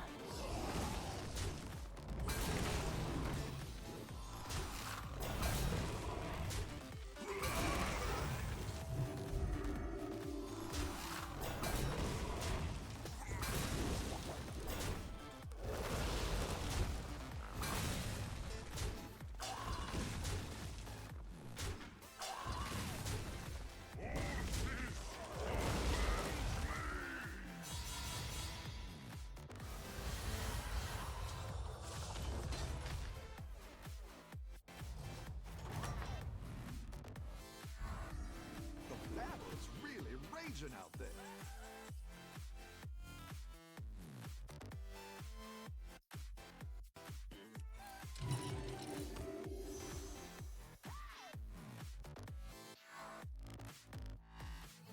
This is fine.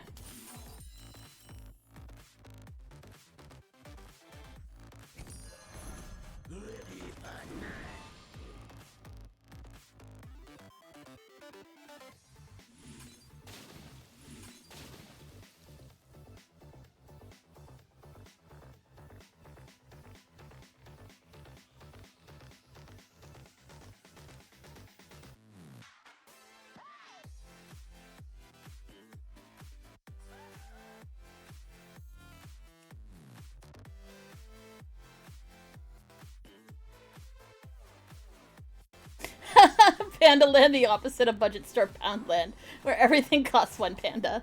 Yes.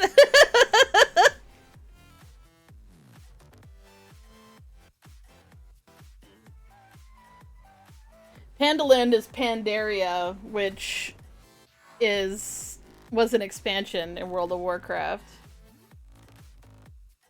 which had the singular most obnoxious rep grinds, I think, in the entire game. And a lot of the endgame content was very solo.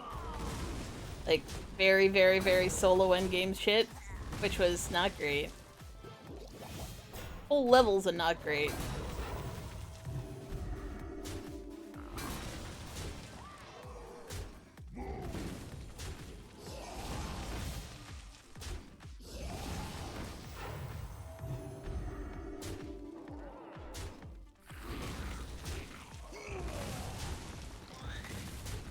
Hey, I'll take a tie. I'll take a fucking tie. Let's go. Oh, it's okay. We all hit some Bumps now and then.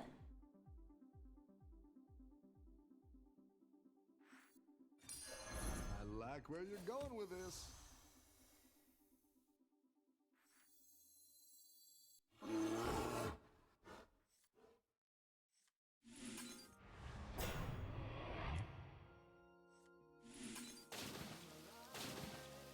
When you're high on the low.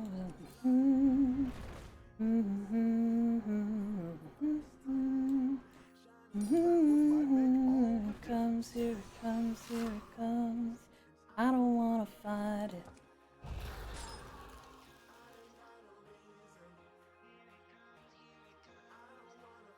That's understandable. I mean, I picked up World of Warcraft when I was like in college, and the faculty went on strike for 2 weeks, and my cousin was just like, "You should try the game now. You got nothing else to do." Oh lord, what a mistake! I shouldn't hate on it too much. I really do like World of Warcraft, and I've had many, many, many good memories from it. But there's just a way I prefer to play it now where I don't...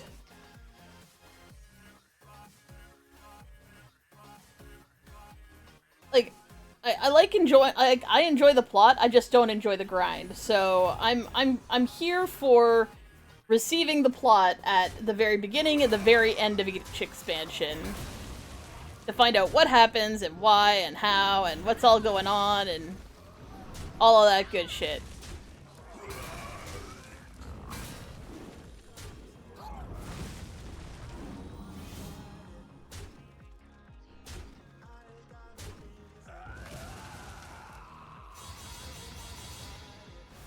Got no reason, I don't wanna fight it. Every got the season.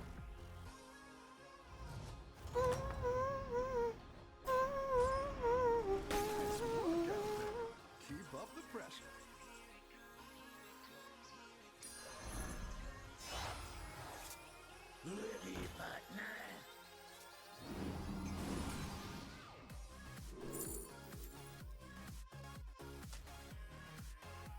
To the bottom of the sea!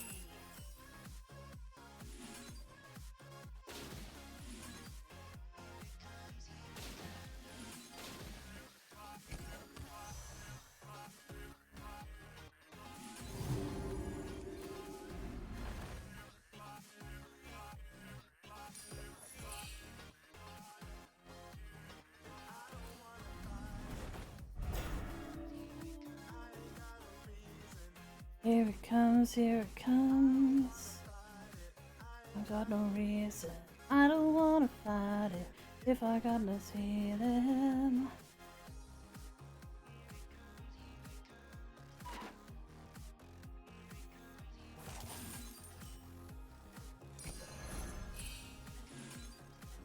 The odds are in my favor. Here it comes, here it comes.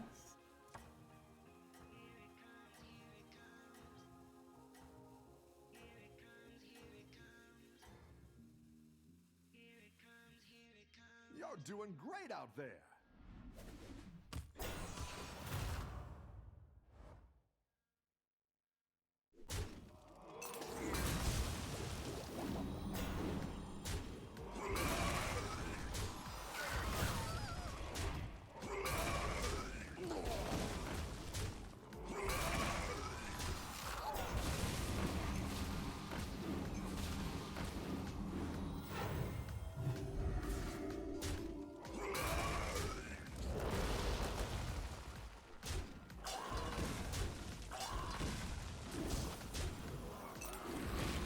there's the poison guy. He did a thing.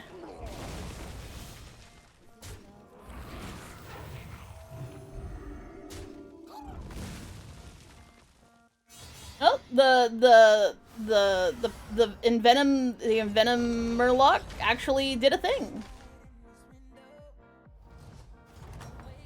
It actually killed something. You're good at this. Inside my cup.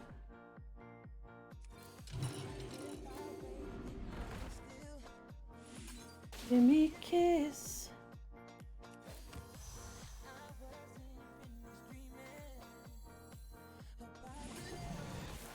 Wake me up, up, up, up, up, up.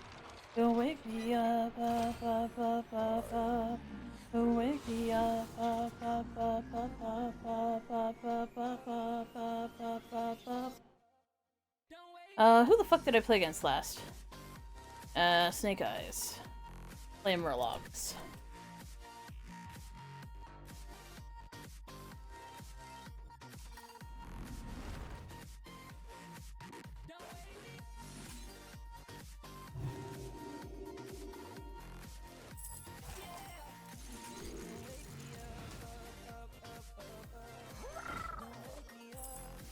That's quite the army you're building, friend.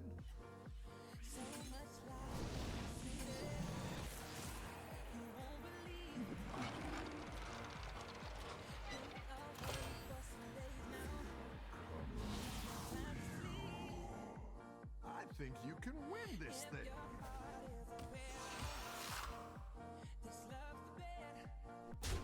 Well, fuck. Inside my head, don't wake me up, up, up, up, up, up. Don't wake me up, up, up, up, up, up. Don't wake me up, up, up, up, up, up, up, up, up, up, up, up, up, up, up. Don't wake me up.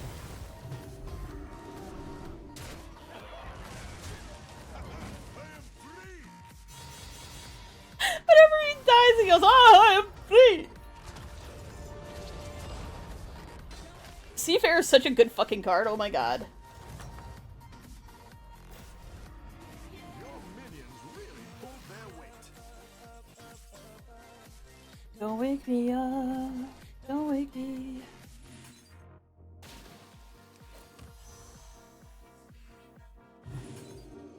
As I'm calling for you, I don't wanna call to sleep now. I don't wanna call cause I'm calling for you. I don't wanna call to sleep now. I don't wanna call as I'm calling for you.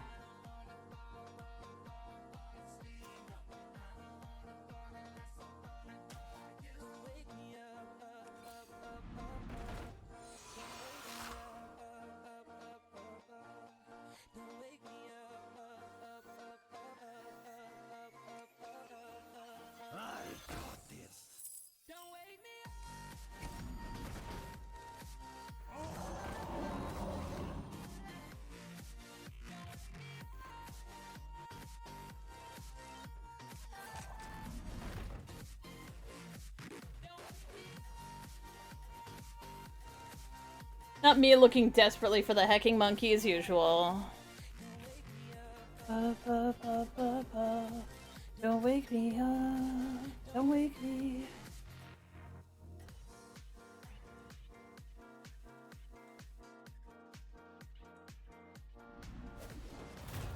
I shall join in the sport of combat.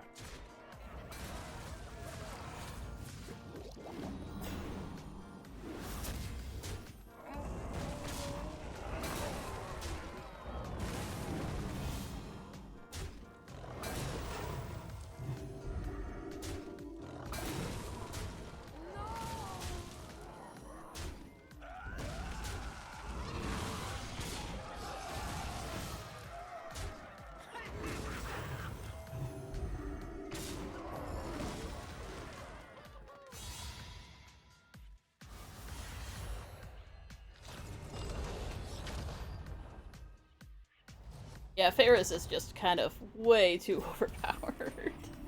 Monkey. I found a monkey.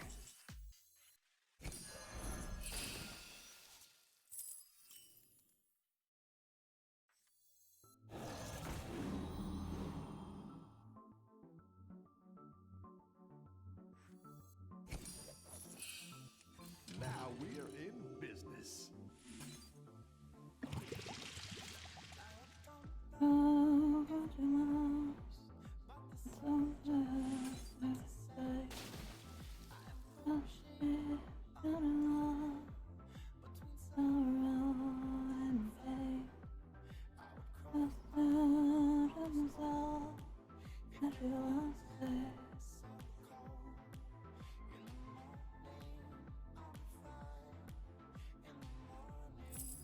I'll be right if I go all the way. But I don't wanna stay, no, I don't wanna stay. I know I can change. And you let me go away.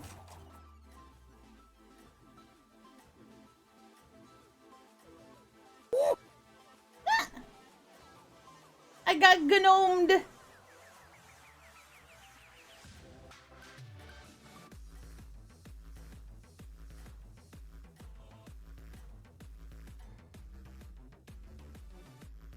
Let's see if you can stay on top. Go away.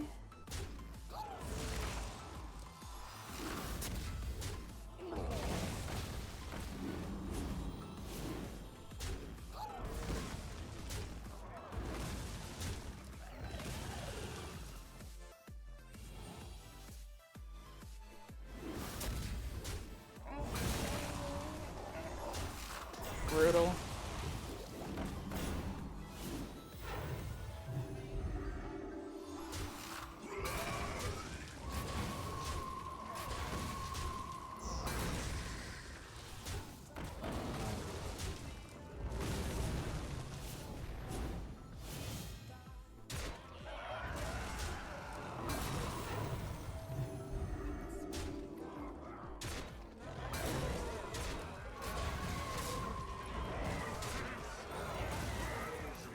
Brutal.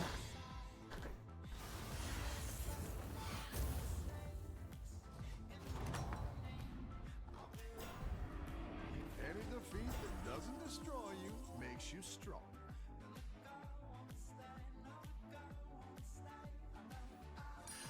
That'll do some damage.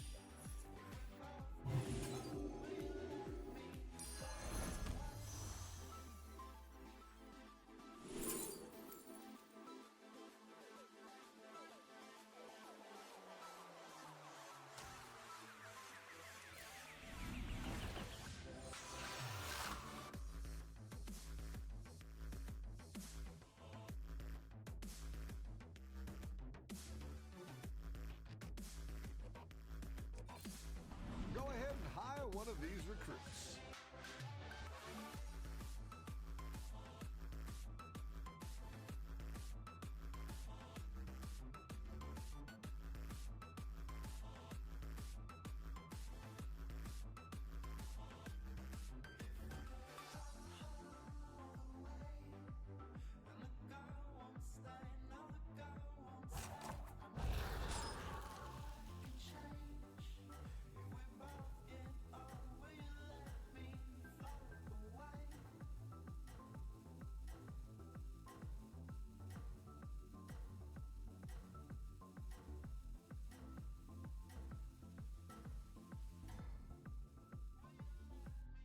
Don't tell the others. I'm rooting for you.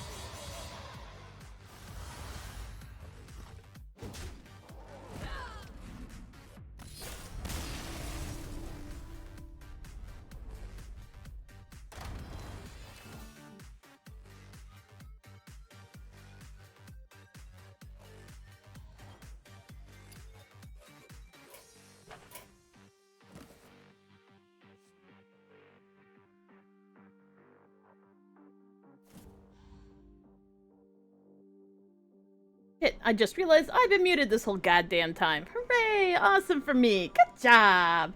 Okay, I will be right back after a short break here. I'll see you in a few.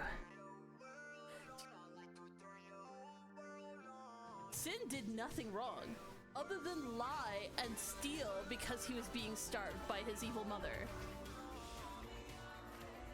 God, I'm over level for this area. What was that, Malachi? Did you sneeze?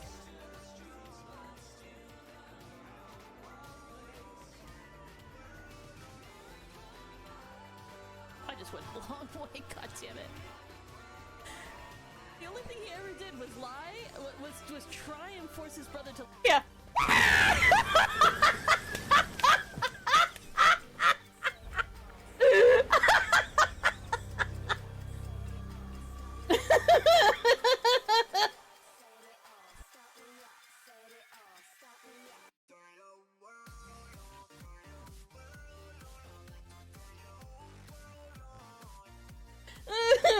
Oh no! Oh no!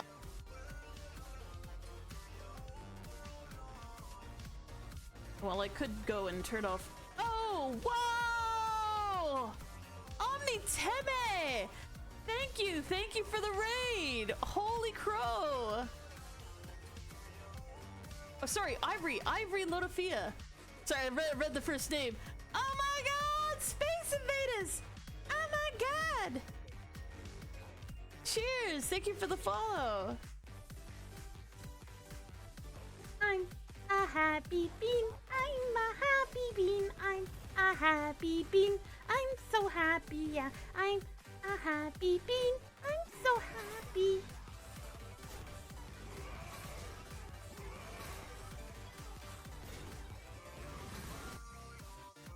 Oh, I think this is good, right?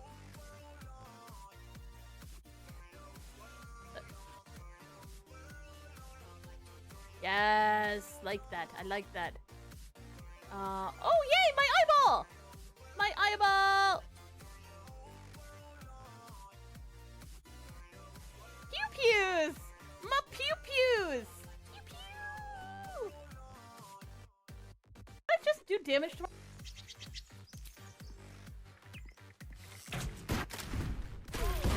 Oh, for fuck's sake.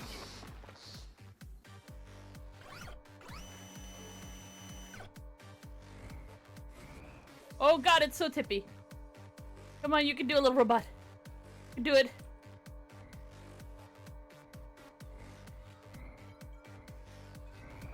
Yeah! Fucking did it!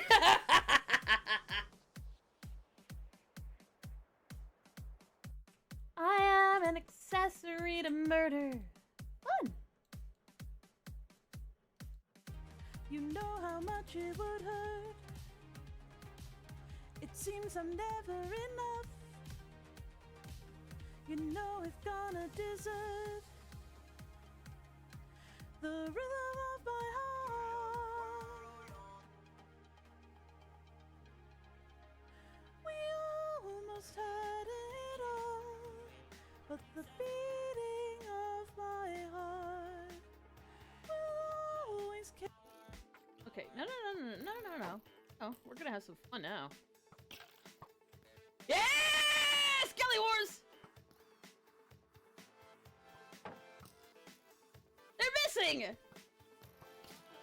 There we go.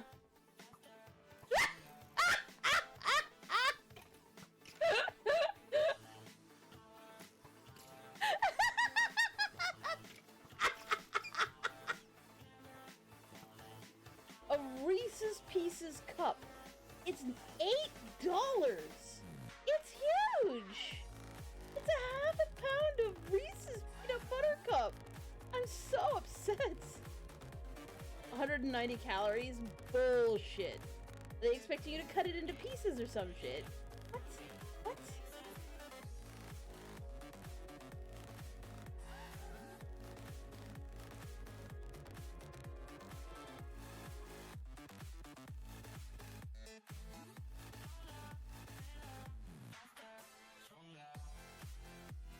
Yeah, no, I'm okay with that. That's fine.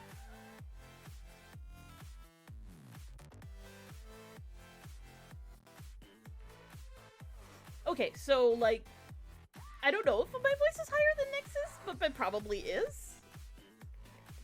You guys can make a decision, because I'm literally doing this right now. Alright. Away we go one more time.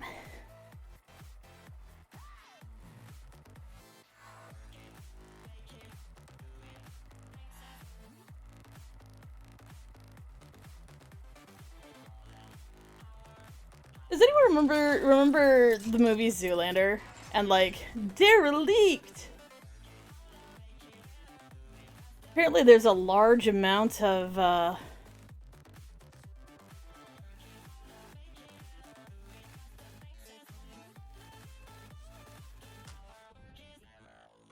there's a large amount of, like, designers now that seem to have taken that to heart, and it's so weird.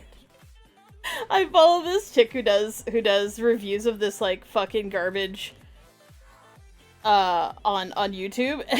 Like, it's not just like, you know, distressed jeans or something, or like, you know, like a t-shirt that kind of has like a like artificially worn logo on it that kind of like looks like it's been through a lot of washing, but the t-shirt's still intact. No. Like, it's literally shit with massive holes in it, covered in dirt and oil and grime. Like, that's what it looks like, even though it's, like, still, like, theoretically high quality. I'm just like, are you kidding me right now?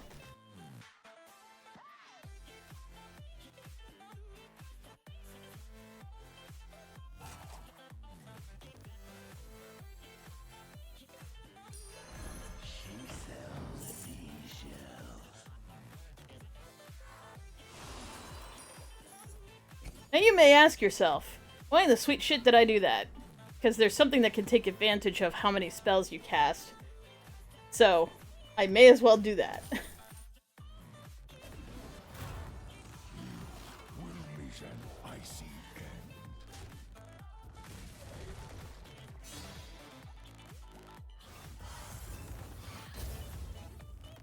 See, it helps to know that you're up against Arthas, because there's really no point in trying when you're up against Arthas. Let's step up our game. See, I don't know if this person's going to do a lucky roll this turn. I wouldn't. Theoretically, you could do a lucky roll this turn. I don't know. I'd have to see some really good minions up here to actually, like, decide that would be what I want to do.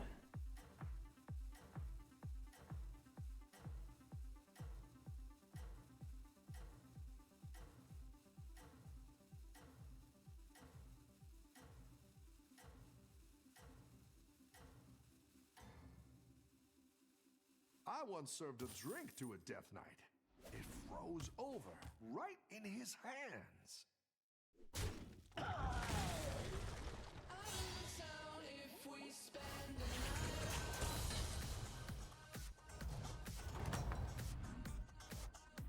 Any defeat that doesn't destroy you makes you stronger.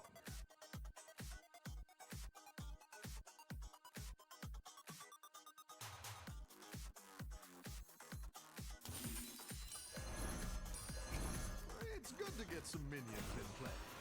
Golden delight. So he didn't tear up right away. He bought a spell. In theory.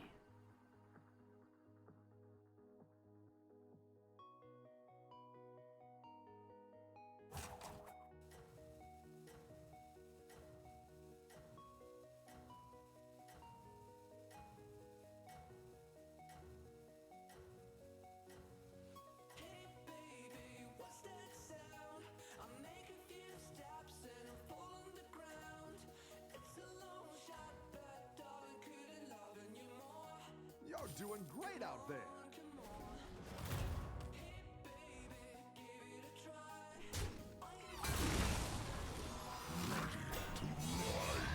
He on tier 3? Yeah, he is.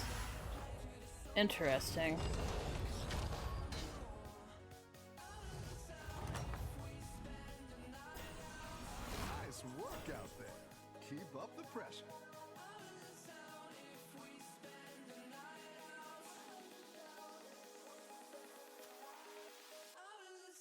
Really? I gotta go up against him again?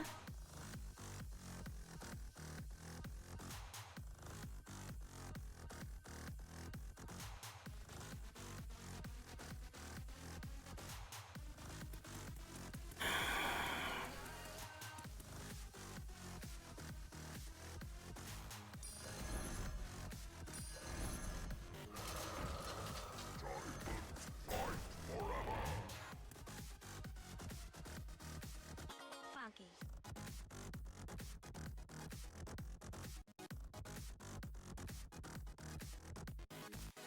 Like, is my previous hit against him, or my previous loss against him still on the thing?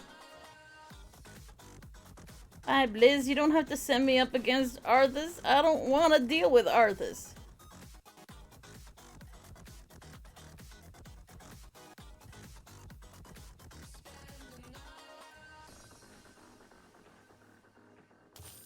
I haven't seen demons yet. You think they've banned demons? Probably not, right? Probably not.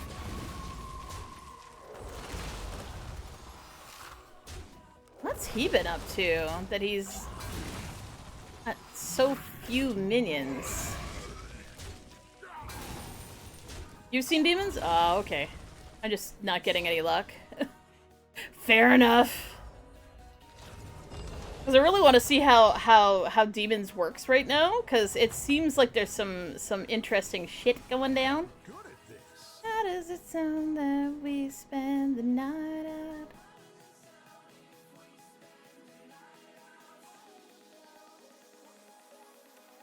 Great. Let's get some better minions in here.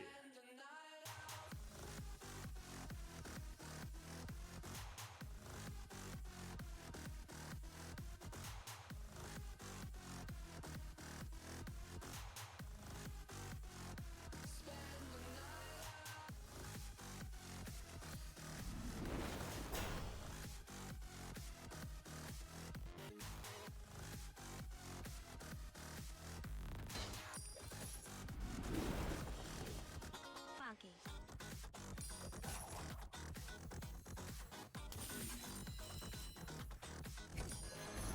Spite outlives the spiteful. Stupid? Yes. That's all I got.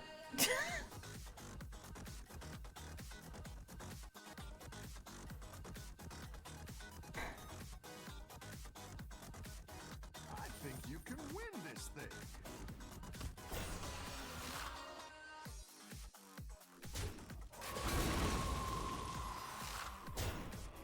Does that give 3? Yeah, it does. Wow. How did she... What fucking tier are you on?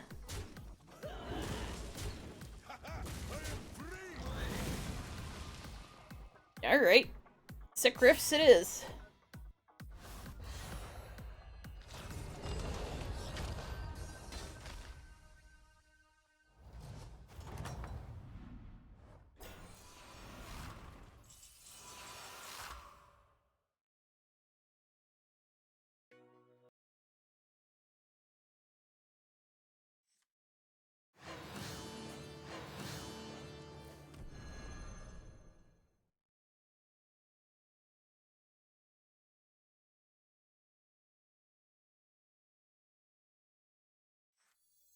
Oh, a golden delight!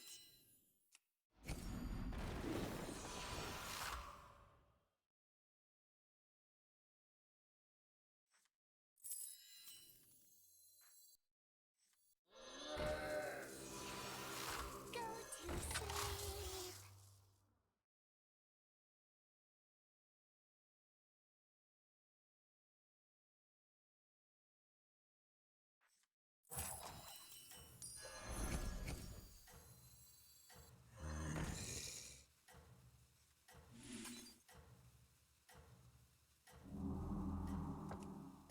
I'll make sure these ones stick around for next time.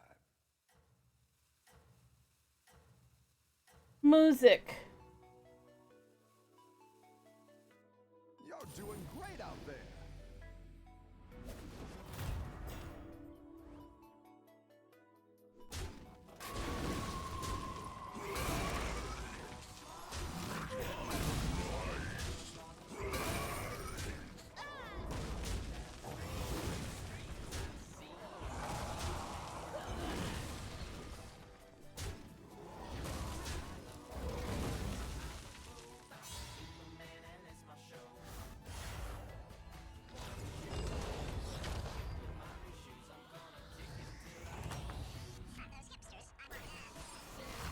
stop, don't stop, don't stop talking to me. Stop, don't stop giving me things. Stop, don't stop laughing about it.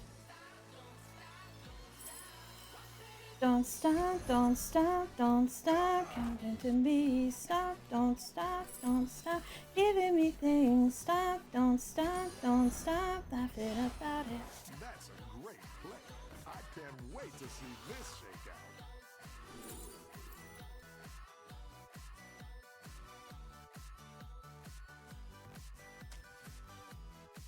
A worthy opponent.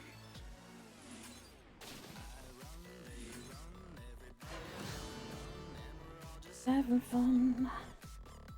Stay right, but right, hanging up and rise on a song I really know it. Until they put rising down to fours and just hide it in the bedroom door.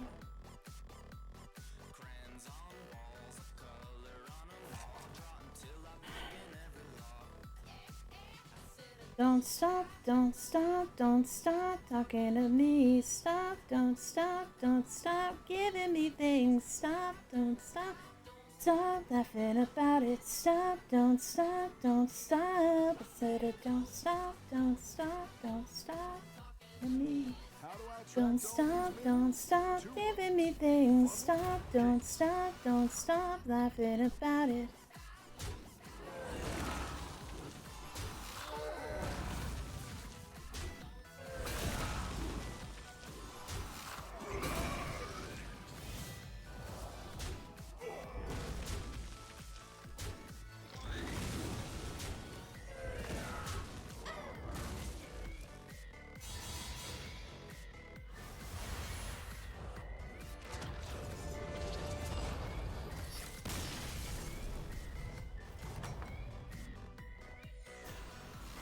Your minions really pulled their weight.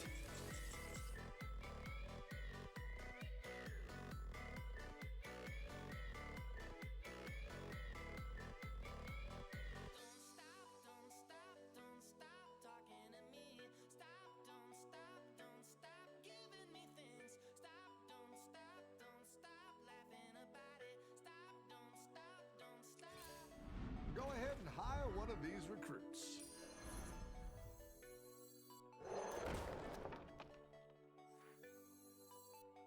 That's what I would have picked.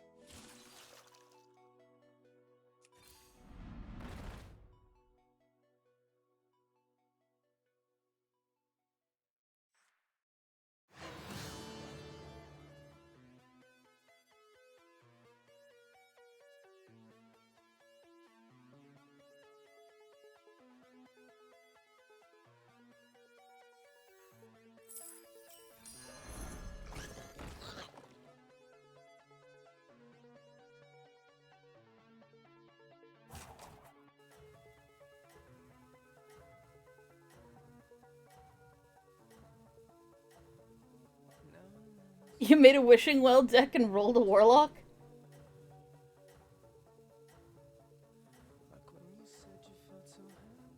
So everything that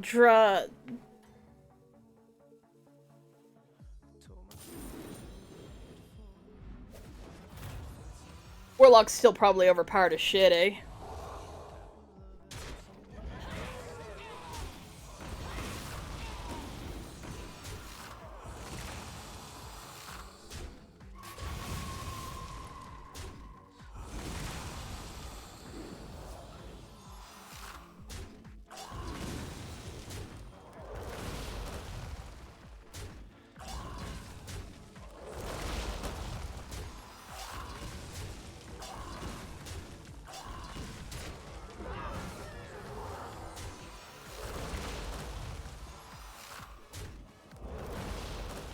Didn't have to cut me off.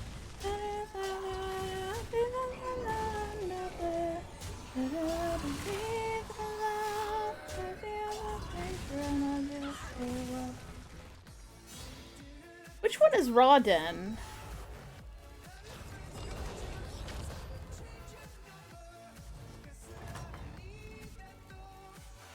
Somebody that I used to know, somebody.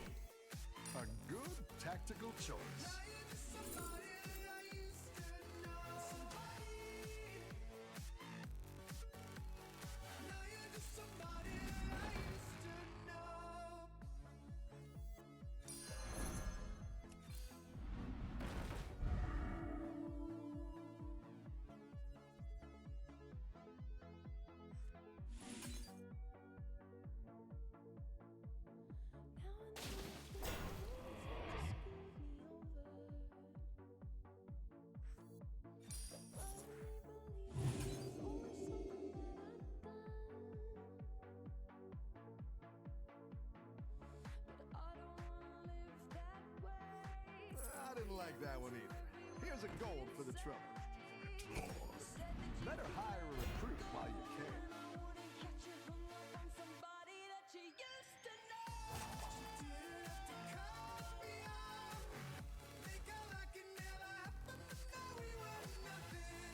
I don't even need your love. It took me like a stranger and it feels so rough. No, you didn't have to shoot so low. I realized your girlfriend's gonna change your number. Guess I don't need that love. Now you're just somebody that I used to know. Somebody. Now you're just somebody that I used to know. Somebody. Now you're just somebody that I used to know.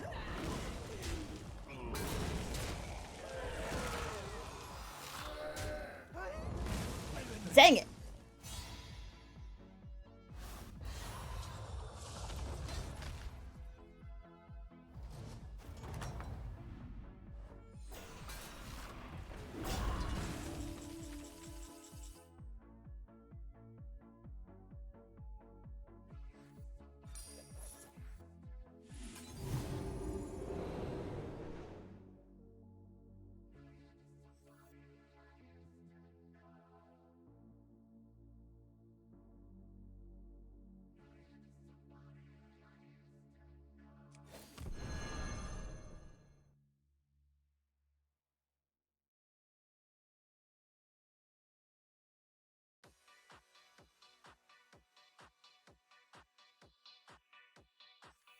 Shiny!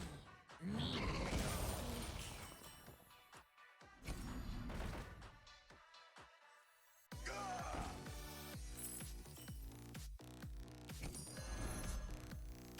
I am the first crit lord.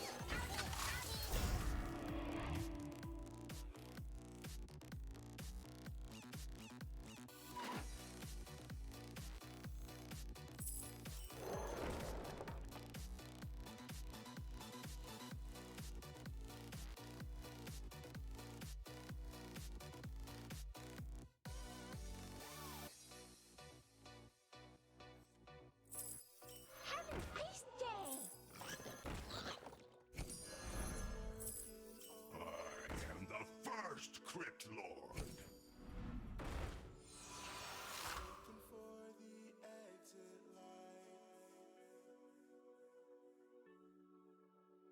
Something's got you feeling fine.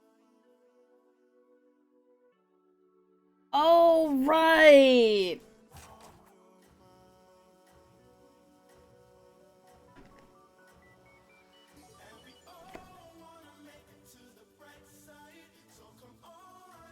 Sing it to me one more time, and we all wanna make it to the bright side.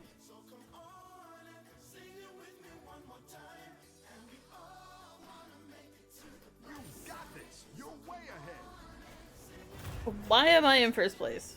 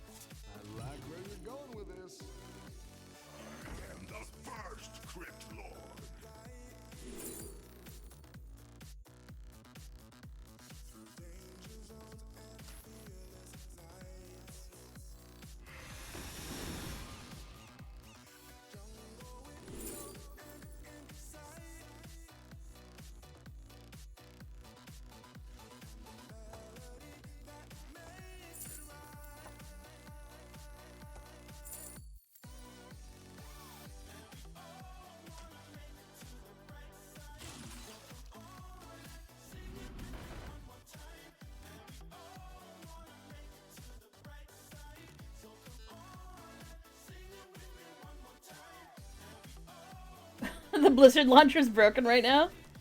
I wonder why. Make it to the bright side. Na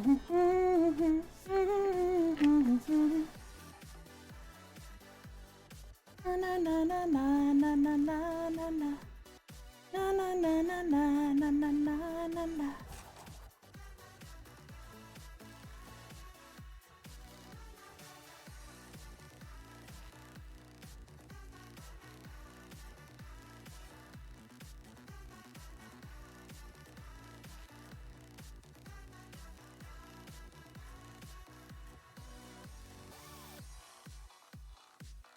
Well, I mean, there is a new patch today for Hearthstone, so it doesn't really surprise me that Blizz broke some shit.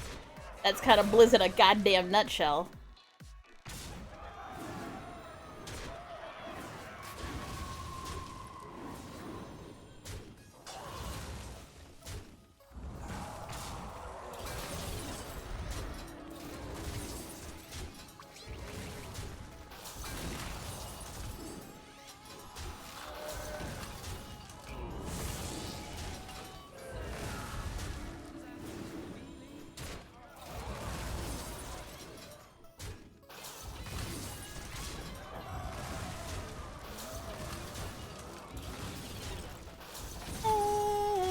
Sometimes I get a good feeling. Yeah. Something I'm feeling that I never had before. No, I get a good feeling. Welcome back. How's it going out there?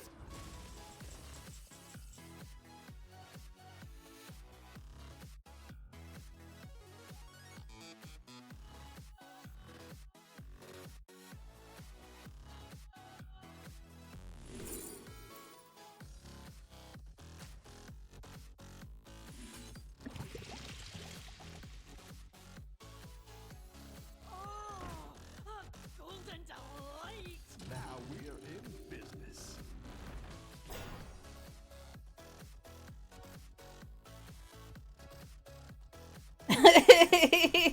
This chick be like, wait, what does it look like he's gonna eat me? You are here to be eaten. Num num. My num boy says num num. Oh, I get a good feeling, yeah. Oh, sometimes I get a good feeling, yeah. And I feel like I never had before. No, I get a good feeling.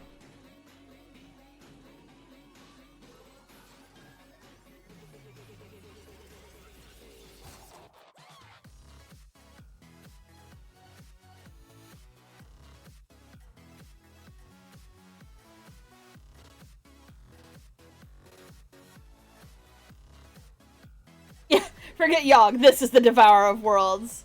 Random two mana freaking or tier 2 minion.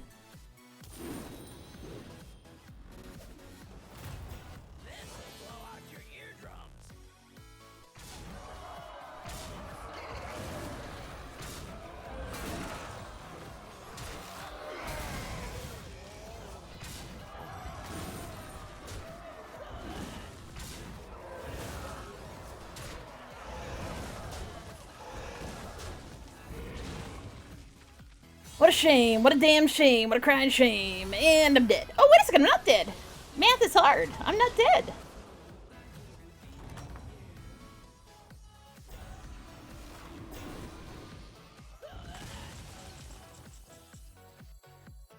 Go big or go home, I always say.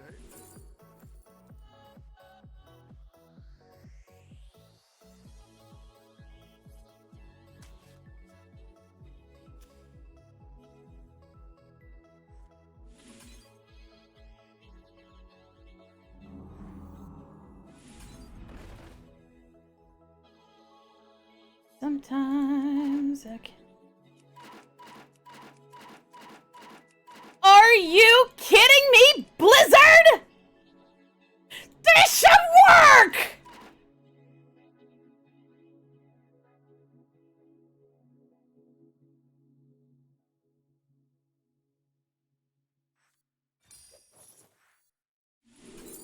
I'm so irritated right now. That is such bullshit.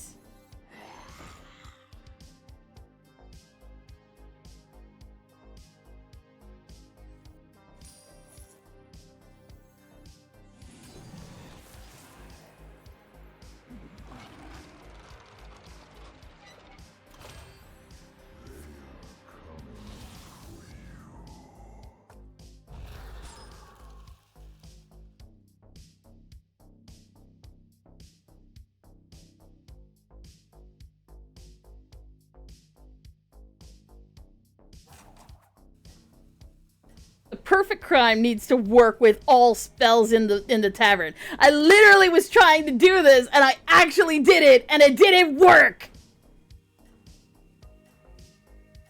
Fucking hell, fucking bug report, fucking.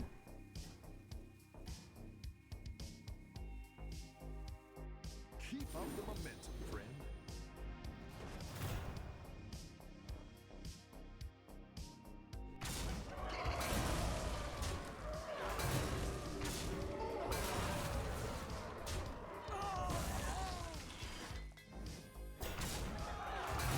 Yep, someone else just reported it.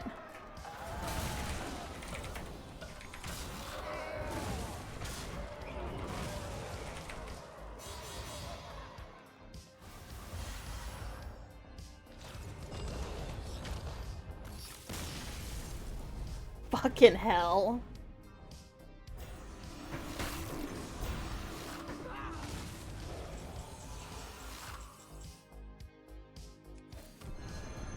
Well, at least I could do it this turn.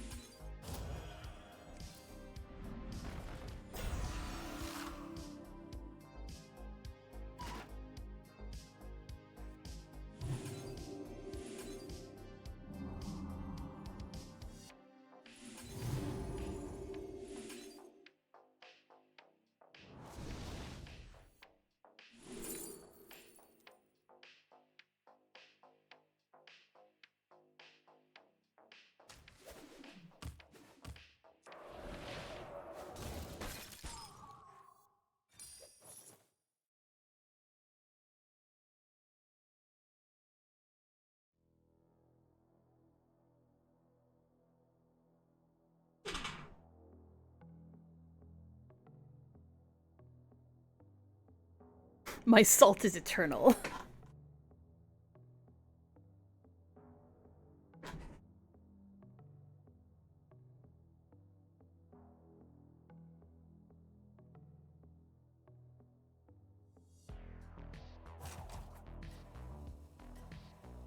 You know, because I finally got rid of my old spy phone, right? I have been, like, enjoying the level of nonsense that is, that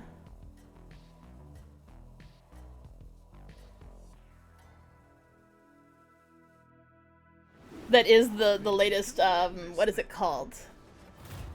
The latest Android system that they've come up with?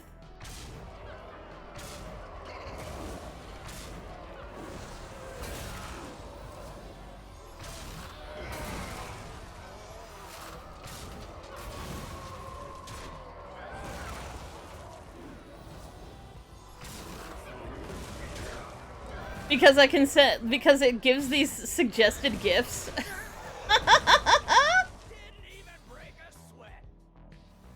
Nice. That sounds filthy. I don't know if I have Raden. I don't think I do, or I probably would have done the same thing. Though I would have had to craft the wishing wells. Because I didn't get any.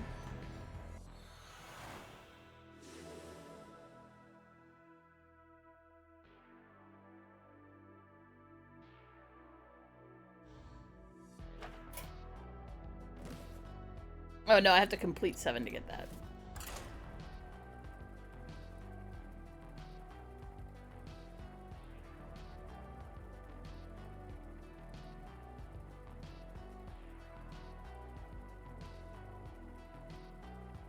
You know, I am reconsidering the Snake Eyes thing, but really, theoretically speaking, using Snake Eyes, getting a few extra minions, say while you're on tier 3 or tier 4, and then using that extra time to... Oh, here's an instance, Okay, I'm gonna race to 5. Because once I get this completed, this becomes useless. So we're gonna race our ass to 5 and see if we can get a new hero power right away.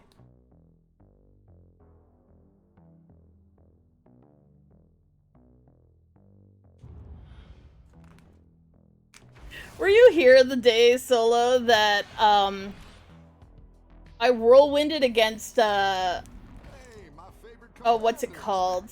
Ready to get started? Not Blizz cursing me from the start. Blizzard heard my fucking plans to get this going really quickly, and they're like, hey, how would you like some fucking death rattles? Yeah, Madame Goya is probably an amazing addition to the Mukau deck. I might actually put that in there instead of Nathanos.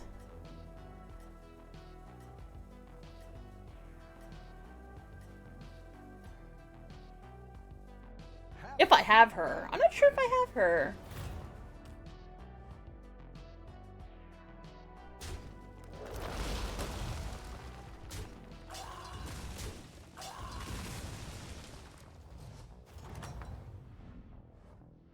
I've got some fresh recruits for you.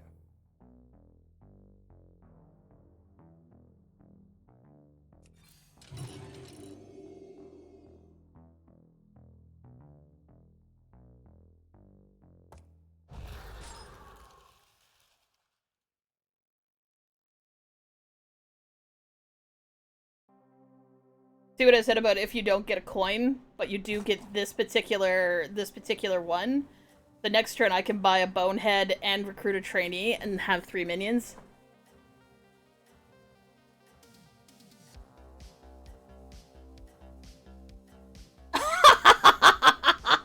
That's amazing! It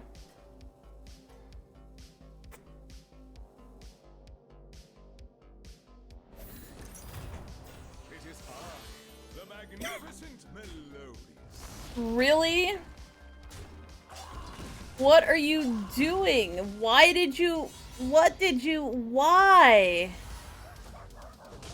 What fucking spell could have made you skip tier 2? You hacking monkey. Oh my god.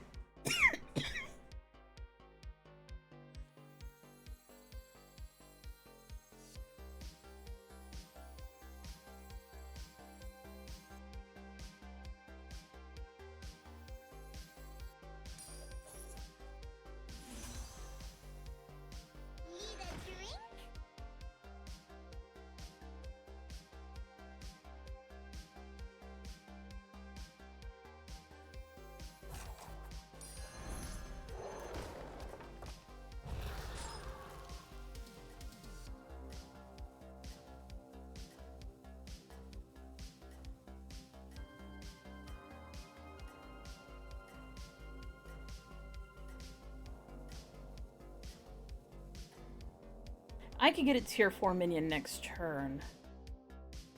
Guess who won?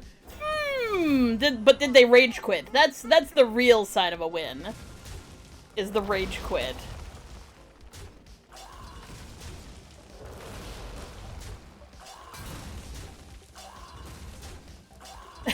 So they threw their phone.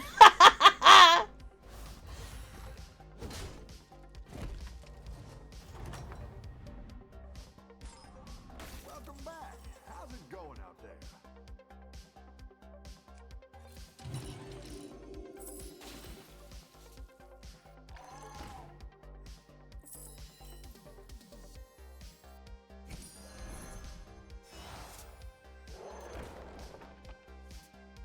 Come on! Liz! You suck! Oh my fucking god. Why?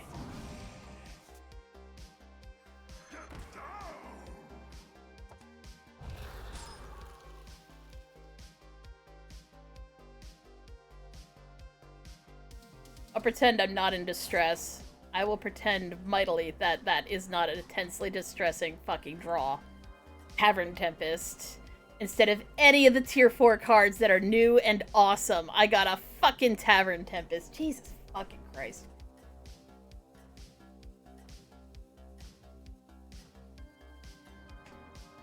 Test only gives you cards that aren't your class, right? Does Test work correctly with Reno? Do you know?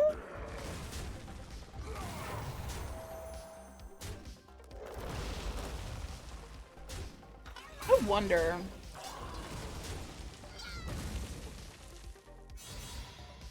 Because Reno would give you a no class, right?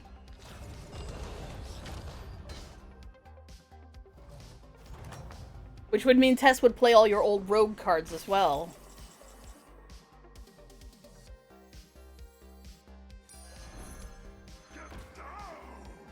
It's good to get some minions in play.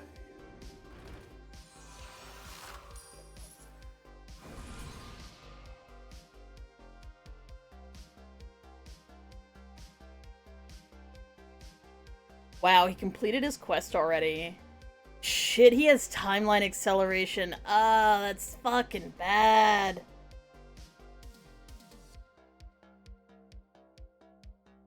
Next turn I'll have 8 gold and that'll be at 6.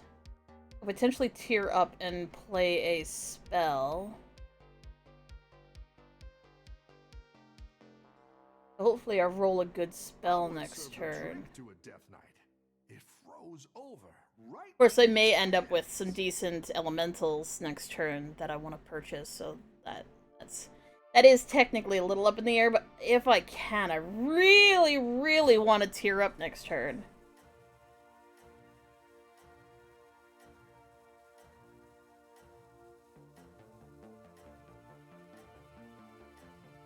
I've literally gotten one.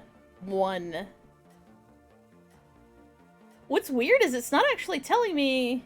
Oh, after I buy 5 Battlecry Mini. I haven't even bought one because I got this one from a triple. No, I thought it was after you play. Shit. It's even worse. I still haven't even started.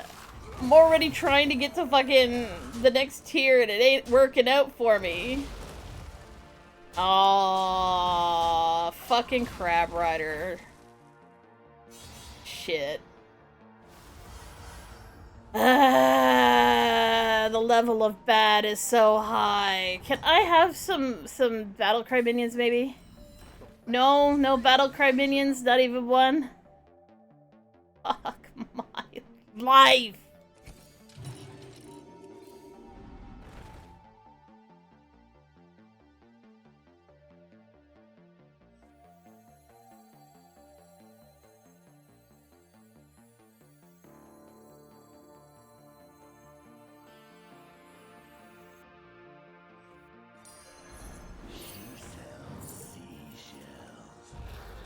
I mean, there's 2 there, so... Anyways. I know that you, at one point in time, you could... And this was just a really weird way of playing the game, but, like, some people were doing it in, like, Wild, where you would play a shit ton of spells, especially rogue spells. Then you would turn yourself into you'd Major Domo and then rattle your bones to turn yourself into Ragnaros, even though that's really, really bad. And then, because you were a neutral hero as Ragnaros, you could play Tess, and then Tess would play all your rogue cards again.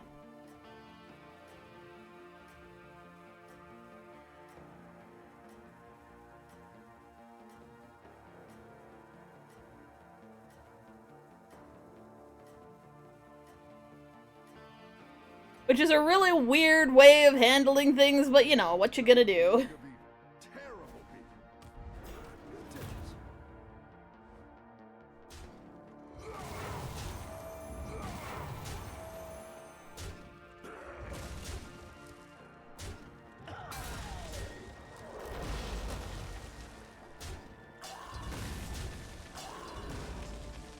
I'm getting the bully. I'm so getting bullied by everybody. It's probably my own damn fault, but you know. I won't act like I'm not irritated by it. I like where you're going with this.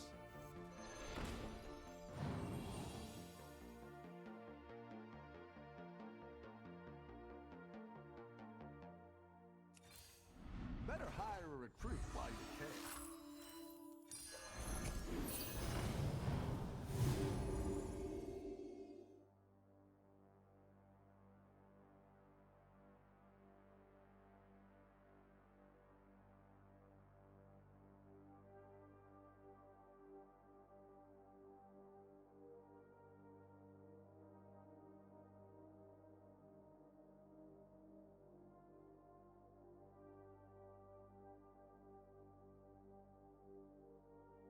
How do I attract all these minions? 2 words. Funnel cakes. I gotta get 2 more battle cry minions. This is not going well.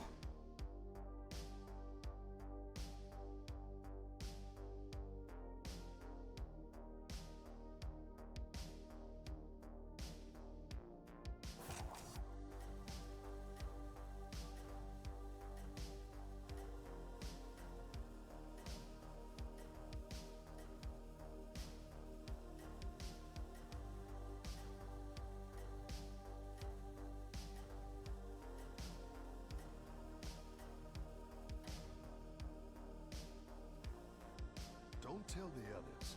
I'm rooting for you.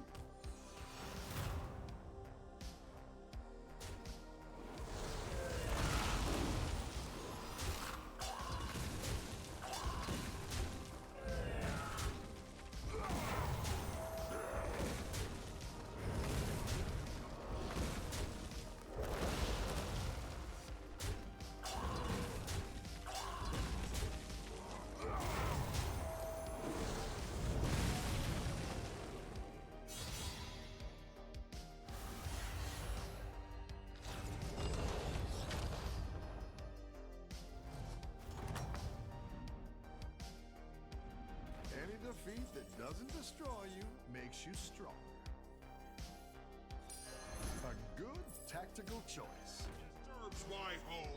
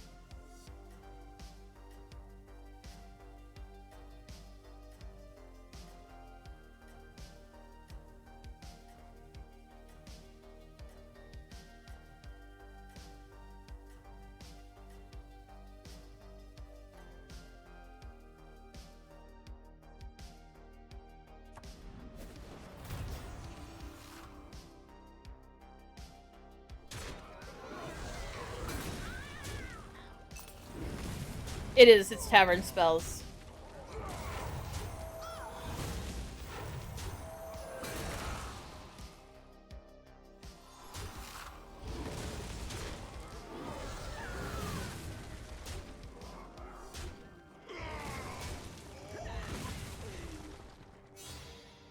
Still not dead, still not dead.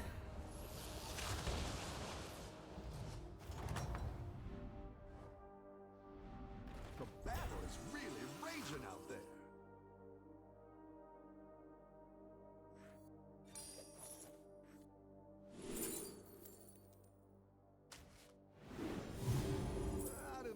one either. Here's a gold for the trouble.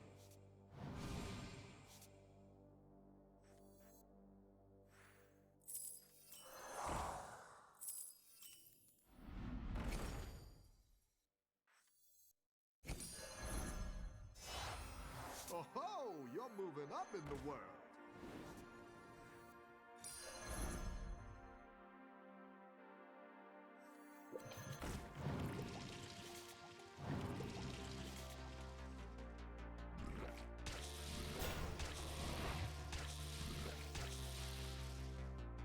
Need a drink?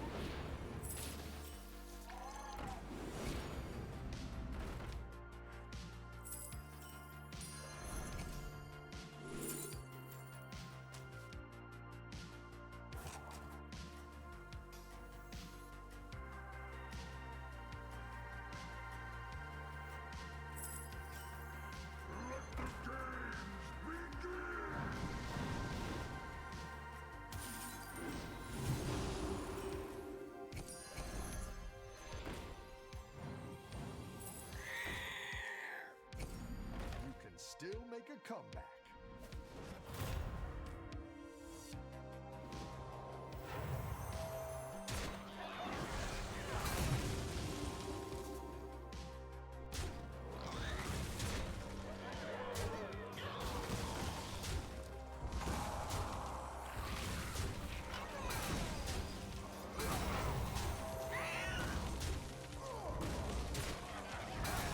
I lived!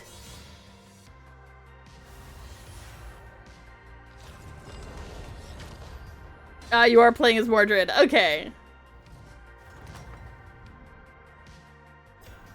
Your minions really pulled their weight.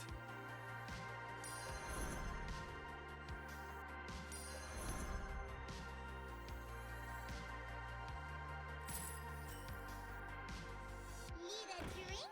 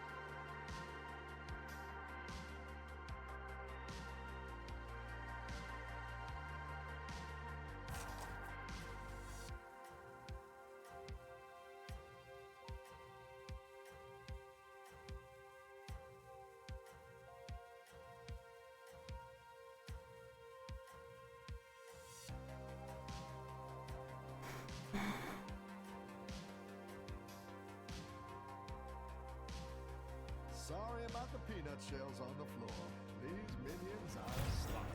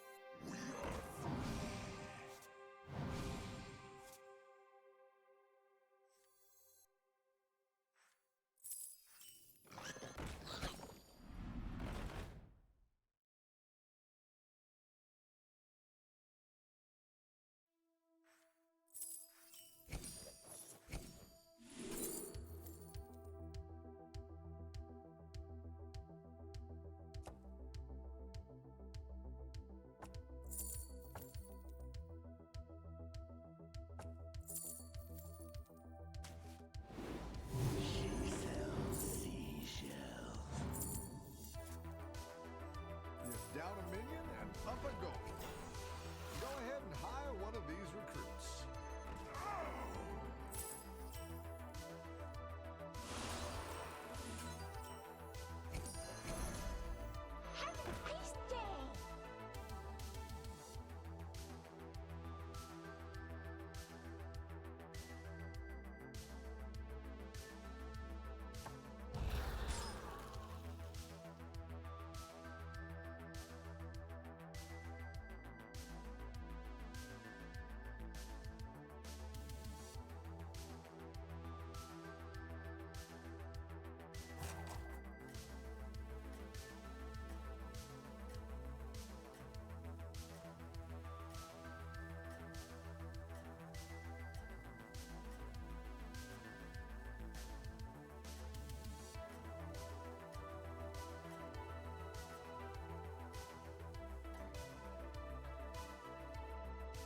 Don't tell the others. I'm rooting for you.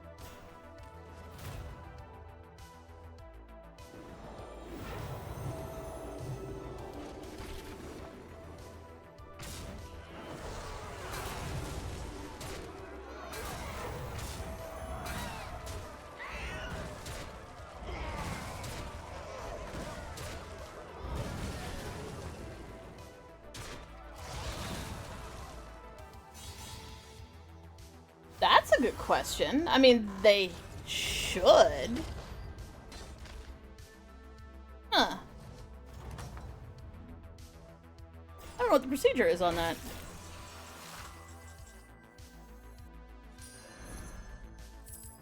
Come on down.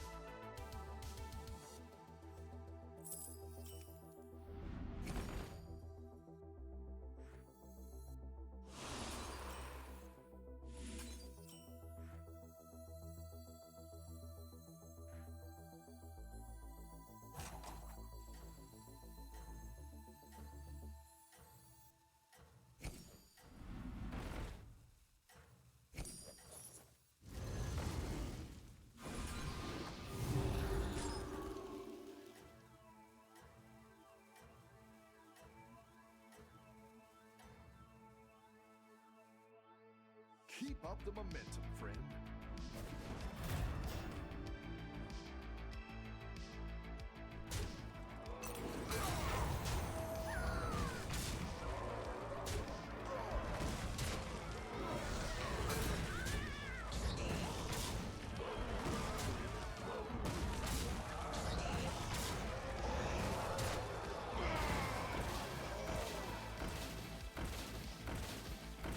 What the fuck?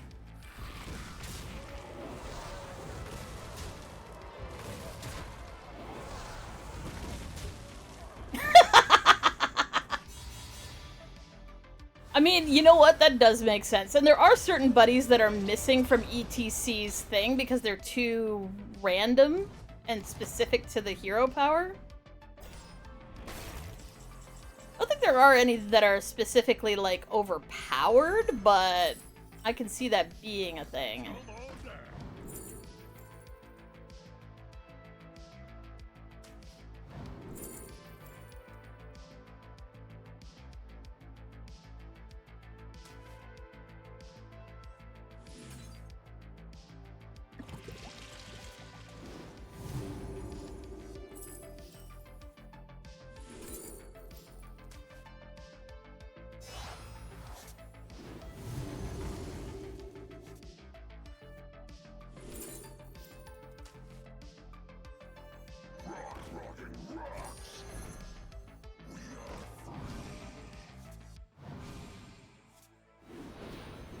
Oh, Sandstone Drake's an elemental Drake.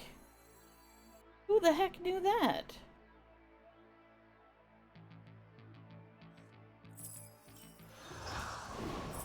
The likes of you will not survive here.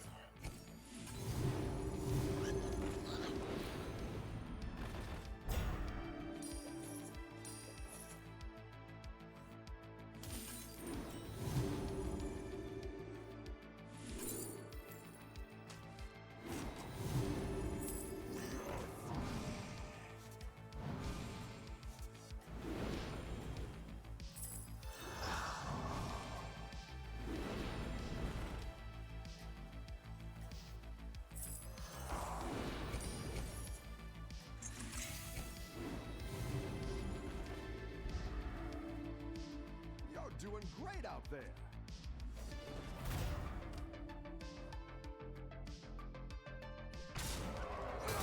Oh, that's Master of Realities. Well, it's about goddamn time I got my ass handed to me. I'm heckin' surprised I'm in second place. I was at 3 health for so long. Will I end up in 4th? Oh yeah, boy! Counts as a win, counts as a win. Makes no goddamn sense, but counts as a win. Alright.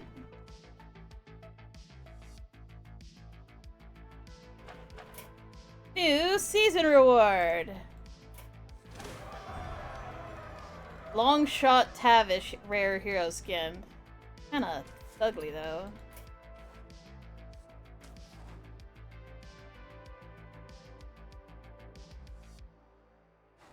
Random Vandar skin.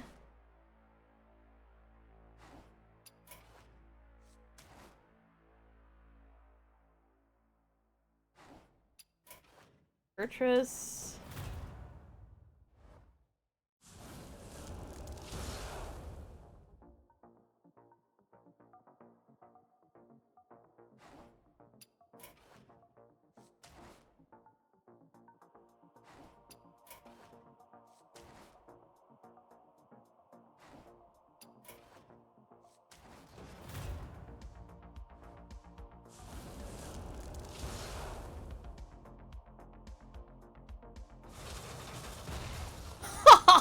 I kind of like that.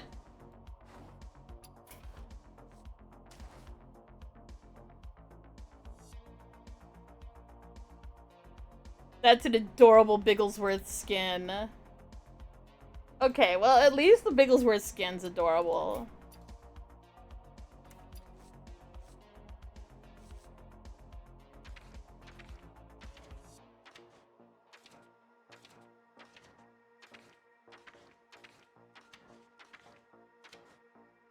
Oh, it's probably not available. It's probably one of these. Maybe not.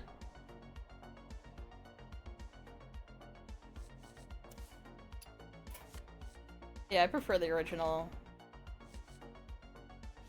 Actually. I was gonna say, I thought I had a skin for Tavish. I do. It's the...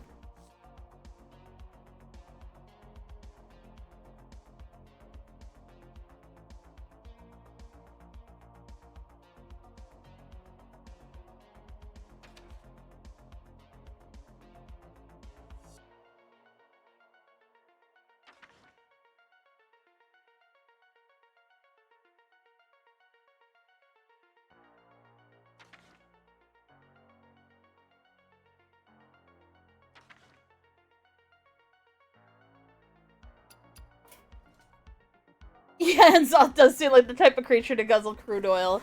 Especially considering where he's located in Azeroth, which is at the bottom of the fucking sea, which is just, you know, such a whole thing, you know?